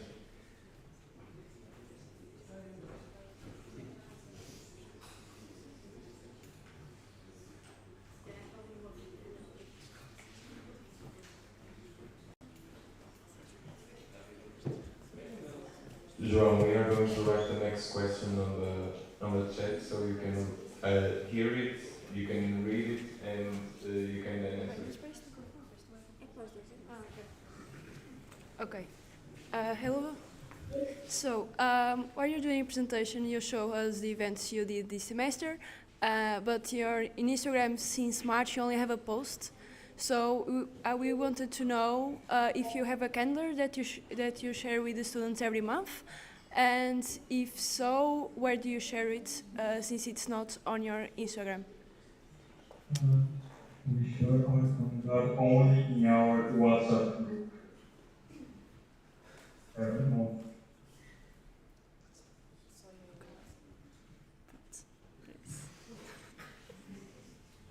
Okay. Next question, Francisco. My question is not for them, it's actually for you, for the national board, because it's relevant to the topic, but not exactly. Okay, okay. So, okay. Yeah, so it's for them to listen to the question. Because it has nothing to do with their presentation, but it has. So, in today's agenda, the chairing team wrote presentation of the section state of ESN Algarve in accordance with paragraph B of point 1 of article 49 of ESN Portugal standing orders, and at least in the translation presented today, article 49 of the standing orders of ESN Portugal is about submission of applications to the statutory bodies of ESN Portugal. So my question is, was this a mistake by you, or are the translation and the original Portuguese document not matching?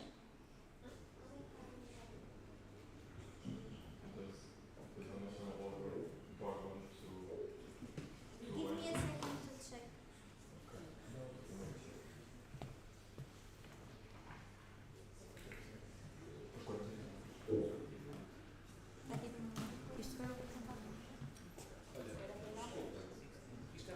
Isto é relativo ao documento que ainda não foi aprovado? Não, estava a perguntar. Na agenda está escrito sim, é para o documento que ainda não foi aprovado, mas é uma tradução tem que dar neles. O 49 é 49 na mesma.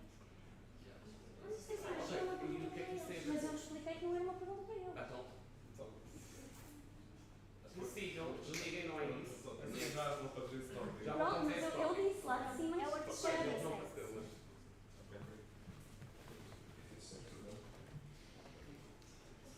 É o artigo 46.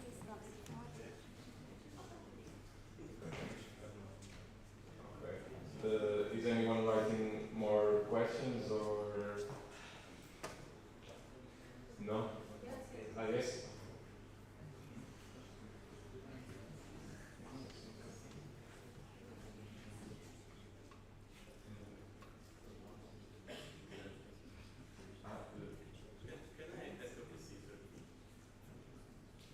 Can I ask a procedure? It's like a question/procedure, it's not relevant to all. But it's we easy to. will have the time to do questions to the national board, or this is just questions to ESN Algarve. No, We can have a time if you want after between us to discuss if you want to do direct questions to the national board or to the other team. Okay, so now it's only questions to ESN Algarve, not to national. Okay. It was my mistake to approve the other question. Sorry.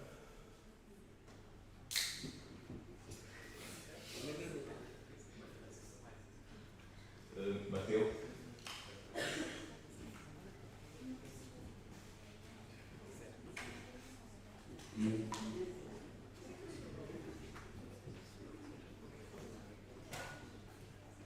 Let's need a microphone here. Okay, João, you're going to hear another question and you can read it in the chat as well. Hello, Matilde from ESN Aveiro. From the 12 volunteers that you mentioned, are you being able to form like a structured hierarchy, or how are you working with them, and are you being able to make them in the statutory bodies in that legal part? Are they active in that, or are they just filling names? How is that working?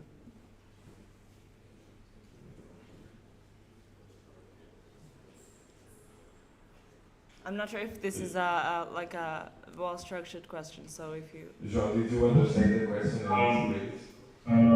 We are working really hard with them to make the input to the SA, to make a good team for they keep the work in the future when in the section, you know? So João, we couldn't understand. We are activated for our events, for our communication. So we agree that we are making a great work with them. João, could you repeat your answer, but speak a little bit slowly and closer to the mic, please, because we couldn't understand your answer. Thank you. LXXV mais. Yeah, you can. Yes? Yes. Yeah, we can hear you. Okay, so we are in communication with volunteers. We are encouraging them to create their own events in our like under our wings. We advise and try to lead them, and we are making sure that they are doing a good work, just in case when someday we are not going to be an ESN, to make like a good level of like activities and take to take the best of um,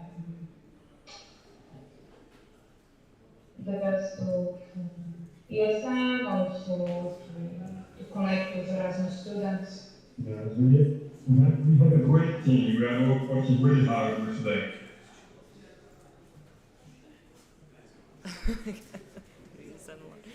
Okay, I don't think I can get a. Pedro Almeida.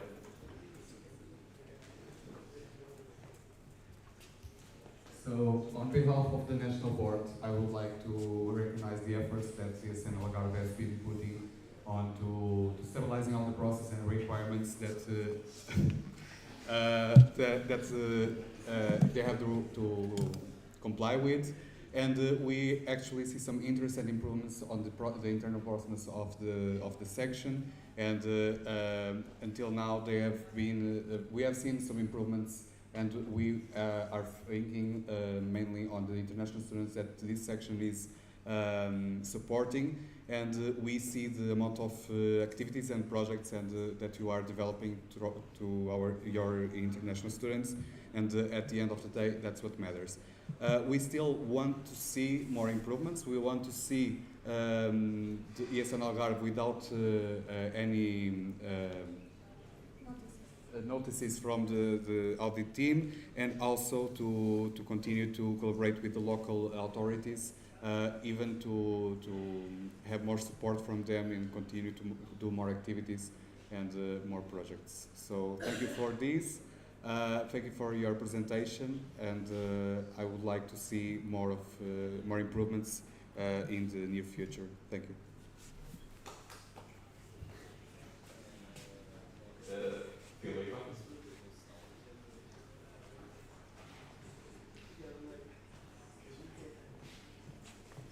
Hello there. Thank you for your presentation. Filipe Silva from ESN Coimbra. I would like to know which were the notice that you gave, that was given to you to be here presenting the state of your section today, and what are you doing to overcome them? What are the works, the efforts you are putting to overcome these notice and ratifying them? Thank you.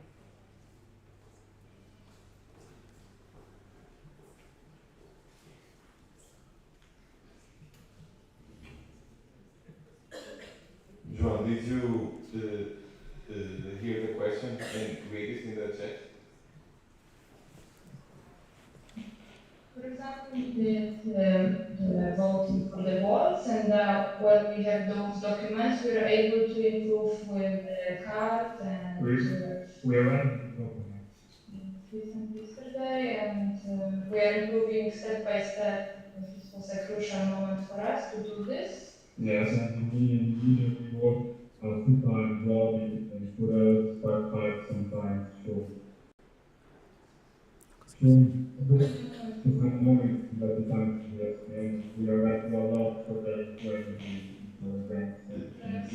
Training new volunteers, it takes like every time after work we spend too much time, so. We don't have any time. So this is how it looks every day.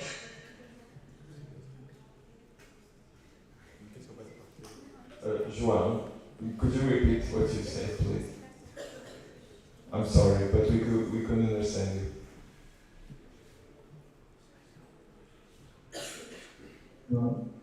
Should I repeat?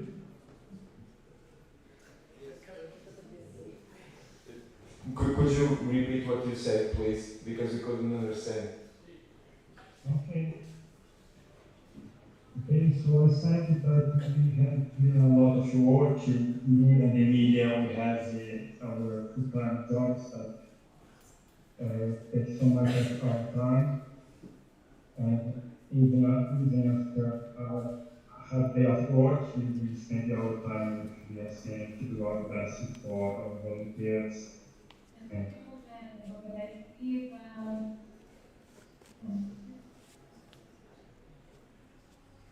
Okay, thank you. Does anyone else have any questions or writing any questions? No? Okay, so speaker booth is closed.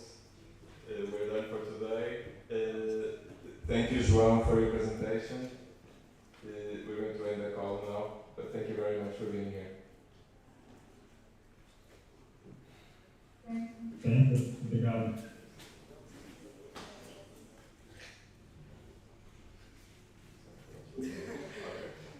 So yeah, we're done for today. Okay.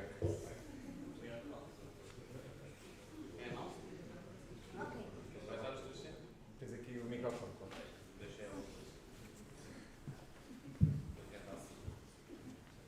So, the purpose of this presentation was supposedly to tell you why they received the notice and what they are doing to overcome it. They didn't explain this very well, but I can do like a brief explanation to you because I'm acompanhá-los during this process. So,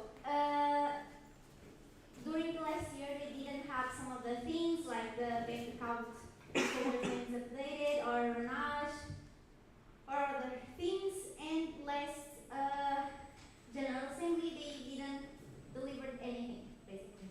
Like, they didn't send us nothing. They just forget it.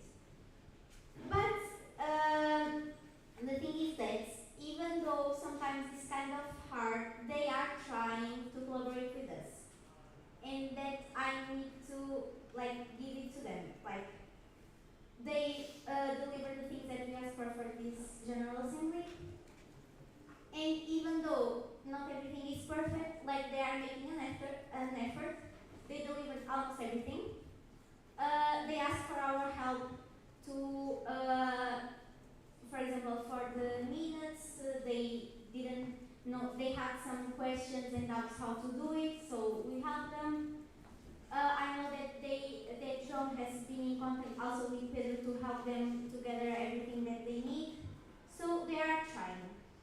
That is true. And for example, you know that today I asked a lot of you for things that were missing or things that I needed more clarification on. And also the same happened to João, and he's like replying to us all day. So they are really trying to change the situation that Algarve has right now. Regarding the question of the statutory bodies, they finally hold elections, I think a week ago or 2 weeks ago. They managed to fill 3 positions at the board, 1 member of the audit team and 1 member of chairing team. It's not complete, but they have, from the minutes that I saw, 10 members that had the right to vote, so in theory 10 members that can also apply to be statutory bodies, but it's like hard. I don't think any of us here has all the statutory bodies fulfilled, so you know it's hard to find people to all the positions.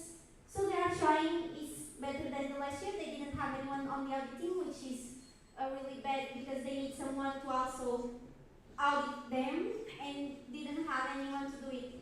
Like it was crazy, but again, they are trying. I don't know if you have any more questions you need to clarify from me or from the National Board. No?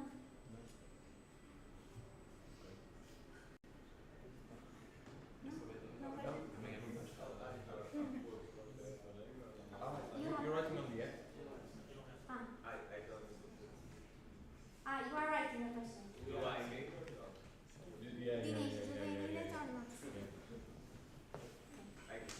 Wait, let me...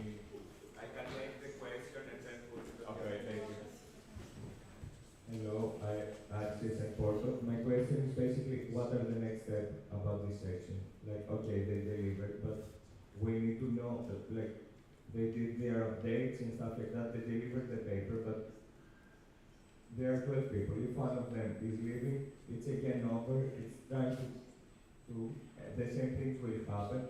They were presenting events that online, they don't post anything, there is anything about them out there, like we don't know what they're doing. Okay, so from the audit team, as long as you all comply with your duties, there is nothing else I can ask from you. Like I was explaining before, the amount of intervention yes and Portugal can have in your associations is limited to what is asked from you on the official documents.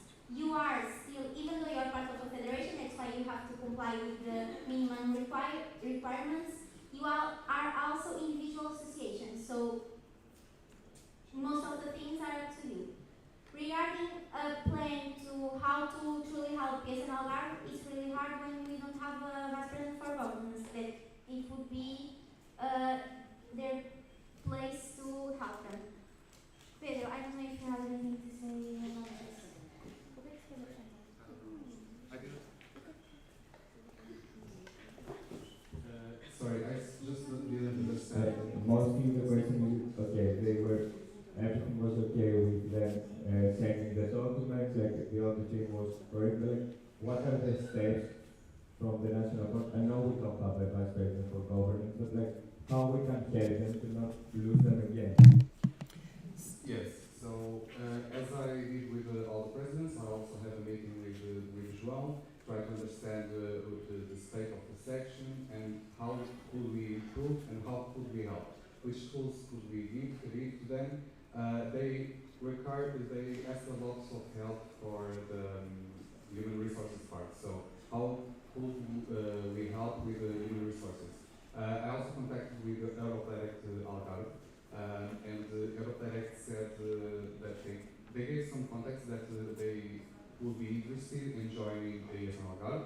I know that some of them already joined the ESN Algarve, and they are part of the 12 members that they have.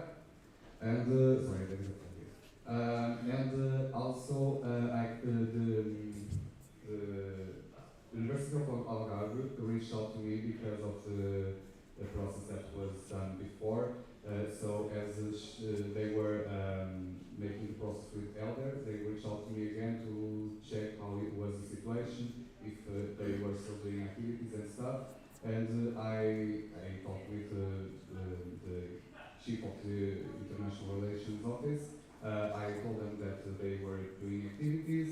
They started to contact them again for them to make welcome sessions. They went to welcome sessions. I received good feedback from the University of Algarve, and they just said that they were not seeing any pictures of the activities. So they were presenting the activities on the welcome sessions, but they didn't know if the section was actually making the activities. So then I went here to João and said, oh, there's some pictures that you sent me last week. Send it to them, like to try to reach out to them more recurrently, so they understand it, so you can make a better engagement with them. Until now, we have been receiving good feedback from the collaboration, and they have a lot of activities actually throughout the welcome month and until now, and big trips with more or less 100 people, international students. So we are seeing some improvements, even in the things that were pointed to them in the previous mandate, that the group was closed, not to every student, they already opened it, now it's open to everyone, and they are willing to collaborate.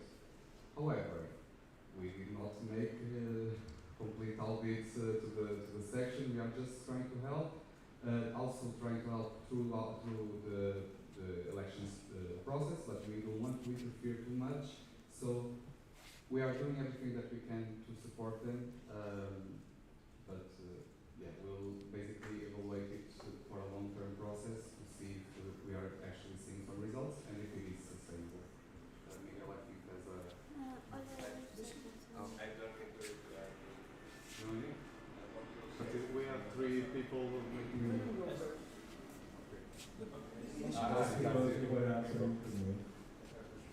It's like those news are really good. Like those are updates that I'm really happy that we are bringing them right now here because from the presentation we could, personally me and anything else too, we couldn't understand if they're working with the university and doing things. So thank you very much for sharing all of this. Yes. Miguel. Yeah, I just wanted to add what Pedro is saying. So, regard. Okay. Okay. So, for example, regarding the website, they came into contact with me, and there was one volunteer, which I do not recall the name, but that became unique, and I explained them a little bit, and I also talked to João regarding the Google Workspace, so I started this process also with him. So this is some developments that have been also on my portfolio to help them also, because this is obviously the main concern for the sections to help them in all the ways that we can. So from that part, I just wanted you to get this feedback, so you're not in the dark. Okay, I'll be fast. We can't give any prospects of what to expect from ESNR in the future, nor is it our responsibility. So even if I had any idea, not my place. But what I can tell you is that we went from a section who did not respond. We had no feedback. At a certain point, we had trouble figuring out if there even was a board there. We went from this to them asking questions, looking for ways to improve themselves, asking not only guidance to the board, but to the other team. They were asking for technical things that they needed and how to perform their due diligence and their bureaucracy. So, and I also had the pleasure of doing a meeting with them, which was very productive. I met some of their volunteers. They are young, they are interested. So I have no idea what's going to happen. And like I said, it's not my job. But I can give you some piece of positive feedback that there is potential, and take it from the position that they were before, right? And not perfect, nor shall they be, but they've come a long way. I can say that. I wish they could have said that themselves. Well.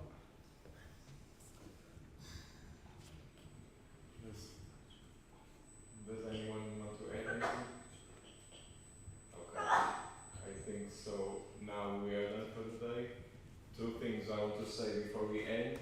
Please sign the don't fall here. Please sign the support letter and the attendance list and the presence list. And tomorrow quorum check at 10. So yeah, that's it. Have fun tonight, and yeah.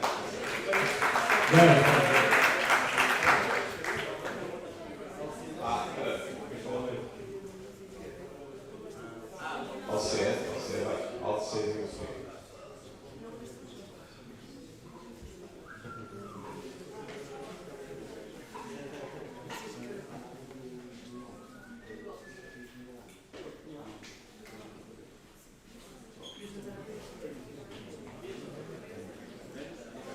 So guys, first one, the people didn't pay the caution or the fee or the deposit. You need to pay the deposit before the dinner. The dinner is at 8 on Turma Académica. For the people that are in hot,